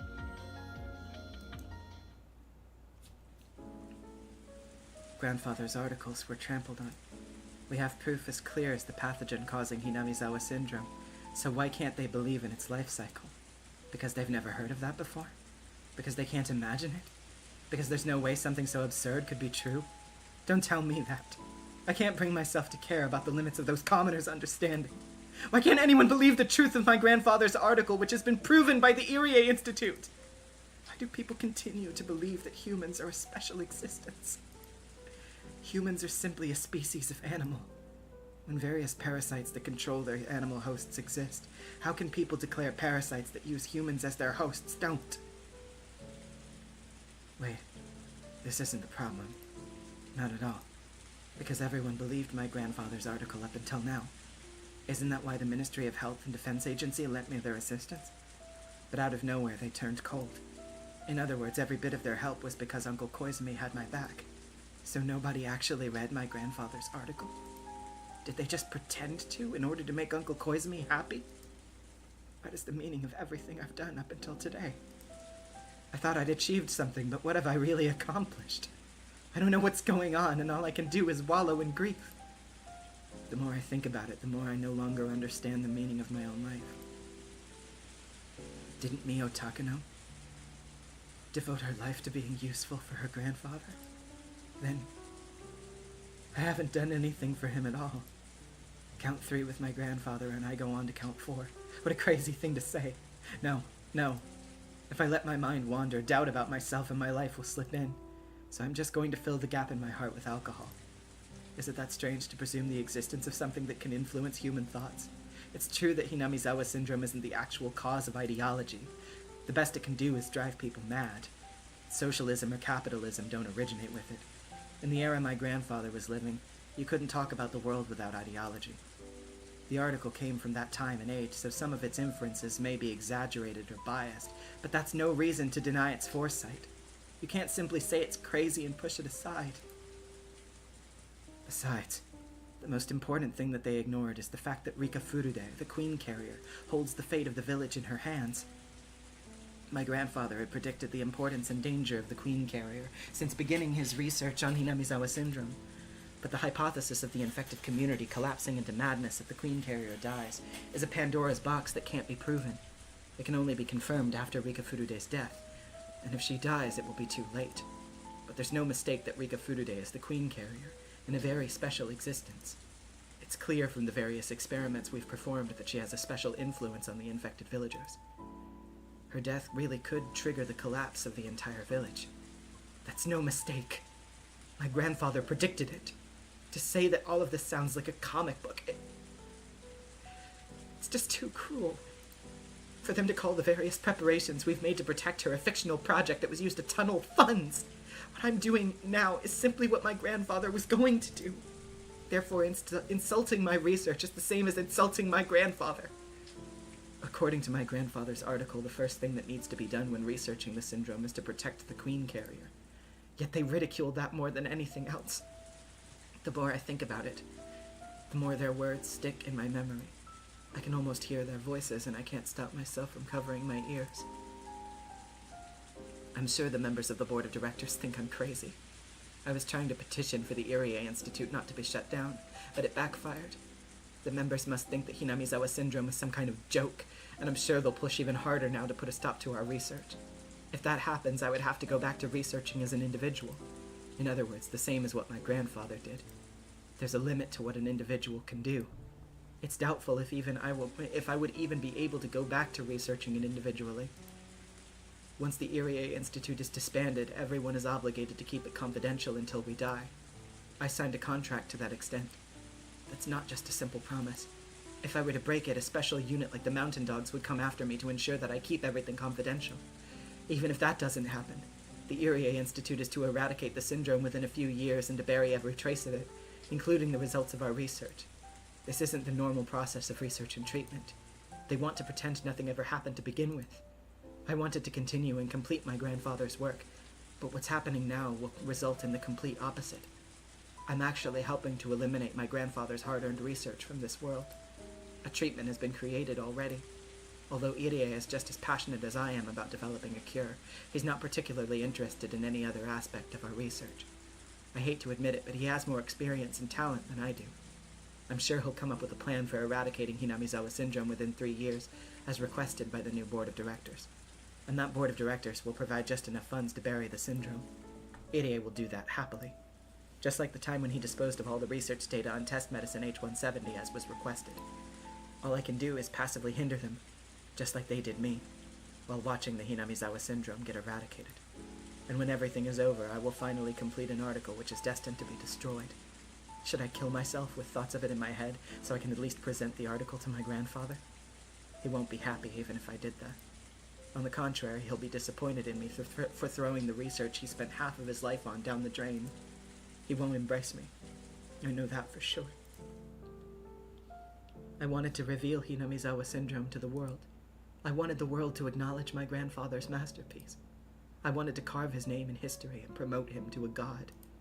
My grandfather waited, believing that day would come, and he must be patiently waiting still, even after entering his eternal sleep. But I ruined it. I wanted him to become a god. I was going to become a god myself too. Then we'll be together forever, and I'll never have to atone. If I become a god, God won't test me. There won't be any unhappiness. There won't be a sudden train accident. My grandfather won't go away, nor will Uncle Koizumi. I'll never have to go back to being alone. I am alone. I have no allies. I was just dancing in ecstasy on a stage without anybody watching. I had only just realized that there was no applause, but only ridicule. No, it's doubtful that there was anyone actually in the audience to begin with. My parents died, my grandfather died, and then Uncle Koizumi died. 3 times had God toyed with me with their rolls of the dice. I thought I overcame each of those trials with my own strength, but I didn't. I was protected by a new guardian each time, and this time I have no guardians left to protect me. When I first arrived in Hinamizawa, I had every intention of challenging God and kicking him off his throne. But now, forget challenging God. I'm just a loser being played with. I suddenly can't find it within myself to care about anything. Because if I cared, I'd be swallowed by sadness. Soaking my heart in alcohol is all I can do to forget about everything. A luxurious black car abruptly stopped next to me. I became sober immediately, as cars like that remind me of the time when I was captured after escaping from the orphanage. Suspicious-looking men in black suits and sunglasses got out of the car. I realized it instantly. They must have been sent by one of my clients. Being involved in the development of a biological weapon, being the main person responsible for it, and on top of that, being mentally unstable. They obviously don't want me walking about freely. They're going to abduct me, seal me in concrete, and erase my existence. Or so I thought. I expected them to grab me and shove me into the car. But surprisingly, they bowed deeply to me instead. Are you the vice administrator of the Irie Institute, Major Mio Takano? Normally, yes. I'm just a drunk loser at the moment, though. There's someone who would like to meet with you. Could you please come along with us? Even if I refuse, you're just going to take me along anyway, right? I'll be killed anyway. I can't make my grandfather's wish come true even if I live. Cynical thoughts like that ran through my head. Then the person in the back seat said, "We won't force you, but I'm sure we can help." I've never met this young woman before. She must be around my age. She knows about the Irie Institute, so she must somehow be connected to my clients. She's too young to be one herself. I bet a client who doesn't want to expose himself sent her. Even if I live, I can't make my grandfather a god. I can't be a god myself, either. Who cares about where a loser like me gets killed anyway? I made up my mind and got into the back seat. As soon as I got in, the luxurious car smoothly took off. Silence filled the car for a time. They're the ones who invited me. I don't have anything to say myself. Long time no see, though I'm sure you don't remember. We met in passing at Koizumi-sensei's funeral. Oh, we did? Sorry, I don't remember. There were so many people at that funeral. I can't recall any of them. But why is it that is that what she's opening with? Does that mean she belongs to the Koizumi faction? Koizumi-sensei was very active as one of the opinion leaders during the post-war restoration. You can't begin to talk about the way the country is today without mentioning his accomplishments. When we were rebuilding the country from the burnt fields after the war, our nation's supporters were united, but unfortunately it's hard to say that now. As our time of peace grew longer and we started seeing the generation who didn't remember the burnt fields become key national figures, we saw a decline in those who understood the noble intentions we started with. As the final remaining member of those noble men, Koizumi-sensei was the central pillar guiding us into the 21st century. After his death, the Koizumi faction quickly fell. As a result, other factions are extending their influence, leading everything to become quite a mess, right? I heard about these things from Jiro-san. It's really no different from the Sengoku era. When a lord or military leader died back then, the struggle to become his successor brought chaos to the nation. This country hasn't changed for hundreds of years. Exactly. Unfortunately, while we built peaceful Japan into a comfortable place to live, the noble intentions that guided us from the outset have been forgotten. Right now, various factions are fighting in Tokyo over the seat left behind by Koizumi-sensei. If Koizumi-sensei and the other deceased servicemen ever found out about this, they'd be so disappointed. What does that have to do with me? Aren't you the biggest victim of all of this? I think you've had enough experiences with sudden shifts in the wind, haven't you? It's true that our research began because of Koizumi-sensei's support, and the pressures we faced under the anti-Koizumi faction have been tempestuous and cold.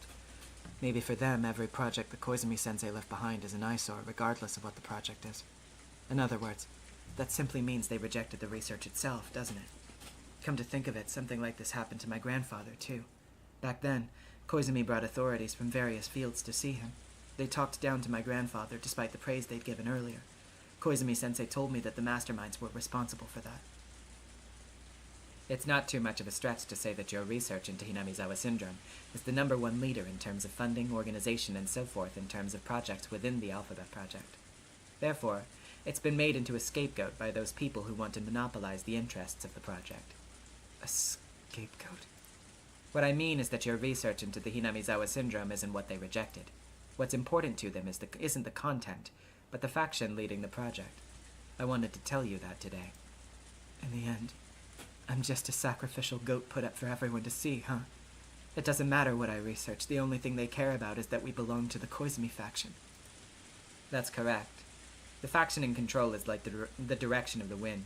Sometimes it's a tailwind, and sometimes it's a headwind. Unfortunately, once the direction changes, it's not easy to turn it back around. So you're saying that it won't be easy to bring my hostile clients back? That's correct. The Alphabet Project has been taken over completely. All the directors have been replaced, and they're only interested in fulfilling their own desires. From the very beginning, they had no intention of listening to your explanation. I grasped my knees, remembering that humiliating day. Let me change the subject for now. What would you consider the objective of your research, Takano-san? That is, to fulfill my intellectual curiosity. Isn't it the promise you made with the late Dr. Takano, who you looked up to as your grandfather? Well, that's surprising. Koizumi-sensei once told me that this fact could become a hindrance, so I've never told any of my clients about it. How did she find out? If they know that, maybe they know a lot more about us than I think. Where did you hear about that? Koizumi-sensei told me. What? We're not your enemies. Please, relax. We're here to help you. I don't know who she really is, but I know that she is here because she wants something from me. So what is it that she wants? She knows about the relationship between my grandfather and me, so I can't be careless. But, in order for us to help you, we need to have you tell us the truth. In other words, we want you to be honest. I don't know what you're trying to say. What is your true purpose in researching Hinamizawa syndrome? To have my grandfather's masterpiece acknowledged for what it is, and to have him become a god. Isn't it to have the world acknowledge the late Dr. Takano's research and to get revenge against those who trampled upon and looked down on the articles your grandfather wrote with all of his heart? I'm reaching the limit of not letting my surprise show on my face. How much does this woman know about me? In the first place, who is she? How does she know everything I'm thinking? I can't admit that out loud in any case. I have appearances to consider. But while this elegant woman was wearing an angelic smile, she laughed with the devil's seductive whisper, several times better at it than I am. A simple smile and a devilish grin are completely different. An ordinary smile means goodwill, but a malicious smirk means the complete opposite. This woman can read my deepest thoughts, and while doing so, she's testing me to see how honest I can be with her. Whether I tell her the truth or not isn't the issue here. She's testing me to see if I can trust her enough to confess everything. If I've completely misunderstood, please forgive me. We'll take you to the nearest train station. That'd be Gogura Station, wouldn't it? Well, on the other hand, if what I'm saying is somewhere close to what you're feeling, I think we can help each other. What do you think, Mio Takano-san?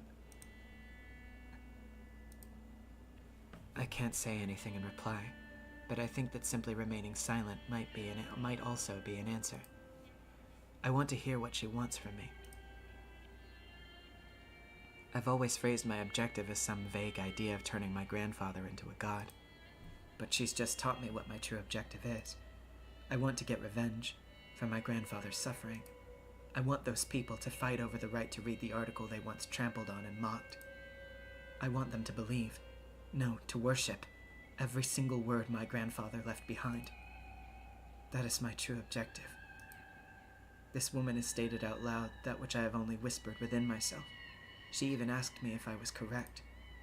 Is this woman an angel or a devil? If I'm a human, is she in existence above me? Gona, it's crazy that she doesn't have a sprite when this mysterious lady is so important to Takano's character arc. I actually have a feeling about why that may be, but I don't necessarily want to say anything about it right now. I'll have to wait. But I do kind of have a thought, aside from budget, to be the reason why that is the case. And I don't think it has anything necessarily to do with the supernatural, I will say that too. But that's just my opinion. Because I see that some of you are kind of leaning in that direction. I just wanted to clarify. Your misfortune was that you didn't understand your true objective. That's why you couldn't achieve anything. You set an abstract goal like uncovering the mysteries of Hinamizawa syndrome, which could never be achieved. So you couldn't help but to question the meaning of your own life. Isn't that right? That's wrong. Your actual objective, your earnest dream, isn't so abstract. Can you imagine? Just think of this scene. The true leaders of this nation are reading your grandfather's article, while shocked at its contents. They believe all of it without even a hint of doubt. These people humbly read the article with footprints on its back. They express their respect at the insightfulness of his research and tremble in fear at its implications. What do you think? Were you able to imagine it? This is my first time envisioning something like this. And yet it's been my dream all along. Your grandfather is the one who named it Hinamizawa syndrome, yes? That name will echo in every corner of this nation, and will be carved into eternity. Carved into eternity. For all time. Indeed. Your grandfather's masterpiece will be remembered forever. Isn't that the dream you've devoted your whole life to realizing? My grandfather's masterpiece will be remembered forever. Remembered forever. And yet, those pigs who couldn't understand turned your dream into a sacrifice, simply because of factional conflicts of interest. They're even trying to trample it into the ground. Just like how they kept trampling on your grandfather's article. See? You must be full of regret. The data you've worked so hard for is indeed the same as the article your grandfather did his best to produce. You can't forgive the people who laughed at it. You can't forgive those pigs who ridiculed your grandfather's masterpiece, right? Aren't I right? Oh, I know I am. But you didn't think about that, because you're so kind as to not know how to condemn people. See? An indescribable emotion is filling me, making me feel like I'm suffocating. The sensation of being cautious and calm, of trust and mistrust, are all blending together. My heart is beating fast and my fingertips are shaking. Why am I at peace? Is it because she reminded me of my true dream that I couldn't express with my own words until now? Is it because she made me aware of the anger within myself? Why am I hesitant? Is it because she's reminded me of things I've never told anyone until now? No. Those are the things I've never even told myself. Hey, Neo-san. If what I'm saying is wrong, but is in fact completely true, I know I can help you with both your dream and revenge.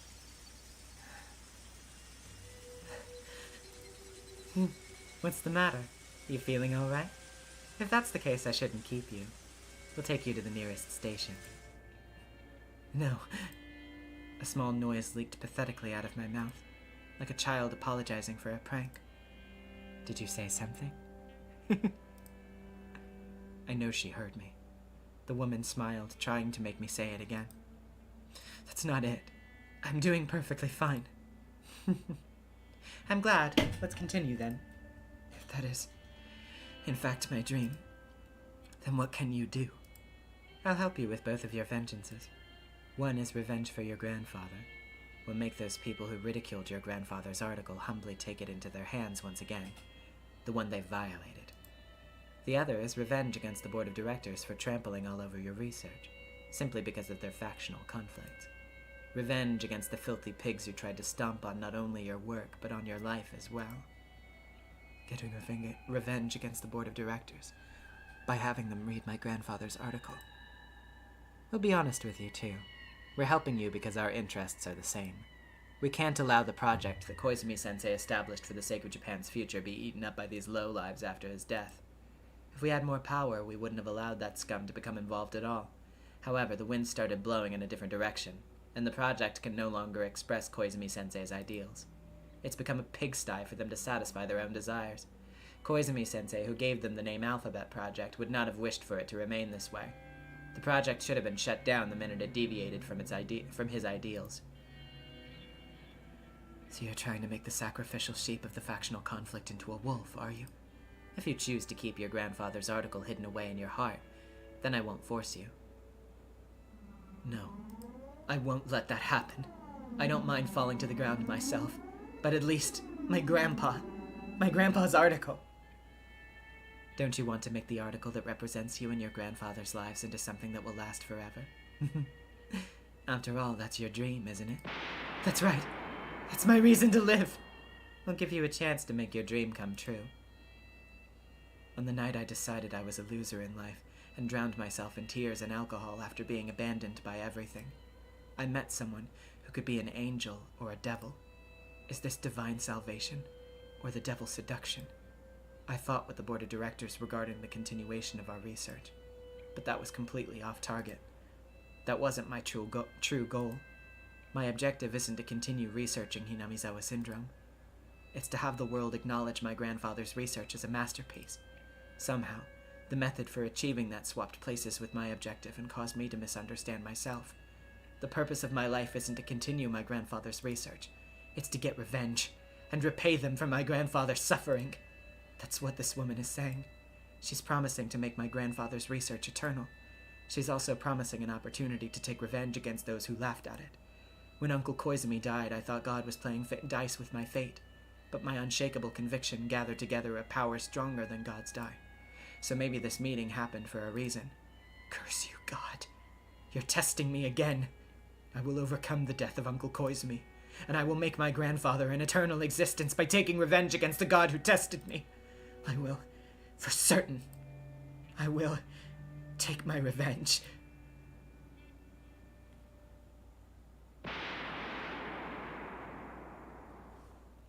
Okay, so actually I think I can go ahead and explain my reasoning. Because, as you've probably seen so far in this stream, there's been a lot of mentions of the concept of scapegoating, of, you know, one person being made responsible for a thing to throw it off onto them. So, it's very clear that these guys who are offering to help Takano conclude her research are intentionally spurring her on for their own agenda. That agenda being a continuation of the Alphabet Project's original agenda, which is to say, fascism. They're fascists. They want fascist stuff to happen.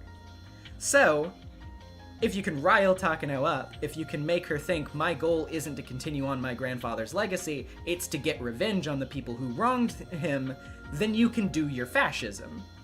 The reason why I think this woman does not have a sprite is because it would be too indicative of a single person. It'd be too easy to blame it on one person's shoulders. You could just say, that's the character that we should blame for this. She's the real mastermind of the story. But it's not as simple as that, because fascism is an ideology. Fascism is a spider web. It's something that people fall into. It's something that encompasses groups of people. It is something that perpetuates itself and can't just be destroyed by changing one person's mind. So, I think that the reason why she's not depicted like that is because it's better that way to communicate that this isn't just the fault of a sole individual. This is a systemic issue. So, that's just my interpretation of it. I don't know if that's what Ryukishi was thinking when he did that, but that's just the way I saw it.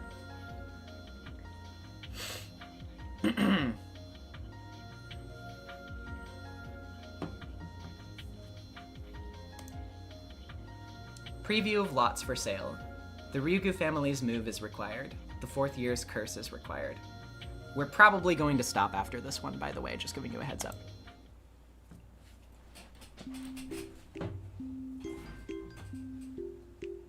I don't know what to do. My name is Ichiro Maebara, and I am hopelessly lost. I came to Hinamizawa on a tour to find a lot for a vacation home. When the realtor finished explaining some details, he told us to take a walk until the departure time. Such beautiful scenery and fresh air. I let my senses guide me, and here I am. Where am I? I still have a little time before the departure, but I'm completely lost. Rayla Waters, well, I do like the design she has in the anime and manga. Yeah, I mean, like, she's hot. I'll say that, that's true. She sucks. She fucking sucks, she's awful. But, I get it. I mean, we've been saying that Takano is hot this whole time anyway, so it's not like much has changed. I still have a little time before the departures, but I'm completely lost. This is basically the middle of nowhere, but people actually do live here. If I keep walking, I should run into somebody. Then I can ask for directions. Don't worry. The only thing I need to keep in mind is the departure time for the bullet train. But the more time passes, the more I start to think I was being too optimistic about running into somebody. Because I can't find anybody at all. Maybe I'm walking farther and farther away from where people are. In which case, I'm in serious trouble. So upon hearing someone's voice, I feel immensely relieved. It sounds like the little girls are playing nearby. If it's a place where little kids can play, it must be a safe village. I followed those voices. Upon rounding the wild pampas grass, I can see a beautiful field. 2 girls are playing there. They're dancing in the field, filled with blooming wild flowers. What I'm seeing is more beautiful than all of the great works of art I've ever seen put together. Maybe I'm exaggerating, but this looks holier than any religious painting. Why is it that seeing innocent girls dance around like this makes people feel this way? It's probably because we're sinners. You can't live with pleasure and glory alone. We sin even as we live. That's why we feel awed by the sight of innocence. It reminds us of the time when we were pure. We grow up naturally, and we lose innocence as we do. And we admire and adore the children who symbolize that which we've lost. Meep, there's a suspicious person who's mumbling some weird stuff over there. Oh. Rika, that's not a suspicious person. Huh? Sorry. I'm not suspicious. But you've been staring. Okay. Meepa. No, I'm not! Don't turn me in. I really wasn't staring. I was using this mirror to fix my hair. I don't know what you're talking about, but it sure sounds interesting. Like father, like son. The girls teased me for a while, and when they got tired of doing that, they went back to dancing around. Realizing that whatever I said would backfire, I decided to leave them alone and sat down to watch them play. I wonder how old they are. They seem rather young, but maybe they could be close to Keiichi's age. If we move here, Keiichi might meet them at school. If he would see them at school, then they were girls that lived here. If all the children in Hinamizawa are like them, then even if living a rural life may have some challenges, there's a good reason for us to move here. We're not very good parents. We didn't understand what Keiichi was going through, and left him alone until the very end. According to the parenting book I bought, the first few problems are calls for help. It doesn't matter what the action itself is, but the fact that those actions are occurring is a primitive appeal from the child seeking communication. Humans can speak, and that's one of the reasons why we don't notice such signs. We can only hear words through our ears, and we can't sense the signs coming from our son's heart. Keiichi probably thinks it's his fault. Of course, he's not absent of blame. Humans aren't dogs or cats. We should know what's right and what's wrong, but it's our fault too, as his parents. To let him think that he had to go that far for us to be able to understand him is really pathetic and disappointing of us. If we'd understood him and hadn't cornered him, Keiichi wouldn't have done that. So the incidents weren't only Keiichi's fault. Everyone in the Maibara family was to blame. I want to explain that to him, but he's still too young and hot-headed to be able to understand. Right now, the guilt he's feeling's basically crushing him under its weight. He doesn't even have the will to live. My wife is the same. She's blaming herself for forcing him to study for better grades. She thinks that's why the incidents took place. And I'm no different. I'm blaming myself for not being involved in my son's education. I think that's why the incidents took place. The cross will forever be on our shoulders, even after the injured child accepts our apologies. Yet our cold society would tell us to die under the weight of that cross. Even so, we have to live. We have to accept our sins and carry our burdens on our shoulders. Maybe we can start a new life here in this village. I thought about all that as I watched the girls dance. Keiichi needs friends like them. Friends like those girls will offer him so much more than the friends who only talked about cram schools and exam results. The girls are playing near a sign that doesn't fit in this open field. It's a sign about lots for sale, and the name of the realtor who brought me here for the tour is written on it. Does that mean we can live even in this beautiful area if we wanted to? One of the girls spoke as if reading my mind. This is a wonderful village. You'll find lots of things you don't have in a big city. Yeah, that's right. I think so too. But I think you'll bring some things from the city to this village that we don't have. Do we have anything? Sure you do. Oh well. We've lived in this village for hundreds of years just like this. Nobody comes to visit and nothing happens. And so nothing ever changes. Isn't that what's good about this place? Didn't you come here because you wanted to change something? Yeah, you're right about that. We want new people to come here too. It's like breaking the dam that keeps the swamp water from flowing out. Water's purified by moving. If it stays motionless, then it's just a swamp. In fact, this village used to be named after a swamp until the Meiji era, but the name was changed to Hinamizawa. The water in a swamp stagnates because it doesn't flow, but the water in a stream stays fresh. Besides, you all are the ones that will teach us that dams can be broken, should be broken. Are they playing riddles with me? I have no idea what they're trying to say. But there's one thing I know. The villagers are waiting for new people to come here, and they want to build a future with those newcomers. I looked at the sign behind the girls one more time, so that I'd remember this place. I've already decided. We'll be waiting for you to move here, Maibara. Oh, there you are. Sir, how'd you get this far out? A raspy voice from the distance ended this innocent moment. It's the realtor. I guess he's been looking for me since I didn't return. Sorry about that. I got lost. I apologized while scratching my head. I turned around to look for the girls, but they weren't there anymore.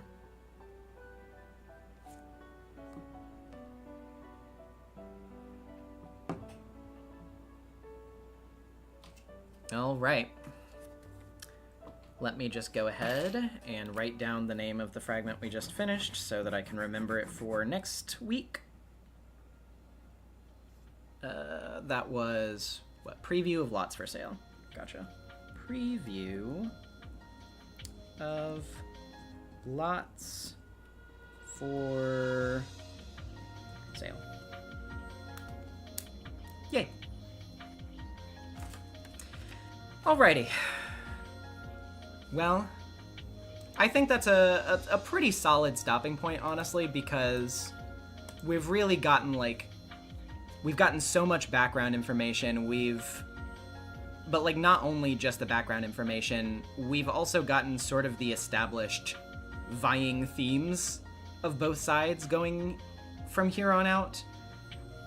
I mean, one is literally, talking about the benefit of, letting the new overtake the old, of, the new wind to bring the old out and lead to a new era. Literally head toward a brighter future, and to leave behind the darkness of the past. Whereas, the faction that is pulling Takano in the direction that they're pulling her is one that is literally obsessed with the past, one that is literally obsessed with returning to the quote-unquote former glory of the country, reverting back into fascism, reverting back into imperialism. It is, it is regression versus hope for a better world. And, yeah, I like that a lot. I think that's nice to read about right now. But anywho, you guys can, hold on just a second. Actually, give me just 2 seconds. You guys can get talking about your thoughts on all of this while I pull up art.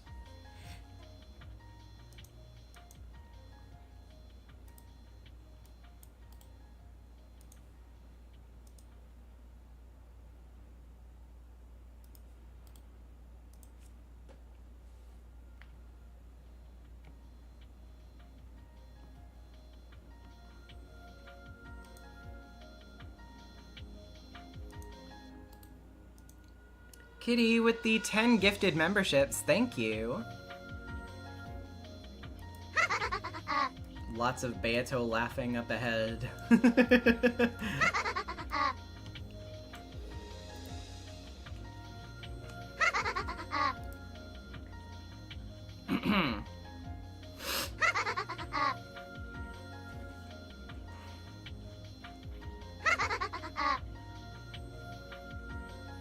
ERA, I love being here once more. This story has a lot to search and think of. Maybe I should gain this game in Spanish. I would understand even more. I believe there is a Spanish translation. I don't know if there's an official one, but I'm pretty sure there's at least a fan translation out there. I can't remember where you would find it, but yeah, I'm very glad that you're back. I'm very glad that you're here.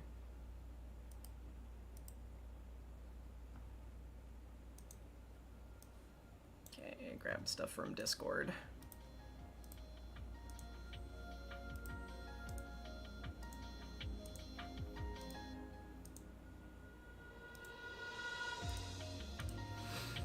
Okay.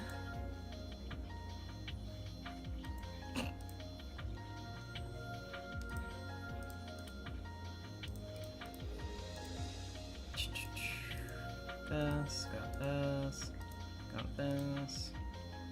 This, this.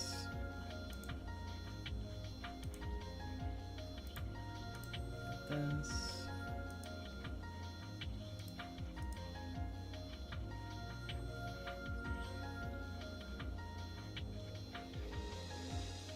Okay, I think that should be everything, but if any of you have last-minute art submissions, as usual, just feel free to let me know while we're reading chat.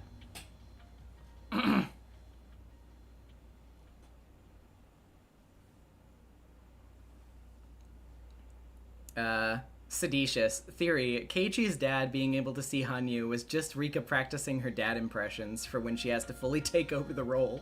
At this point, the dad swap had yet to happen, so just getting the dad in position while using her expert manipulation tactics she developed while being a father to do so. Hanyu appears to those about to die. Soon Keiichi's dad dies and is replaced. Jesus.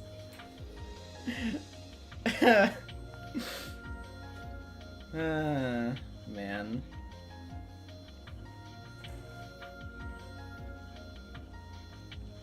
Gona, is it sad that I'm holding out hope that Satoshi is still alive and trapped somewhere in the Irie clinic? I don't want my cute little buddy to get cut open. Well, I won't say anything regarding Satoshi at this point, obviously, but I mean, you know, at the very least, if Irie has anything to say about it, I don't think he would want to let anything happen to Satoshi. But we'll just have to wait and see. Because we don't have an answer to that yet.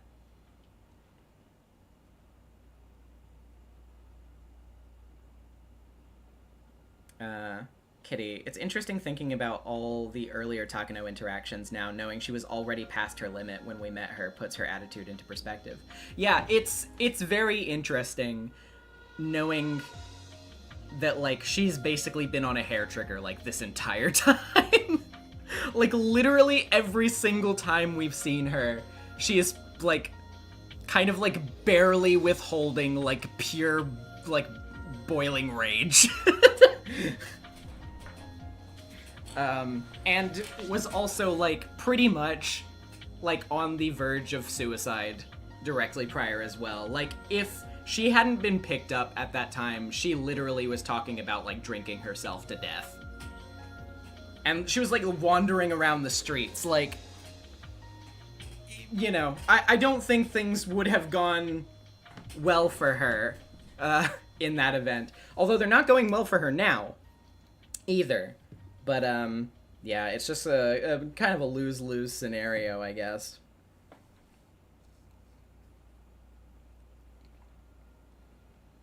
And I mean, obviously, even before all of that was happening, I mean, she had Rika's parents killed.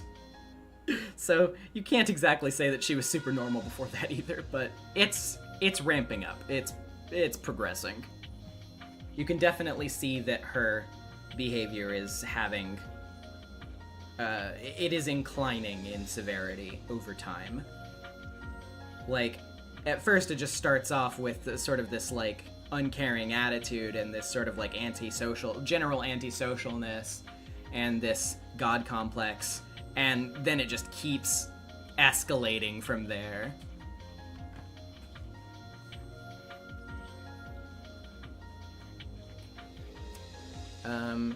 Tomitsuko, I don't think he was dissected, at least. I won't say anything, but I hope not.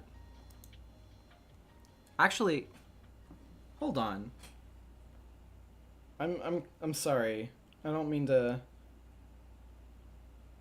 to trail off or anything, but I want to check something real quick.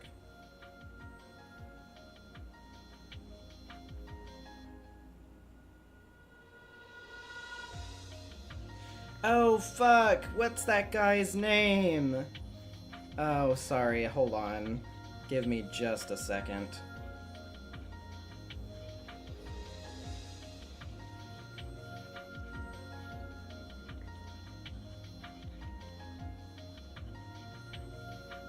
That's right!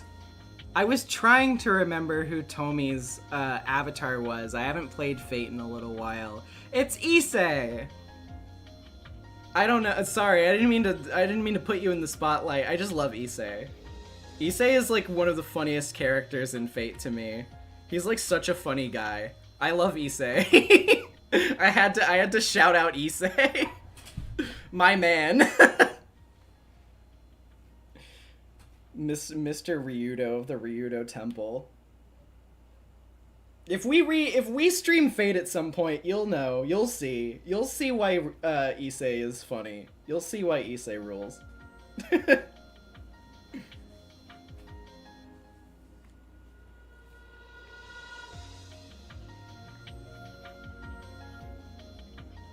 Anywho.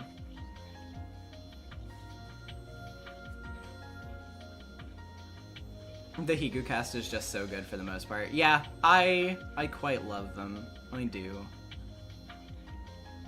Gona, it's so bittersweet how much Rika and Satoshi love and care for Satoko to the point of risking their health for her. Like, Rika getting a hole drilled into her skull just to help find a cure. It's crazy. No, yeah, Rika loves Satoko. Like, sincerely and deeply cares about her.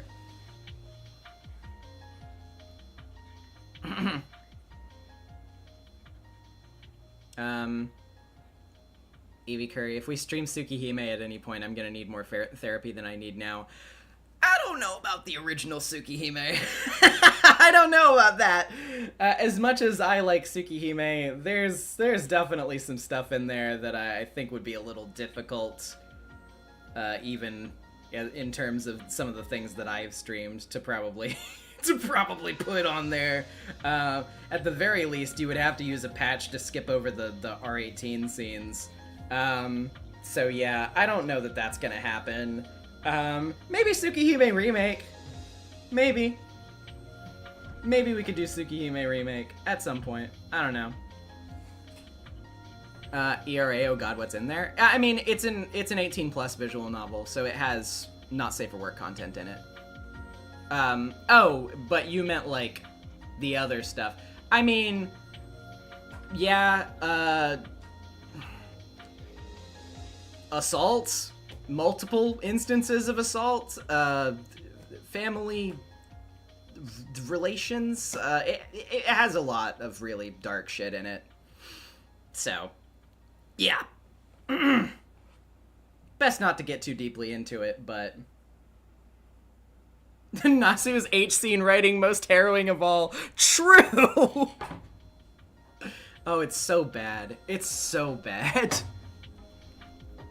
We're not gonna get into that right now. But, like, that man, he cannot fucking write those scenes. He can't do it. He doesn't have that dog in him. It's some of the most awkward shit I've ever read in my life. Oh, man.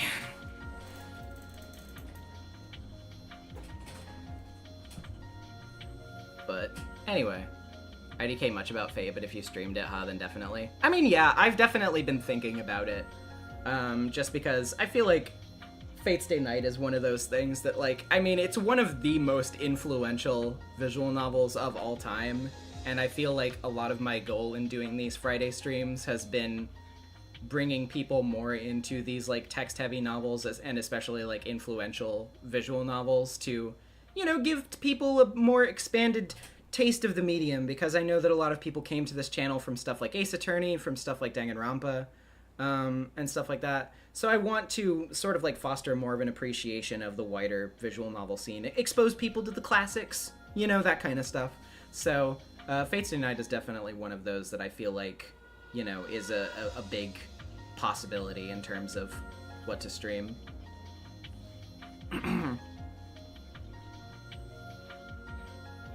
I still can't believe this is the first of Ryukishi's work. He at least took a literature course or something. Yeah, I don't know. But it is crazy that it is his first written work, for sure. Published work, anyway. I mean, I know he did some, like, doujin stuff before that, but none of it is, like, really available anywhere. Like, you can't really find it anywhere. That reminds me, what are some other really good VNs like Higu and Umi?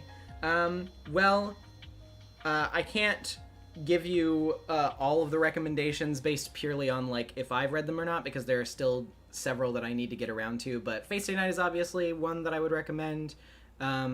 Everybody recommends The House in Fata Morgana. I haven't read it yet. I really want to, but that's another one that I hear is absolutely fantastic. I know people are crazy about Steins Gate. Probably get to that one eventually too. What else? Let me look at my visual novel library on Steam for a moment.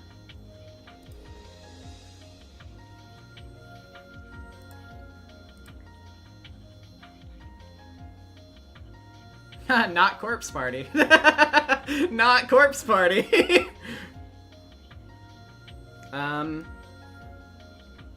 If you want some shorter ones, I would definitely also recommend stuff like We Know the Devil and Heaven Will Be Mine. Those are really good. Looking at the rest of my library here. Oh yeah, also the milk games. Milk Inside a Bag of Milk, Inside a Bag of Milk, and Milk Outside a Bag of Milk, Outside a Bag of Milk.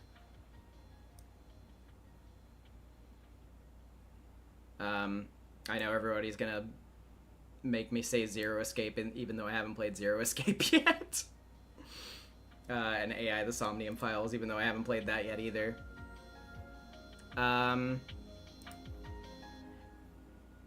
There are several that I have in my games folder that I haven't gotten around to yet that I'm sure they will be good because everybody's crazy about them, but I can't personally say anything about them myself.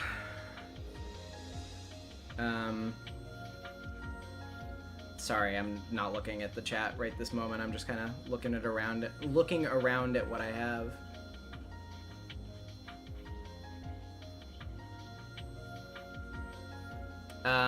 Oh yeah. There's another Type Moon one other than Tsukihime and Fate Stay Night, which is Witch on Holy Night. That is another one that they actually finally published an English version of relatively recently, within like the past couple of years. I know a bunch of people like Katawa Shoujo. I haven't read Katawa Shoujo either, but I know that it's a very notable one. It's like very significant. The Hatoful Boyfriend. What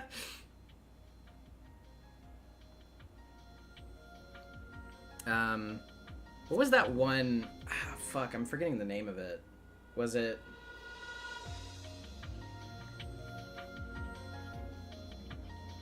Yeah, Full Metal Damon Muramasa. That's a Nitro Plus one. That's another one that's really popular, is Muramasa. Yeah, so that should give you a selection to look at least.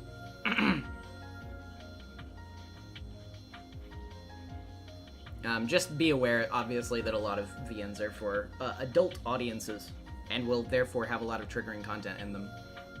So, you know, there you go. PR the Disaster. I wonder about Rika's first loops. Did, like, Satoko get vivisected in those? How did they live alone then? I mean, I don't know that any of them necessarily resulted in that. I guess you could say theoretically, maybe in one world or some other, that it might have happened, but for the most part, I would think that Irie would usually be very against it.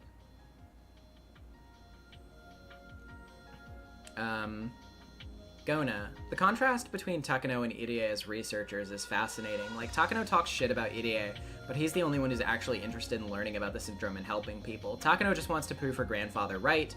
She's not actually interested in the actual facts. That's why she keeps pushing the mind control and Queen Carrier hypothesis, even though she doesn't have solid evidence for either. Yep, and I think it's very telling that even, like, in the dumps of her depression, even she is willing to be like, yeah, the whole thing about it controlling ideology probably isn't true. Like, my grandfather was definitely working from a point of view that was more, like, traumatically affected by the war when everybody was talking about ideology and stuff like that. That was a more popular subject on everyone's mind, so I think that just kind of, like, folded into his general belief system. But I don't think that part is as important.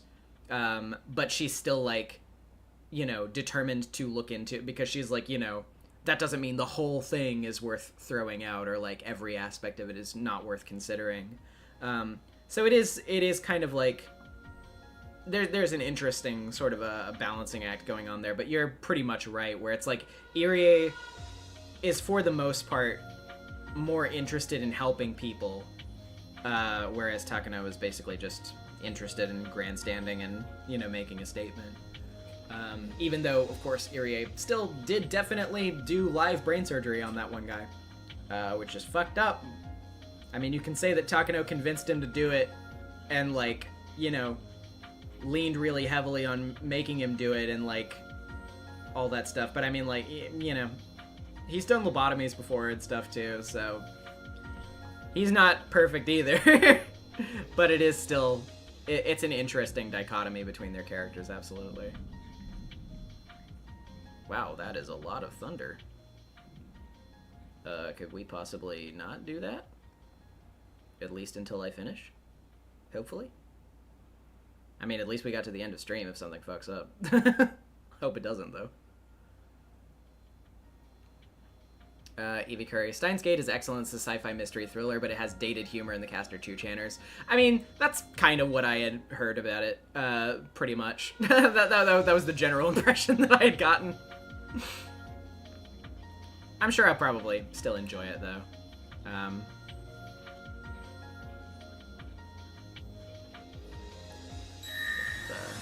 Neon Roses with the $5. I think Morgan of the Devil and Takano should make out sloppy style. I agree. No notes. I agree. That's another visual novel, actually, that you should definitely read, is Of the Devil. It's not finished yet, but it's really fucking good. It's really fucking good. You should please read Of the Devil.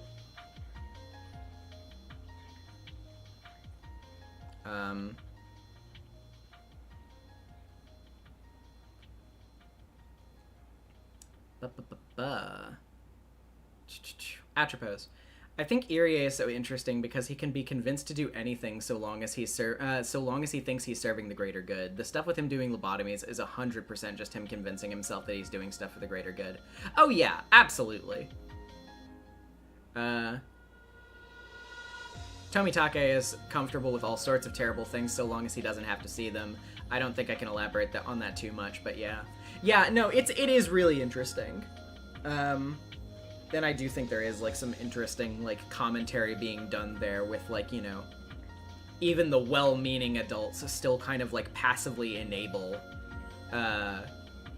cruelty to happen, thinking that it will just be passed on to the shoulders of children to follow after them. I mean, we literally see it with Oreo in that conversation with her and Mion, and it's like, it's kind of a sweet conversation, but it's still Oreo essentially copping to the fact that she's not going to do fucking anything. And Oishi is, of course, a cop. Yes, he is. Like, even if he shows a sort of self-awareness of, like, yeah, some of the things I did was fucked up, it's like, well, you still did them. So, passing the buck. Yes, absolutely.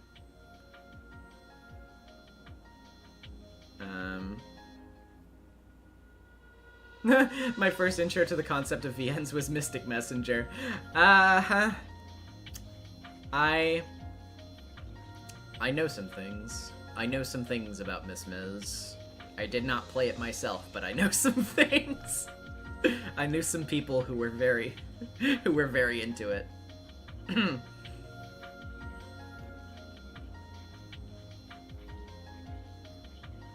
Smacking evil women together like Barbie dolls.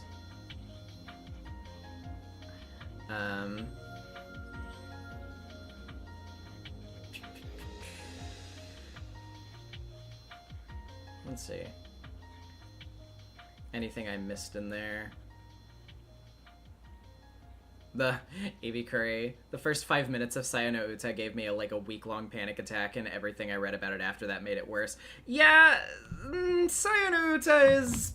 It sure is Sayano Uta. I won't really say much more about it than that. Generabuchi is an author whose stuff that I have a bit of an appreciation for. I love Fate Zero. I love Madoka Magica. He sure is a certain type of author.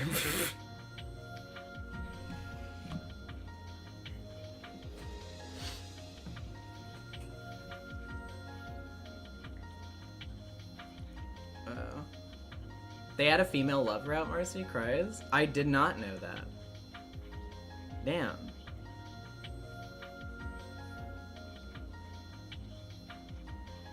Gona, also loving the Mion and audio moments, like the way Mion cares about and loves her grandmother, the same woman that tried to kill her when she was born, watching how audio treats Shion, knowing that if audio knew the switch she could turn on Mion, it's also good. The Sonozaki twins make me insane. Yeah, I mean, I flip-flop a little bit on the matter of like who exactly she tried to choke out, because Shion said that audio tried to choke her out specifically.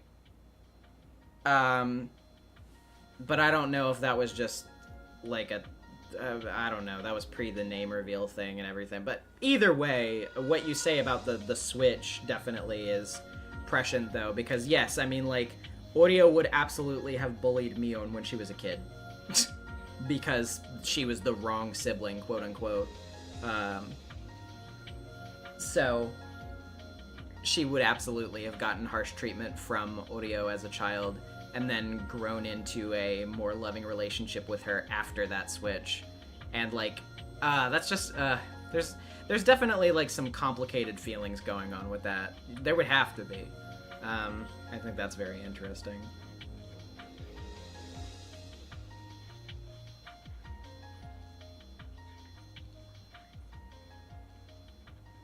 I don't remember what my first VN was.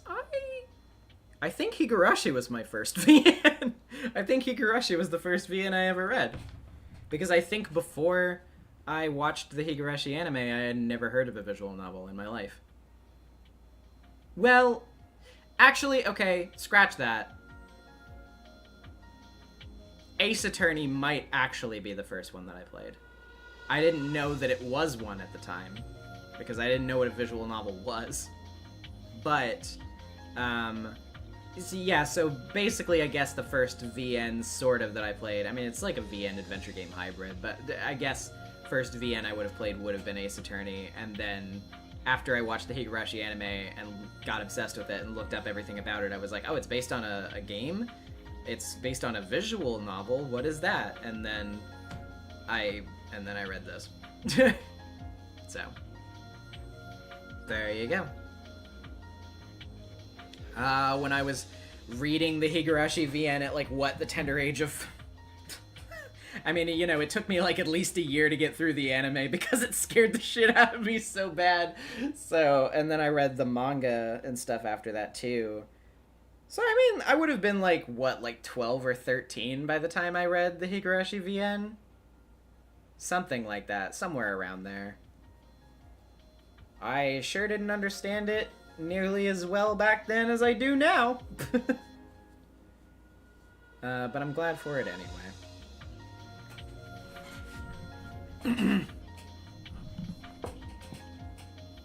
Back then, too, the only way that I could get my hands on it was with the fan translation that had the original graphics. I think somebody was trying to do the PS2 sprite mods back then as well, but I don't remember if they were as readily accessible back then as they are now. I mean, they definitely weren't, I don't think. I'm pretty sure I had to read a lot of it with the original Ryukishi art, which honestly was the better choice. As a child, I foolishly could not accept and understand this, but as an adult, with a fully developed brain, no, I tease, but as an adult who enjoys scrappy, passionate art, and outsider art and all that shit, I appreciate the Ryukishi art a lot more now.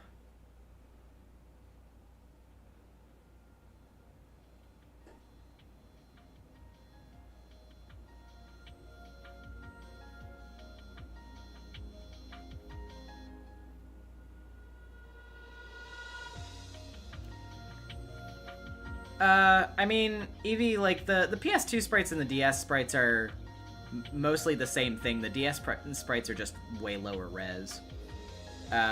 We basically have the PS3 sprites at this point, though. Because the PS2 sprites in Matsuri are a little bit lower res, and also they were updated a little bit in the PS3 version to change them a little bit.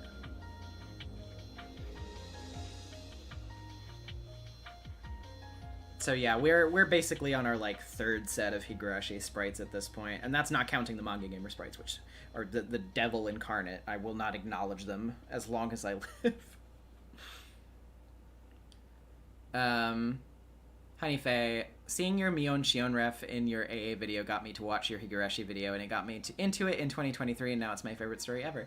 I'm so happy to hear that. That's why I always stealth drop references to Higurashi and Umineko and all of my, like, quote-unquote more mainstream VN videos, because, you see, I'm planting the seeds for propaganda. And I did that for enough years that when I actually decided to stream these games, enough people actually saw that from me and were like, oh yeah, that's that thing that you're mentioning all the time. Yeah, I guess I'll watch this. And now, all of you are here. You fell into my fucking trap.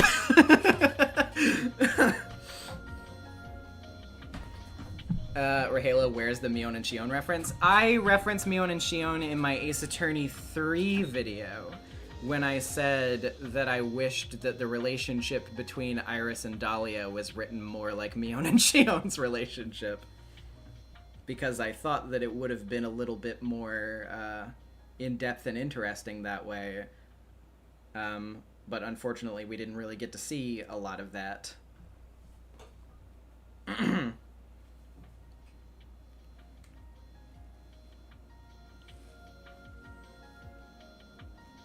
Let's see.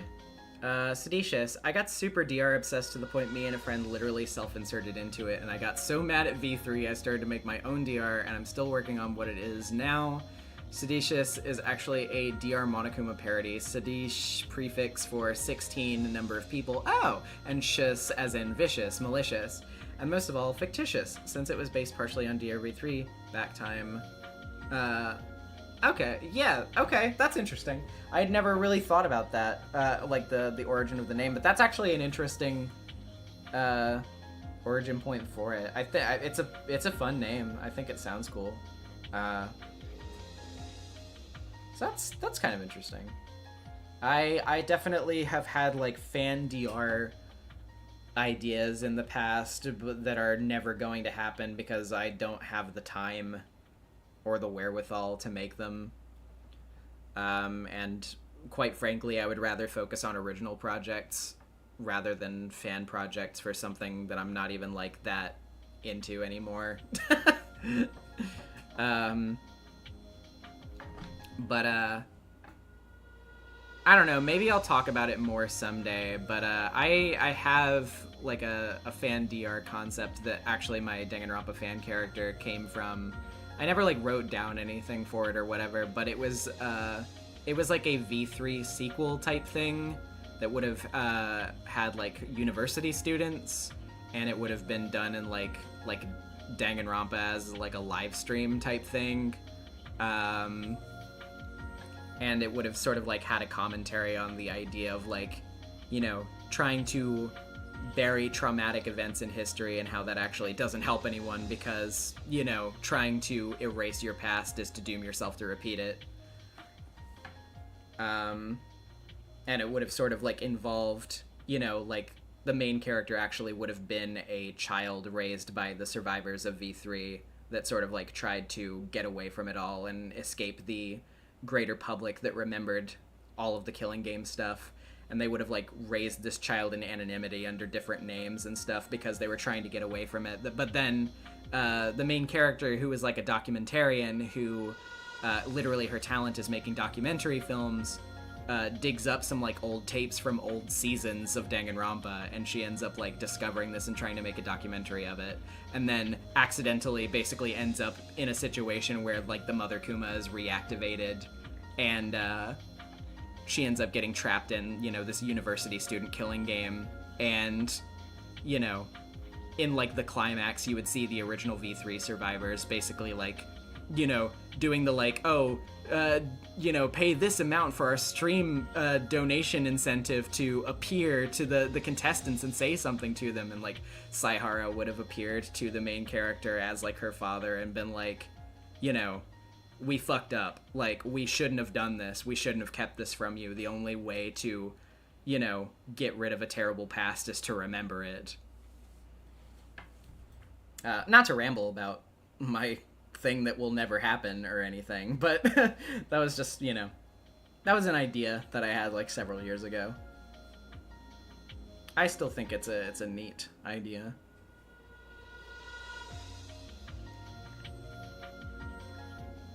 Sasha, I found your channel thanks to your AA essays and I'm thankful for your Umineko streams. Ryukishi is now one of my favorite authors, and before I only knew of Higurashi as an anime and had a bad image of it. I'm really glad to hear that. I definitely think that the Higurashi anime has sort of like given the series a bit of a bad rep, and I'm really glad that people, like more people in this day and age, because of, you know, the new Higurashi stuff that's come out, because of Umineko's sort of resurgence in the Western VN scene, and like because of Ryukishi writing for Silent Hill F and stuff like that, have given it more of a chance, kind of like dredged back up his old work and like actually started to read the visual novels a little bit more now. I'm very happy about that. It's always nice to see people coming to appreciate When They Cry, since it's been one of my favorite things for many years.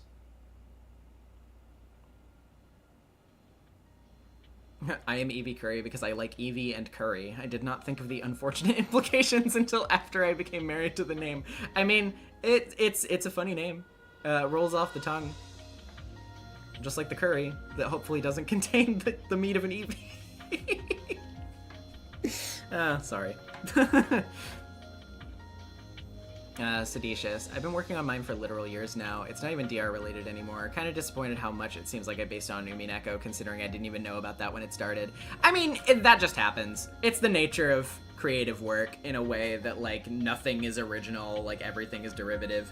It doesn't really matter that much so long as you're still, like, putting your own creative voice into it, I don't think. Don't want to really spoil mine since it's progressed, but in the cast there's both the kidnapper and a victim, but the kidnappee doesn't realize that's the one who did it, and he's not even the mastermind. Ooh, okay, interesting. But yeah, I mean, like, I'll just, like, be blunt, like, my VN idea that I'm kind of focused on right now, the one that I want to make in the future, is one that is, like, it, like, shamelessly takes a bunch of elements from things that I like, and does so very openly, like completely wears it on its sleeve. You're supposed to, like, if you know the things that I'm borrowing things from, you're supposed to know where those things come from. But I still, like, try to assemble them in a way that, like, is, like, an original thing that I want to do, so, you know. It's all about just, you know, making something that speaks to your own heart creatively, I think. Also, hi, Arhabaki and Gloomy. We were just chatting away, but I think now probably might be a good time to go ahead and get on art anyway. So I guess we can go ahead and do that. So let's go ahead and get this off the screen. And go ahead and get the fan art tab open.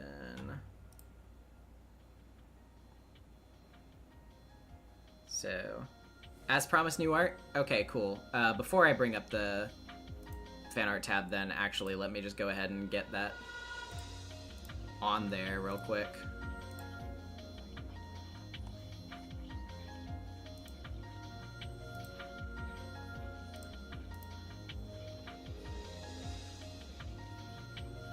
Ah, nice, nice, nice, nice. Okay.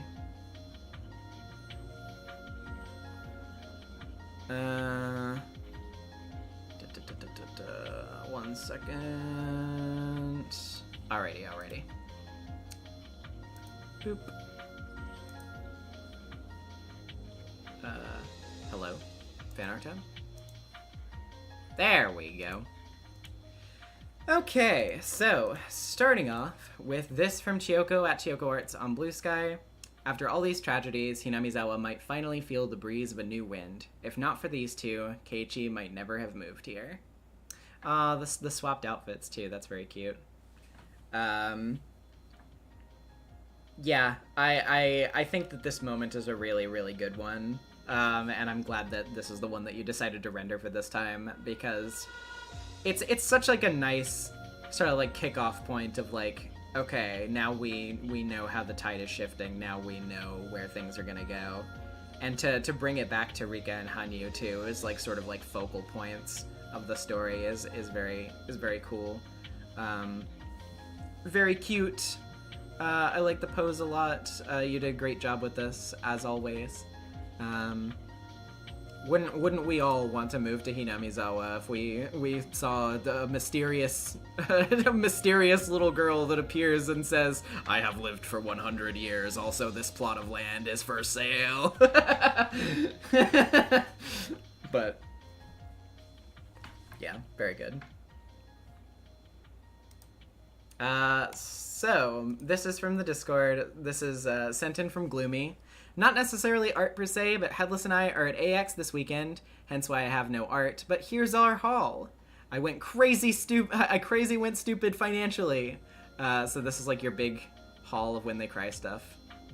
And like, yeah, there's some really good stuff in here. Prints, you know, like keychains, charms. I see that PS2 copy of Matsuri, which I also have. I think that's one of the anime fan books, which I don't have that one. The character songs in the bottom right of the CD is there. That has, I believe it has Rena's character song and also the you know, the Keiichi Oishi character song. The like, yes, Hinamizawa. The one I'm pretty sure is on that. Some original copies of some Umineko episodes over there on the left. I believe that's like an Umineko anime, like, is it like a drama CD or something? I can't remember. There are also Higurashi drama CDs over there. Original copy of Sumi Horoboshi, of Rei, of Umineko Tsubasa, I think, over there. And then the special edition of Kizuna 4 on DS, which I also own, which has a really, really cool art book included with it. Yeah, really, really good haul. Also, we saw Ryukishi07 at the Silent Hill F panel. Oh, yay, let's go! And yeah, there he is on the right, Mr. 07 himself. Mr. Ryukishi. Right there. I included some pictures of them and I cosplaying as Beato and Battler. And yeah, let's go back to those for a second. Your cosplays are great. You did a very good job with them.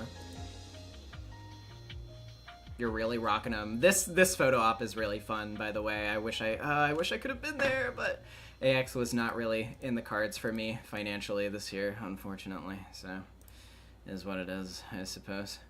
Also, Tedless was 2 people away from getting a signature from Ryukishi, but he got dragged away by like 7 people because he would not stop signing. Just give this man a signing event, please. I know, it sucks. AX is so mean to Ryukishi fans. They keep dragging him away from the people. When will the madness fucking end? But yeah, y'all killed it, and great haul. I hope y'all are having fun over there. Maybe I will come back again someday. Wait a minute. Is that person wearing a Tsukihime shirt? Is that person wearing a Tsukihime piece of Blue Glass Moon shirt? I'm calling you out, random person in the Anime Expo crowd. I know why you're here. Anyway. Next we have this from Dav. He's so rectangular, Indigo. Yeah, it's bad. Atropos. He looks like he's wearing his father's coat. Pop 45. Tomitake's military uniform receives intense criticism. Real VC quotes. He looks so fucking sad. You're just bullying this man, and for what? This is really good. Good job, Taff. Holy shit. We did say all that, yeah. Next up, from Pining Tree. Rogue was released in 1980, so this could have happened. Text below. Damn, I died again. Rika! Rika! You know that computer game Mion showed us this time? I guess it was neat. Well, I realized our predicament is kind of rogue. So, a roguelike. Rika? The face, like just scowling. I'm sorry, please don't eat all those spicy peppers. Dangling the bundle of death above her mouth. Oh my god. That's fucking terrible. That's really good. Next, we have this from Rahela. If it's to protect this warm place, I'll show that I will change into anything because I'm living to create tomorrow. Every day, I'm finding happiness. Dear you, feel. Of all the Higurashi characters that these streams have deepened my appreciation for, at the top of the list has to be Mion. When I watched the anime back in high school, I remember that while I did like her, she was probably my least favorite of the 7 main characters. Likewise, out of all the character renditions of Dear You, I didn't get the full meaning behind Feel, and thus wasn't a huge fan of it. But actually reading the visual novel has made me both understand her and her song so much better. And learning the real reason why she formed the club in the first place was what finally made everything click for me. Mion has so much responsibility and pressure that she never wanted forced upon her, entirely by accident, by a matriarch who had considered her worthless prior to that point. And according to Feel's lyrics, she sees the demon on her back as a horrible sin that drove a permanent rift between her and Shion, who from her perspective got to live a life free from the weighty expectations of being the Sonozaki heir. But despite that, she tries to use what power she does have as the demon in order to protect the people she cares about and make their lives just a little bit better. She carved out a space where the Hojo siblings could feel safe and have fun for a few hours, and even though she knew it wasn't enough, it was a gesture of kindness that would have an incredible ripple effect for the entire story. And knowing Oreo, even doing that tiny thing for them was probably more than enough to make her lose a few fingernails. But Feel is about Mion overcoming her grief and being willing to face the consequences of standing up for those people that she cares about. She'll overcome that pain and walk towards tomorrow. Mion walks on an unenviable tightrope, but she is held steady by honeysuckle vines representing generosity. In one hand, she carries ambrosia flowers that represent piousness towards the Sonozaki way of living, but in her other hand, she carries edelweiss for courage. Shout out again, once again to True Ref on Blue Sky for the pose. This one is the last solo piece in my Dear You series. It's been a lot of fun to work on. This fucking rules. I agree 100% too with everything that you had to say about Mion in that right up there. That, like, all of that is why I say, like, other than Rika for the relatability factor, because, like I said, I relate to Rika the most out of all of the characters in Higurashi. Other than Rika, when anybody ever asks me who is my favorite Higurashi character, all of those reasons are precisely why Mion is my answer every single time. She is just she's so I love Mion Sonozaki. Also worth noting, I can't remember if I've mentioned it before this point or not. I might not have because of spoilers, because it would have been like giving something away by saying that she never does a particular thing in the story. But as you've noticed, since we've gotten to this point, Mion has never gone L5. Mion has never gotten to a point where she has escalated in her, like, because, I mean, everybody in the village technically has Hinamizawa syndrome, but Mion has never gotten sick with it. Ever. Literally ever. In any world, she has never gone that way. And Ryukishi himself literally said something about that. Somebody asked him at a con why Mion never goes L5, and he said it's because a tenet of Hinamizawa syndrome is developing antisocial behaviors, is isolating yourself away from other people. But because of the responsibilities that Mion carries in her role in the village, in her family, and all of that, she literally does not have the capability, or, like, you know, she's basically not allowed to self-isolate. She's not allowed to not be involved with people. And so she always has a social side. She always has the opportunity to believe better of people. I just think that's really neat. Not to say, obviously, that everybody, like, all of the other characters who get Hinamizawa syndrome are, like, at fault or something.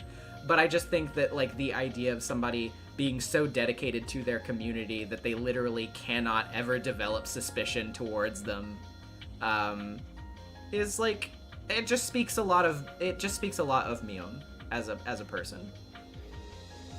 I just think she's neat. Exactly. Man, I really love Mion.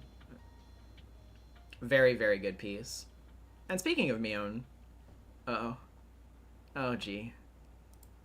From Atropos. My animatic whip, I need to learn how to do some fun effects for this, but I've been plotting. Had to minimize to get the animation to work. But yeah, I see that doll, and yeah, I've been seeing a couple things here and there that you've been sending me about that, and I definitely think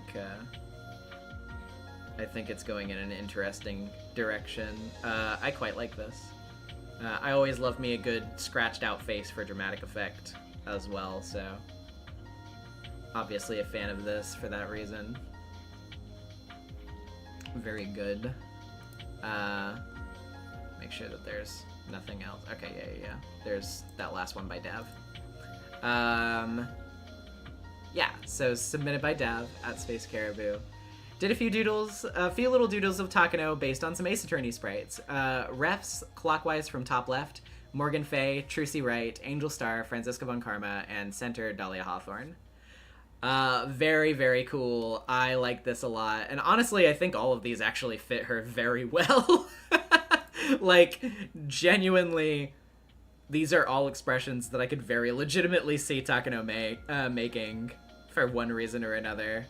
Especially the Morgan one in the top left. It's very angry Takano core. Yeah, these are really good. Excellent work as always, Dav. Well, I don't think we have anything else to go over. Let me just refresh the tags on Blue Sky and Tumblr real quick just to make 100% sure. I don't think we got anything on Tumblr this week, actually. Yeah, I don't see anything as far as Tumblr goes. Unless it's lying to me, but I don't think it is. I mean, I know Tumblr search fucking sucks, but I don't see anything anyway. Yep, I think it's all good. But yeah, I think that's everything. But as always, everybody submitted very good stuff. I'll just go back through everything one more time.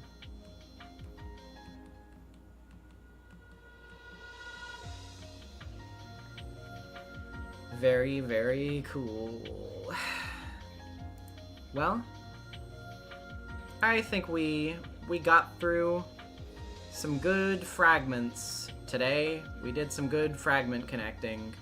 We're not quite done with connecting fragments yet, but next time we'll probably be finishing connecting fragments, and then we'll be heading into the long-awaited Matsuri Bayashi. And hopefully, we'll be getting out of this, one step at a time. But, until then, thank you so much for watching, everybody. Tuesday will be an off stream because last Tuesday was Ace Attorney, so next Tuesday is a whatever the fuck I want.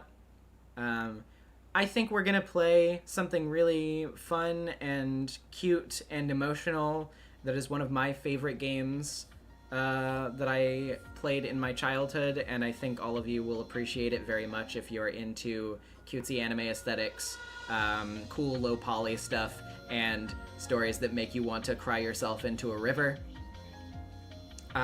So tune into that if you want to. And obviously next Friday we'll be back with more Higurashi.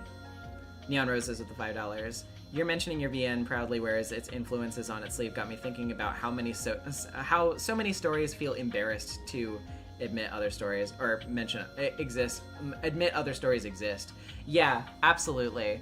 I definitely feel the same way. I feel like, you just gotta be secure about your own, ideas, and you got to remember that, like, people like the fact that you relate things back to the things you like too, because that proves that, you know, it's being made by a human who's been influenced by art and appreciates art the same way everybody else does. So yeah, thank you. But yeah, I'll see you guys next week. If you haven't taken the opportunity to watch my newest video yet about my top 10 Yuri ships, you should definitely do that as well. It's a fun video. I had a lot of fun making it. I see that it's actually been doing a little bit better recently. So hopefully that momentum will keep up. And yeah, I'll see you on Tuesday. If I don't see you on Tuesday, I'll see you on Friday. Bye, everybody.